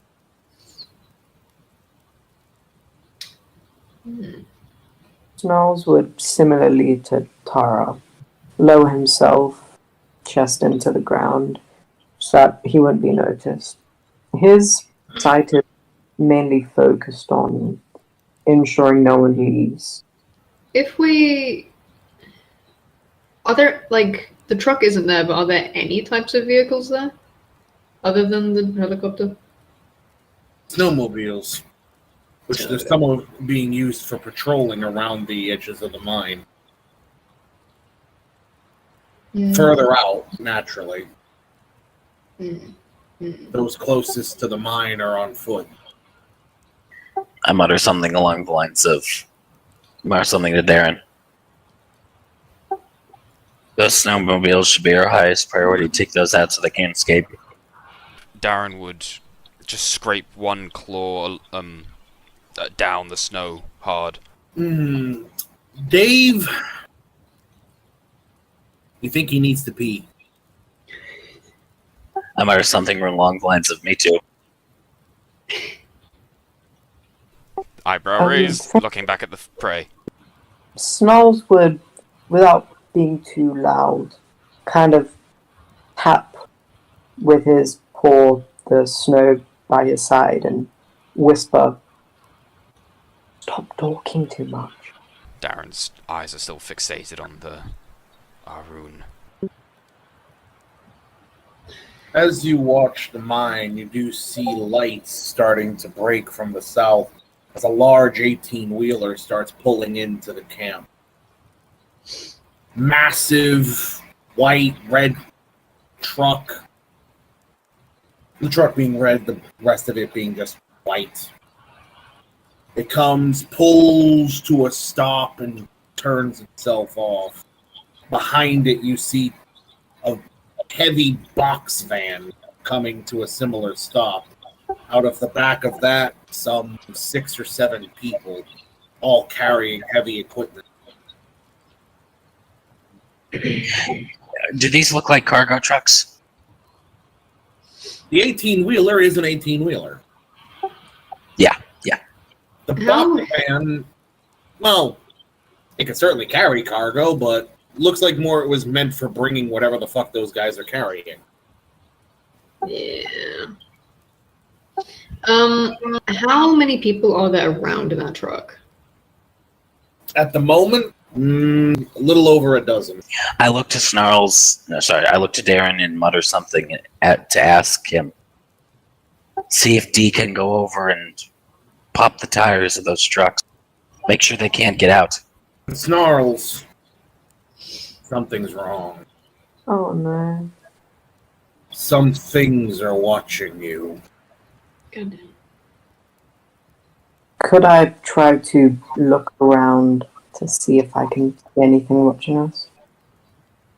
Perception alertness. I look back up at Darren and gesture towards D. And Snarls, this is a spiritual threat. Something beyond the veil is watching you. Darren would stand up and, like, if... Wait, Snarls is still next to us, right? Darren would, like, push him away as he's going off as well to avert his gaze from the rifle. He's gonna go off to D and Tara. Snarls would pull Tara in close to him, as best as he can, considering he's still a wolf, and would almost close to the ground under her chin, to hopefully create some sort of cover.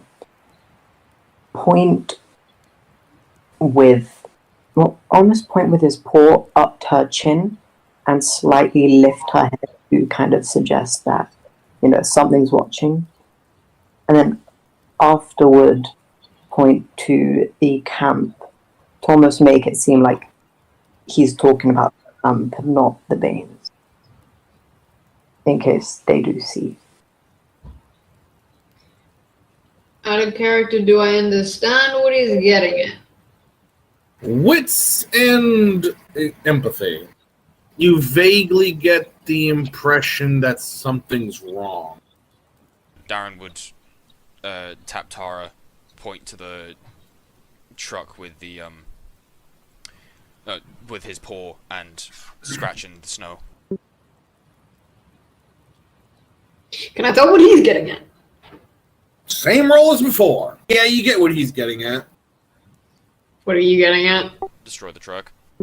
She gives a nod, but then she looks to Snarls and kind of like tilts her head a bit, like as in she doesn't understand what he means. D, you and Dave, perception alertness. Both of you notice that your pack mates are acting funny, but other than that,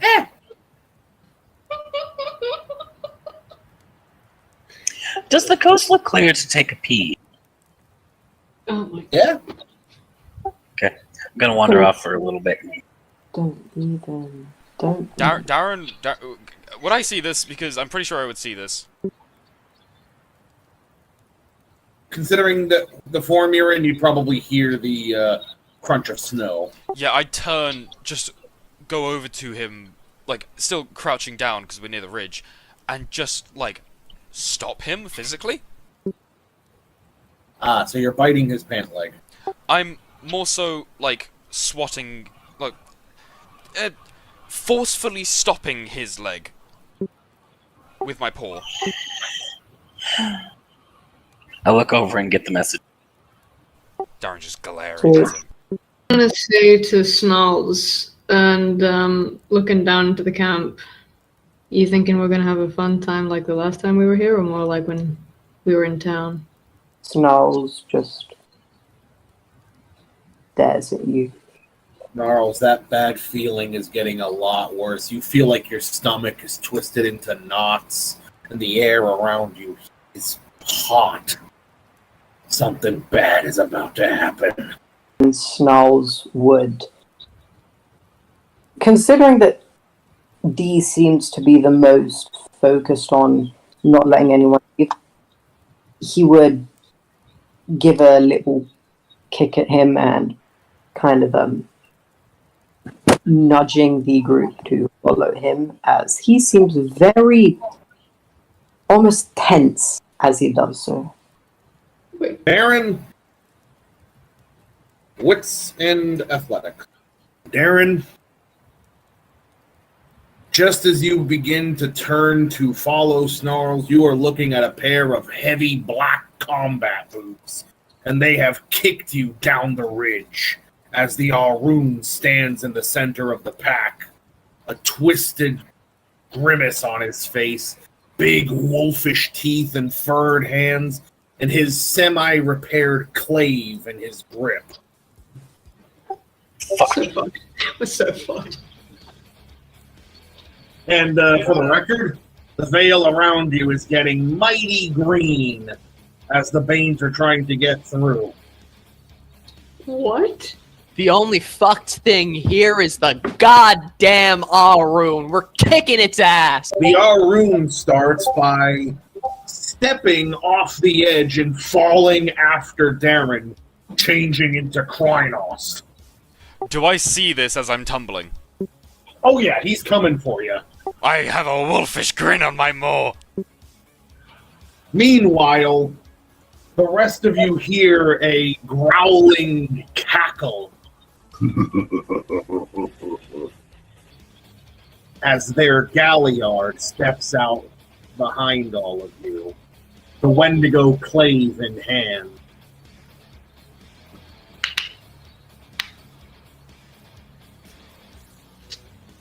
And he is immediately swinging wide for Dave. Oh, fuck me.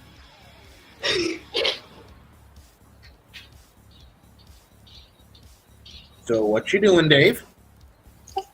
Well, seeing that I just saw my friend get kicked off a ledge, I'm going to grab my rifle and duck out of the way, if I can. So, grab and roll, basically. Okay, Dex and Athletics.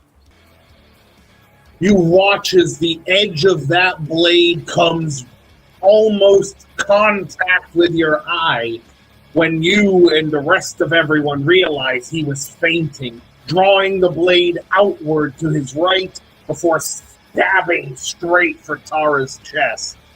Try and dodge out the way. Dex Athletics. Just narrowly as the blade closes the difference to you, whistling as it bites through the air, the galliard of the black spirals having twisted so he falls into a kneeling position to stab at you.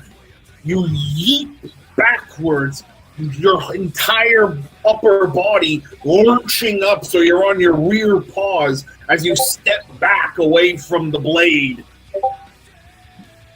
Meanwhile, Darren, you're free-falling and this big fucker's coming after you.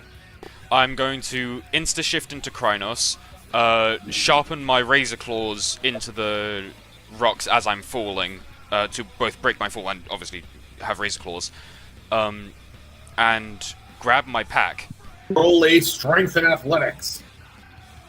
You hear the crack of rock break under the weight as your talons sharpen themselves as you are dragged down the rocky crevasse edges of the steep drop. He's still barreling down towards you, but even a few seconds makes difference as you catch yourself and then reach out your arm to grab your pack. Dex Athletics. Just as you snatch your pack before it can fall past you, you feel an immense weight as the rock you were holding around your tight grip breaks off as the Arun's feet make contact with your upper body as he knocks you further down, continuing the free fall, now on top of you. Can I, rock my body backwards to kick him in the back with my, foot talons? Strength Athletics. You give him a sharp kick in the back. He starts to roll forward, grabbing your head with one of his hands, his clave above his head. You plummet down past the ridge lines, one of your backs striking the ridge, his striking the next. He has no intentions of letting you go. I don't mind. Meanwhile, D! Right hand. The moment D sees big fuck jump off the ridge, D's gonna look to the group, helping Darren again, and then leap off in his Hispo, instant shift to Krynos and try and slide on down. You know what? Give me a Dex and Athletics. Let's see how well you can free fall without going face first into the edge of the ridge. Well, you managed to plummet, putting your arms close to your body, but you are going so fast. If you make one wrong move, your chest is just narrowly passing over the edges of the ridge. If you fuck up, it's gonna fucking hurt or kill you. But you are making real good time on catching up to their free fall. Meanwhile, two of the Banes can be heard breaching through the veil of the Umbra, only momentarily materializing, suggesting the corruption in this area is fucking strong, as they tried to make center stage. However, that's about the most they can do. Kara, you're up! Where's the spiral? Right in front of you. His tongue, now that you get a good look at it, looks like some kind of actual kind of parasite with pincers on the end. Would it be possible for me to kind of rush at him with a sort of feint of my own, as though I'm about to like lunge for him, but instead kind of like slide either past and or under him to get behind him, then instantly shift to Krynos and just like wrench upwards with my claws at his back? That would be 2 actions. Cool. You would have to spend a rage point. Yes. Cool. Rushing towards him, you feint, and he immediately sweeps up wide with his clave, or rather his stolen clave, attempting to sever the hand as you fall into a slide between his legs and come up behind his back, shifting into the dreaded Krynos. Dex and Brawl. Sweeping up, your claws make sharp contact with his back, making him arch as he turns, a faint trickle of blackish ichor inside his fur, as over his shoulder you see him smile widely. It's like when you step on a masochist's nuts. He's in pain, but he loves it. Snarls, how do you proceed? Mind you, on either side of this fight, to the left and to the right, are a Bane each getting ready to make their moves as they materialize. Could I, while peering into the Umbra, kind of position myself behind Dave, that I don't get attacked while doing so? Yeah. Okay, I'll do that. As you maneuver yourself to get as much out of immediate striking range as possible, you peer into the Umbra, the edges of your shades for a moment glimmering in spiritual light as you see the Bane. They come up the ridgeline like a horde of spiders crawling upward towards you. The children of green glowing eyes and yellowish muck clawing their way up towards you, dozens in number.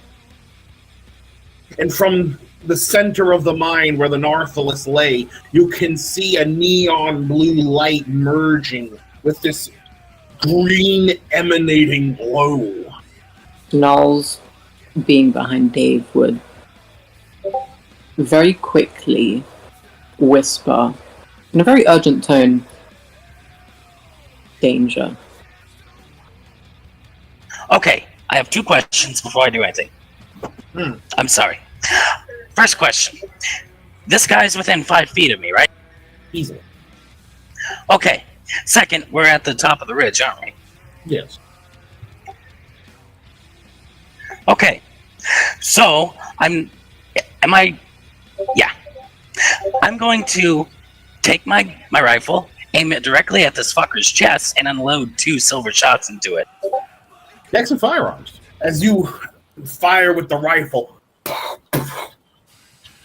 it's a clear sound to hear that echoes far and wide, but at this point, no point in being quiet. The first bullet lodges itself in the black spiral, who snarls, actually seeming to be quite pissed off. And when he looks at you, he opens his mouth and roars loudly, his eyes suddenly glowing bright green, as from them you see this hellish skeletal creature rise as a smoke to hold out its arms as though it's about to attack you. The second bullet whizzing past him. Darren, Mr. Aroon is taking his chance while on top of you to try to stab you. So my eyes aren't covered by his claws. That's good. No, he wants to see you. He wants you to see him killing you. I want to try to cut through his wrist with my razor claws. Some brawl. From where D is watching this fight happen, he sees the blade plunge down for Darren. And then he sees the arm being batted away with a spurt of black blood painting one of the pieces of the ridge side. As Darren, you open up his wrist at least 2/4 of the way through, grazing bone and leaving cuts in it. Pissed off, the Arun shoves down as hard as he can with his legs and closes his fist tighter around your head. This time it's you who shoves your talons in his gut. Though similarly to D, there is an immediate hot burst of steam from his insides, scorching your hand, and roll stamina. Despite the steam, which causes a blistering heat over your hand, you don't feel it. You don't care. What you do see is this squirming beneath his flesh that writhes painfully before ceasing entirely. Meanwhile, up above, everyone up above, dexterity athletics. This motherfucker is giving a howl. God damn it. As this bastard throws back his head and howls, this deep, roaring howl into the sky, you see as above the clouds actually part in a somewhat circular shape. As the ground trembles with such force, a sinkhole opens in the middle of all of you, cracking the ridgeline wide, causing various pieces to fall and shift, D having to lean himself to the left with all his body weight to avoid what's happening and ride the middle of this crack forming, putting him admittedly somewhat to Darren's left. The rest of you manage to stay on your feet barely. Tara and D are put to one knee, whereas Snarls is the only one still on his feet. And at that immediate moment, the spiral twists and slashes with his blade in a wide arc for Dave and Tara's heads. I'm just gonna roll backwards again. You have a Snarls behind you. Oh shit! You fuckwit! Okay, I'm gonna try to dip under that shit. I'm gonna try to dip to the right and kind of jump away. I'm getting out of there. I'm dodging. I'm dipping. Athletics. Kind of want to quickly dip under that attack. Dex athletics. Dave, you narrowly manage to duck under. He slices off the top handle of the gun completely, which thankfully didn't need to operate it. The piece falling into the snow with a clank. Tara just feeling the buffet of wind above her head as she was nearly de-brained. Meanwhile, Darren, your turn. That ground is starting to sound closer as you can hear the whistle of wind and you can see a black shape barreling towards you to your right. Can I see the moon? It's evening. Yes, you can. Yes, sir. And guess what? What, baby? It's a full moon. Yes. So, one hand claw into his abdomen to pull myself up, the other trying to grab for the clave and scratch his hand, and wrestle for the clave to bring it down onto him. As you try to sweep at him, crunching those nice tasty claws of yours against his abdomen, the moment you begin moving beneath him, he shoves your head to the left, and your back of your head collides with one of the stones. cracking the stone clean off as you start doing a barrel roll, spinning sideways as you both fall, your bag flailing in your hand around you. I want to try to tear through his pec so that he can't, like, move his arm laterally with the clave. Like, slice through the tendons. You bury your claws into his pec, and you actually hear him grunt with a deep snarl as he pushes back the pain, as you feel the muscles flexing around your claws. Meanwhile, D, that bag is now coming straight for your face. And you know what's in that bag. Oh, I'm catching that bag. Dex and athletics. Snatching the bag, your claws rip through the fabric, wrapping around the horn as it's held in your grip. Meanwhile, Tara, you're up. And now the Banes are starting to move, and two more are starting to try to tear themselves out of the Umbra. What is the spiral doing? Well, he's straightening himself up after his failed. But like in relation to me, where is he positioned and is he facing me? Yeah, he kind of has you in his peripheral as well as Dave and Snarls.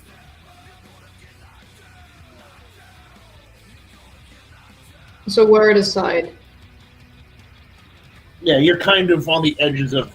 You and Snarls are on the edges of his vision. Dave is more or less center. Would I be able to, like, make eye contact with Snarls and kind of growl as a signify to do that kind of pack maneuver that we were talking about before and had, like, done before? Telling, like, for Snarls to distract, and I want to, like, attack by trying to rip out his throat so that he can't, like, howl again or do whatever the fuck he's doing. Well, actually, other way probably works better and plays to our strengths better. Up to you. Either way, you're going to have to communicate through howl and immediately move to action.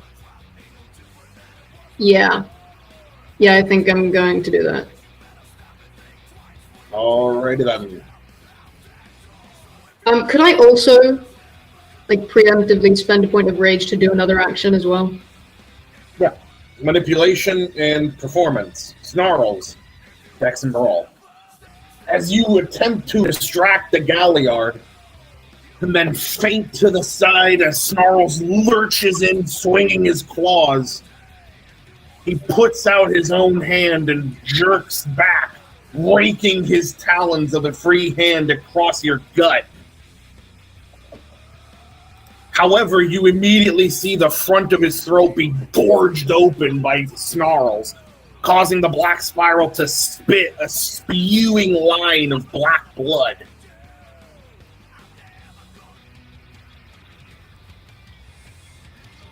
Could I, like...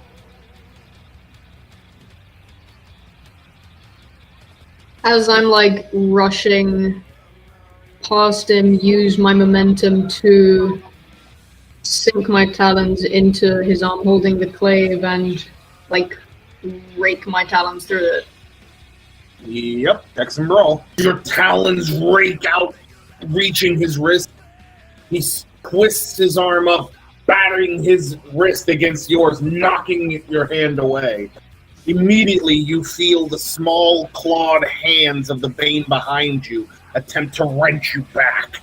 And similarly, the other one, which came out of the Umbra before, rushes between the two, you and the spiral, for Dave. I'm gonna partially transform my arm, my right arm, and just rake across the one coming at me with my claws as I mutter, "I don't have time for you." Tara, you are pulled onto your back as it begins to press down on the center of your chest, whirling around you as it sits on your chest, holding you down, laughing in your face with a distorted, echoing giggle of a child. Meanwhile, Dave, as the one closes the distance with you, you pull away one arm from your rifle and sweep it across the chest, and it pulls back immediately with ichor spilling out from it as its intestines ooze onto the ground. It fades back into the Umbra, retreating immediately. Okay, with that same arm, I'm going to steady my rifle as I loose two of the silver bullets. They'll pop out of my rifle and hit the snow below as I pray to the spirit in this gun, taking aim at the fuselage or the fuel line of the 18-wheeler, saying, "Hit, damn you, hit, damn you!" I'm going to fire at the 18-wheeler's fuel line and see if I can take it out of the fight. When you fire, you hear that shot crack off, and it belts downwards. And you're not sure how, but you can feel it strike. You arch your back, and you can almost feel the wind curling up under it as it spins, bouncing off the front of the box van into the fuselage, and you watch a ball of flame. I smirk happily as it catches fire, making sure that these fuckers aren't getting this egg out this day. So I can turn my attention to the fire. Oh, yeah. Meanwhile, Yeet, what you doing? I'm gonna look to Darren. Black spirals below! And with one hand, I'm going to try and slow down my fall, and the other, I'm going to blow the horn. D, as you catch one of the ridge lines and steady yourself, you belt the horn. What happens next, as all of you hear that horn?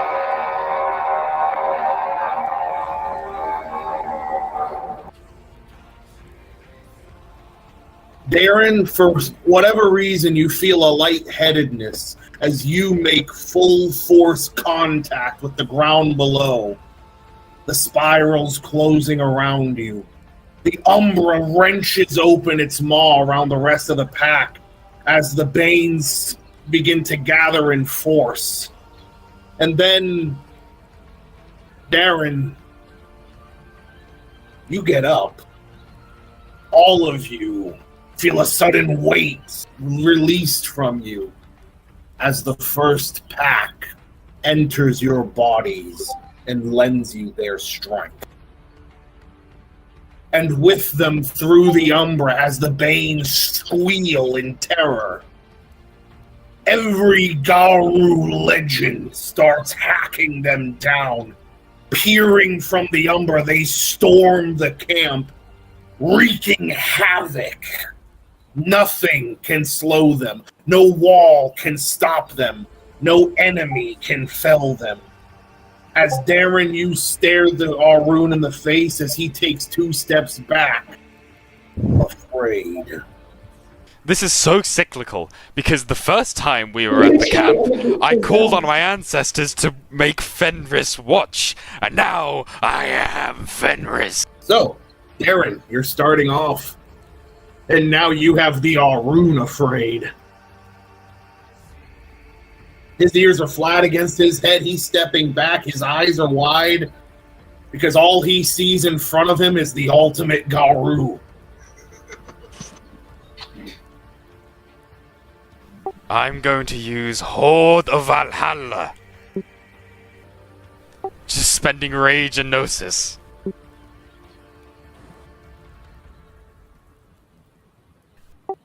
One sec.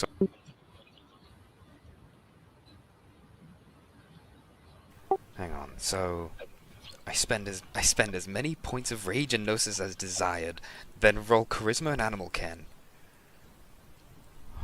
Okay. Difficulty 6. So if I just beat this,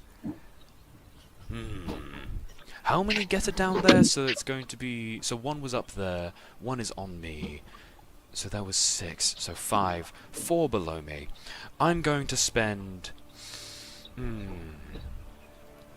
8 Gnosis and 6 Rage. For a total of 14 wolves. From the Umbra, through the screams of the Banes, cut down, the howls come. Surrounding the black spirals, the Ragabash spiral looks in all directions, making circles in his steps as he sees he's in a very bad place right now. I want to cut the clave from the Arune's hand. As in, cut his hand off, grab the clave, and strike him with it. Stepping towards the Arune, he lunges forward in an attack, swinging the clave. You sweep up your hand, taking his wrist clean off as you snatch the clave from the air and swing. Dex melee.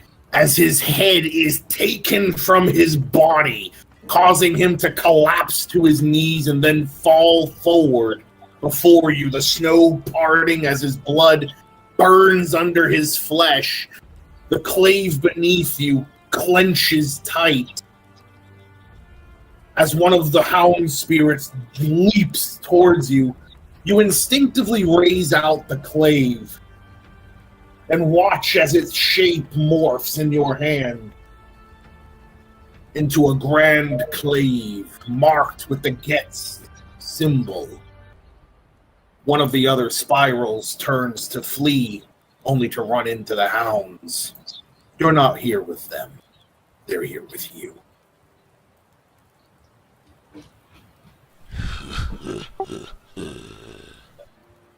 Tara, Yeah. what do you do? And for the record, Darren, you see as behind one of the spirals in a swirling tornado of sand, D appears and putting his hands on the back of the spiral's head, lifts his pinky and middle finger, and you watch as the spiral's eyes turn black as he starts trembling. Anyway, back to Tara.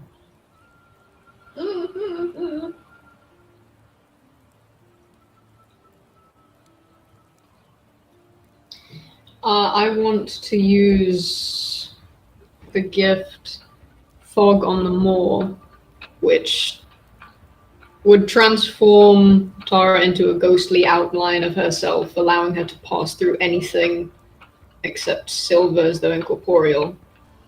As your body becomes as fog, you are released from the Bane's clutches, even as it recoils away from you, screeching and clawing at the air as if trying to scare you off. It's trampled underfoot as one of the Garu legends bursts over it from the Umbra, tornadoing and running down the ridge. If I was to use the living wood, which calls upon forest to get trees to move and block people, would it be able to block the black spirals? Throughout the entirety of the surrounding area of the mine, you all can hear the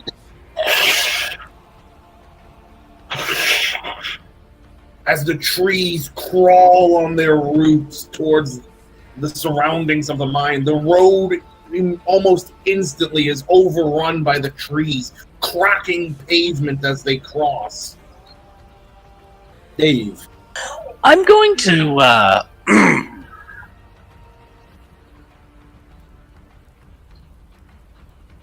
I have an idea. It's probably not a good one, as most of my ideas tend to be. I'm going to turn into Hispo, and then I'm going to use the gift Steel Blowfish. Well, Dave, while technology still has a way to go, as you change into Hispo and evoke the gift of Steel Fur, who needs cyber dogs? You're already made of steel.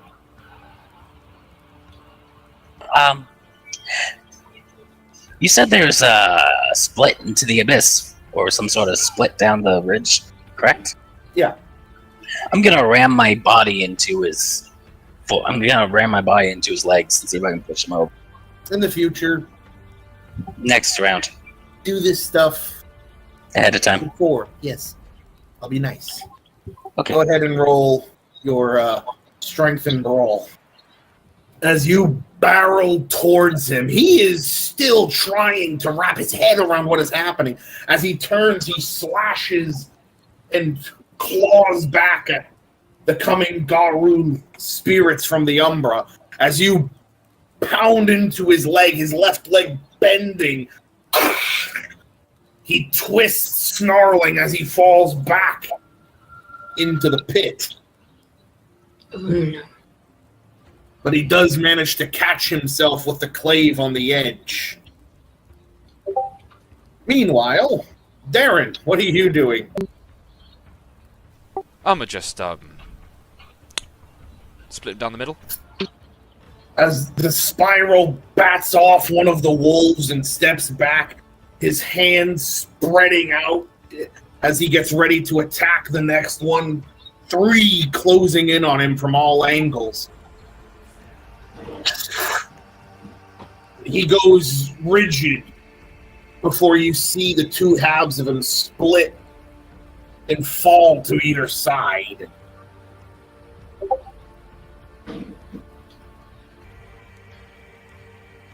That's nice. D beside you thrusts so forward the black spiral he held, who vanishes right in front of you. He offers you a courteous smile. I grin. And just says, that motherfucker ain't coming back.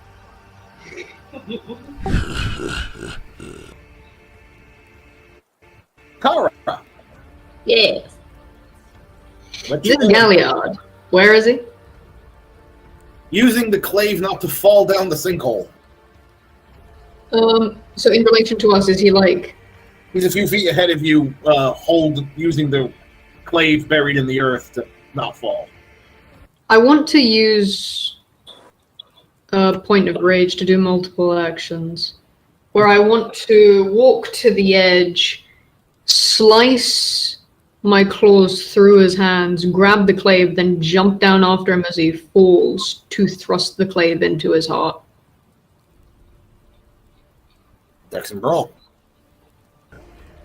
As he looks up at you, his hand reaching for your face, you gorge open his wrist, splintering the hand away from the arm. As he tumbles back immediately, his fingers never reaching within a distance to be blown upon by your breath. Snatching up the clave, you leap after him. Go ahead and roll that sweet, sweet strength and melee. Leaping after him, your feet make contact with his lower chest, pounding him against the wall, grinding him against it like a cheese grater as you make your way down. The clave thrust into his torso as he rides downward, splinters up, cracking through the skull and splitting it in half. As you ride him on the way down, the clave then gripping the wall, keeping you from falling as his corpse falls beneath you. Snarls. Could I use Malleable Spirit to change the purpose of the Bane into bringing me to Azera? Yes, you can. Okay. Following after the morphed Bane, now brought as a spirit to serve. It leads you to the center, where the Narthala stands, where you can see her. She is in her Krynos form, as hideous as it is beautiful. A twisted creature with glowing green pits for eyes, a nearly reptilian maw filled with shark-like fangs, and matted light gray fur. Her talons grow neon blue. Looking at you, she snarls. And before you realize it, Dee is standing beside you with Darren. Snarls grins. Dave.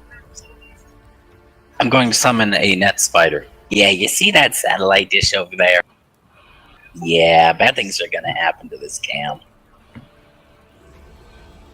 First off, I'm going to cut it from... I'm going to make sure that I'm gonna make sure this place is a virtual and Wi-Fi dead spot. No one's coming out. No one's getting word out through the computer. With the clinking of mechanical pincers, the spider progresses forward, rushing down the mountain to the few Fomori that are still near the net dish.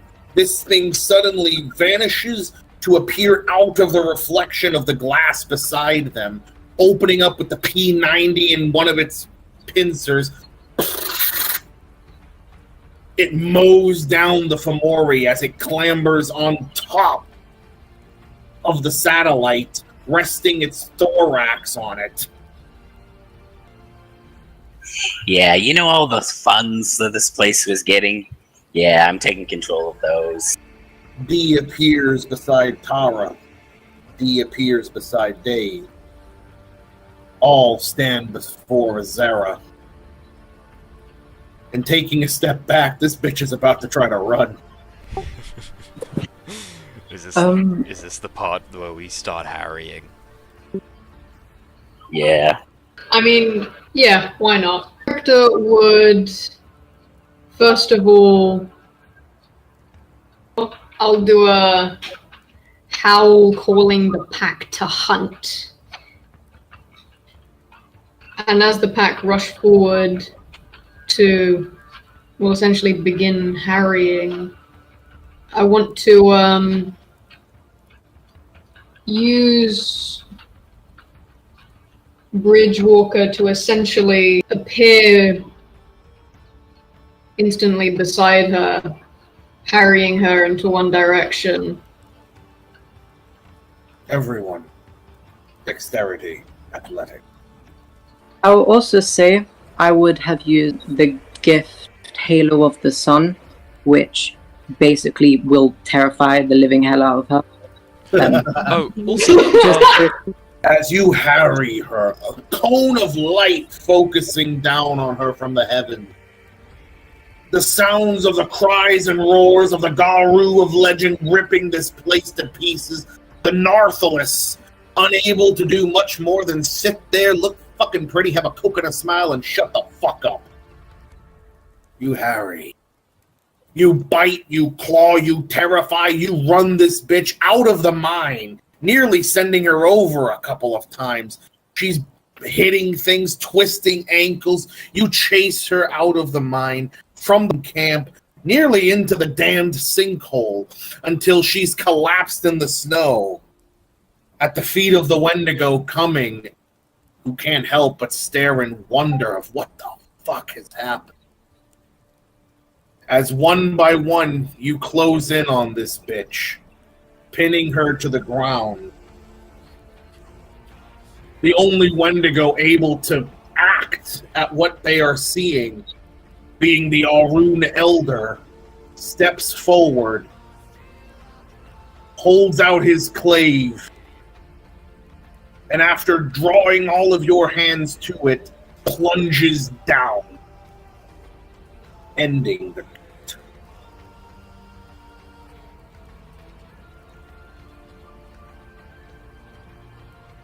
Now, we're going to go ahead a little bit in time to when you do get back to New York, as you come before the cairn of your elders in the Sept of the Green. And with Mother Larissa smiling proudly, asks, who steps from the shadow? We who are not now what we once were. Who comes in the night cold and hungry? We who do not hunger for prey or warmth. seek Seek wisdom. wisdom in this night. Who comes before us wounded and dying? We who have fought the world and yet live. We who tend our own. Who comes before the fire nameless? We who are without a name, yet seek one. yet seek one. Who comes in the light of the rising moon? We We who have fought the bitter battle. Who comes in the glory of our mother? Your children. Your The children children once, Never again. but never again. Who comes before us as warriors, children no longer? We do. We do. We are a pack. So let it be sung. So be it. Welcome.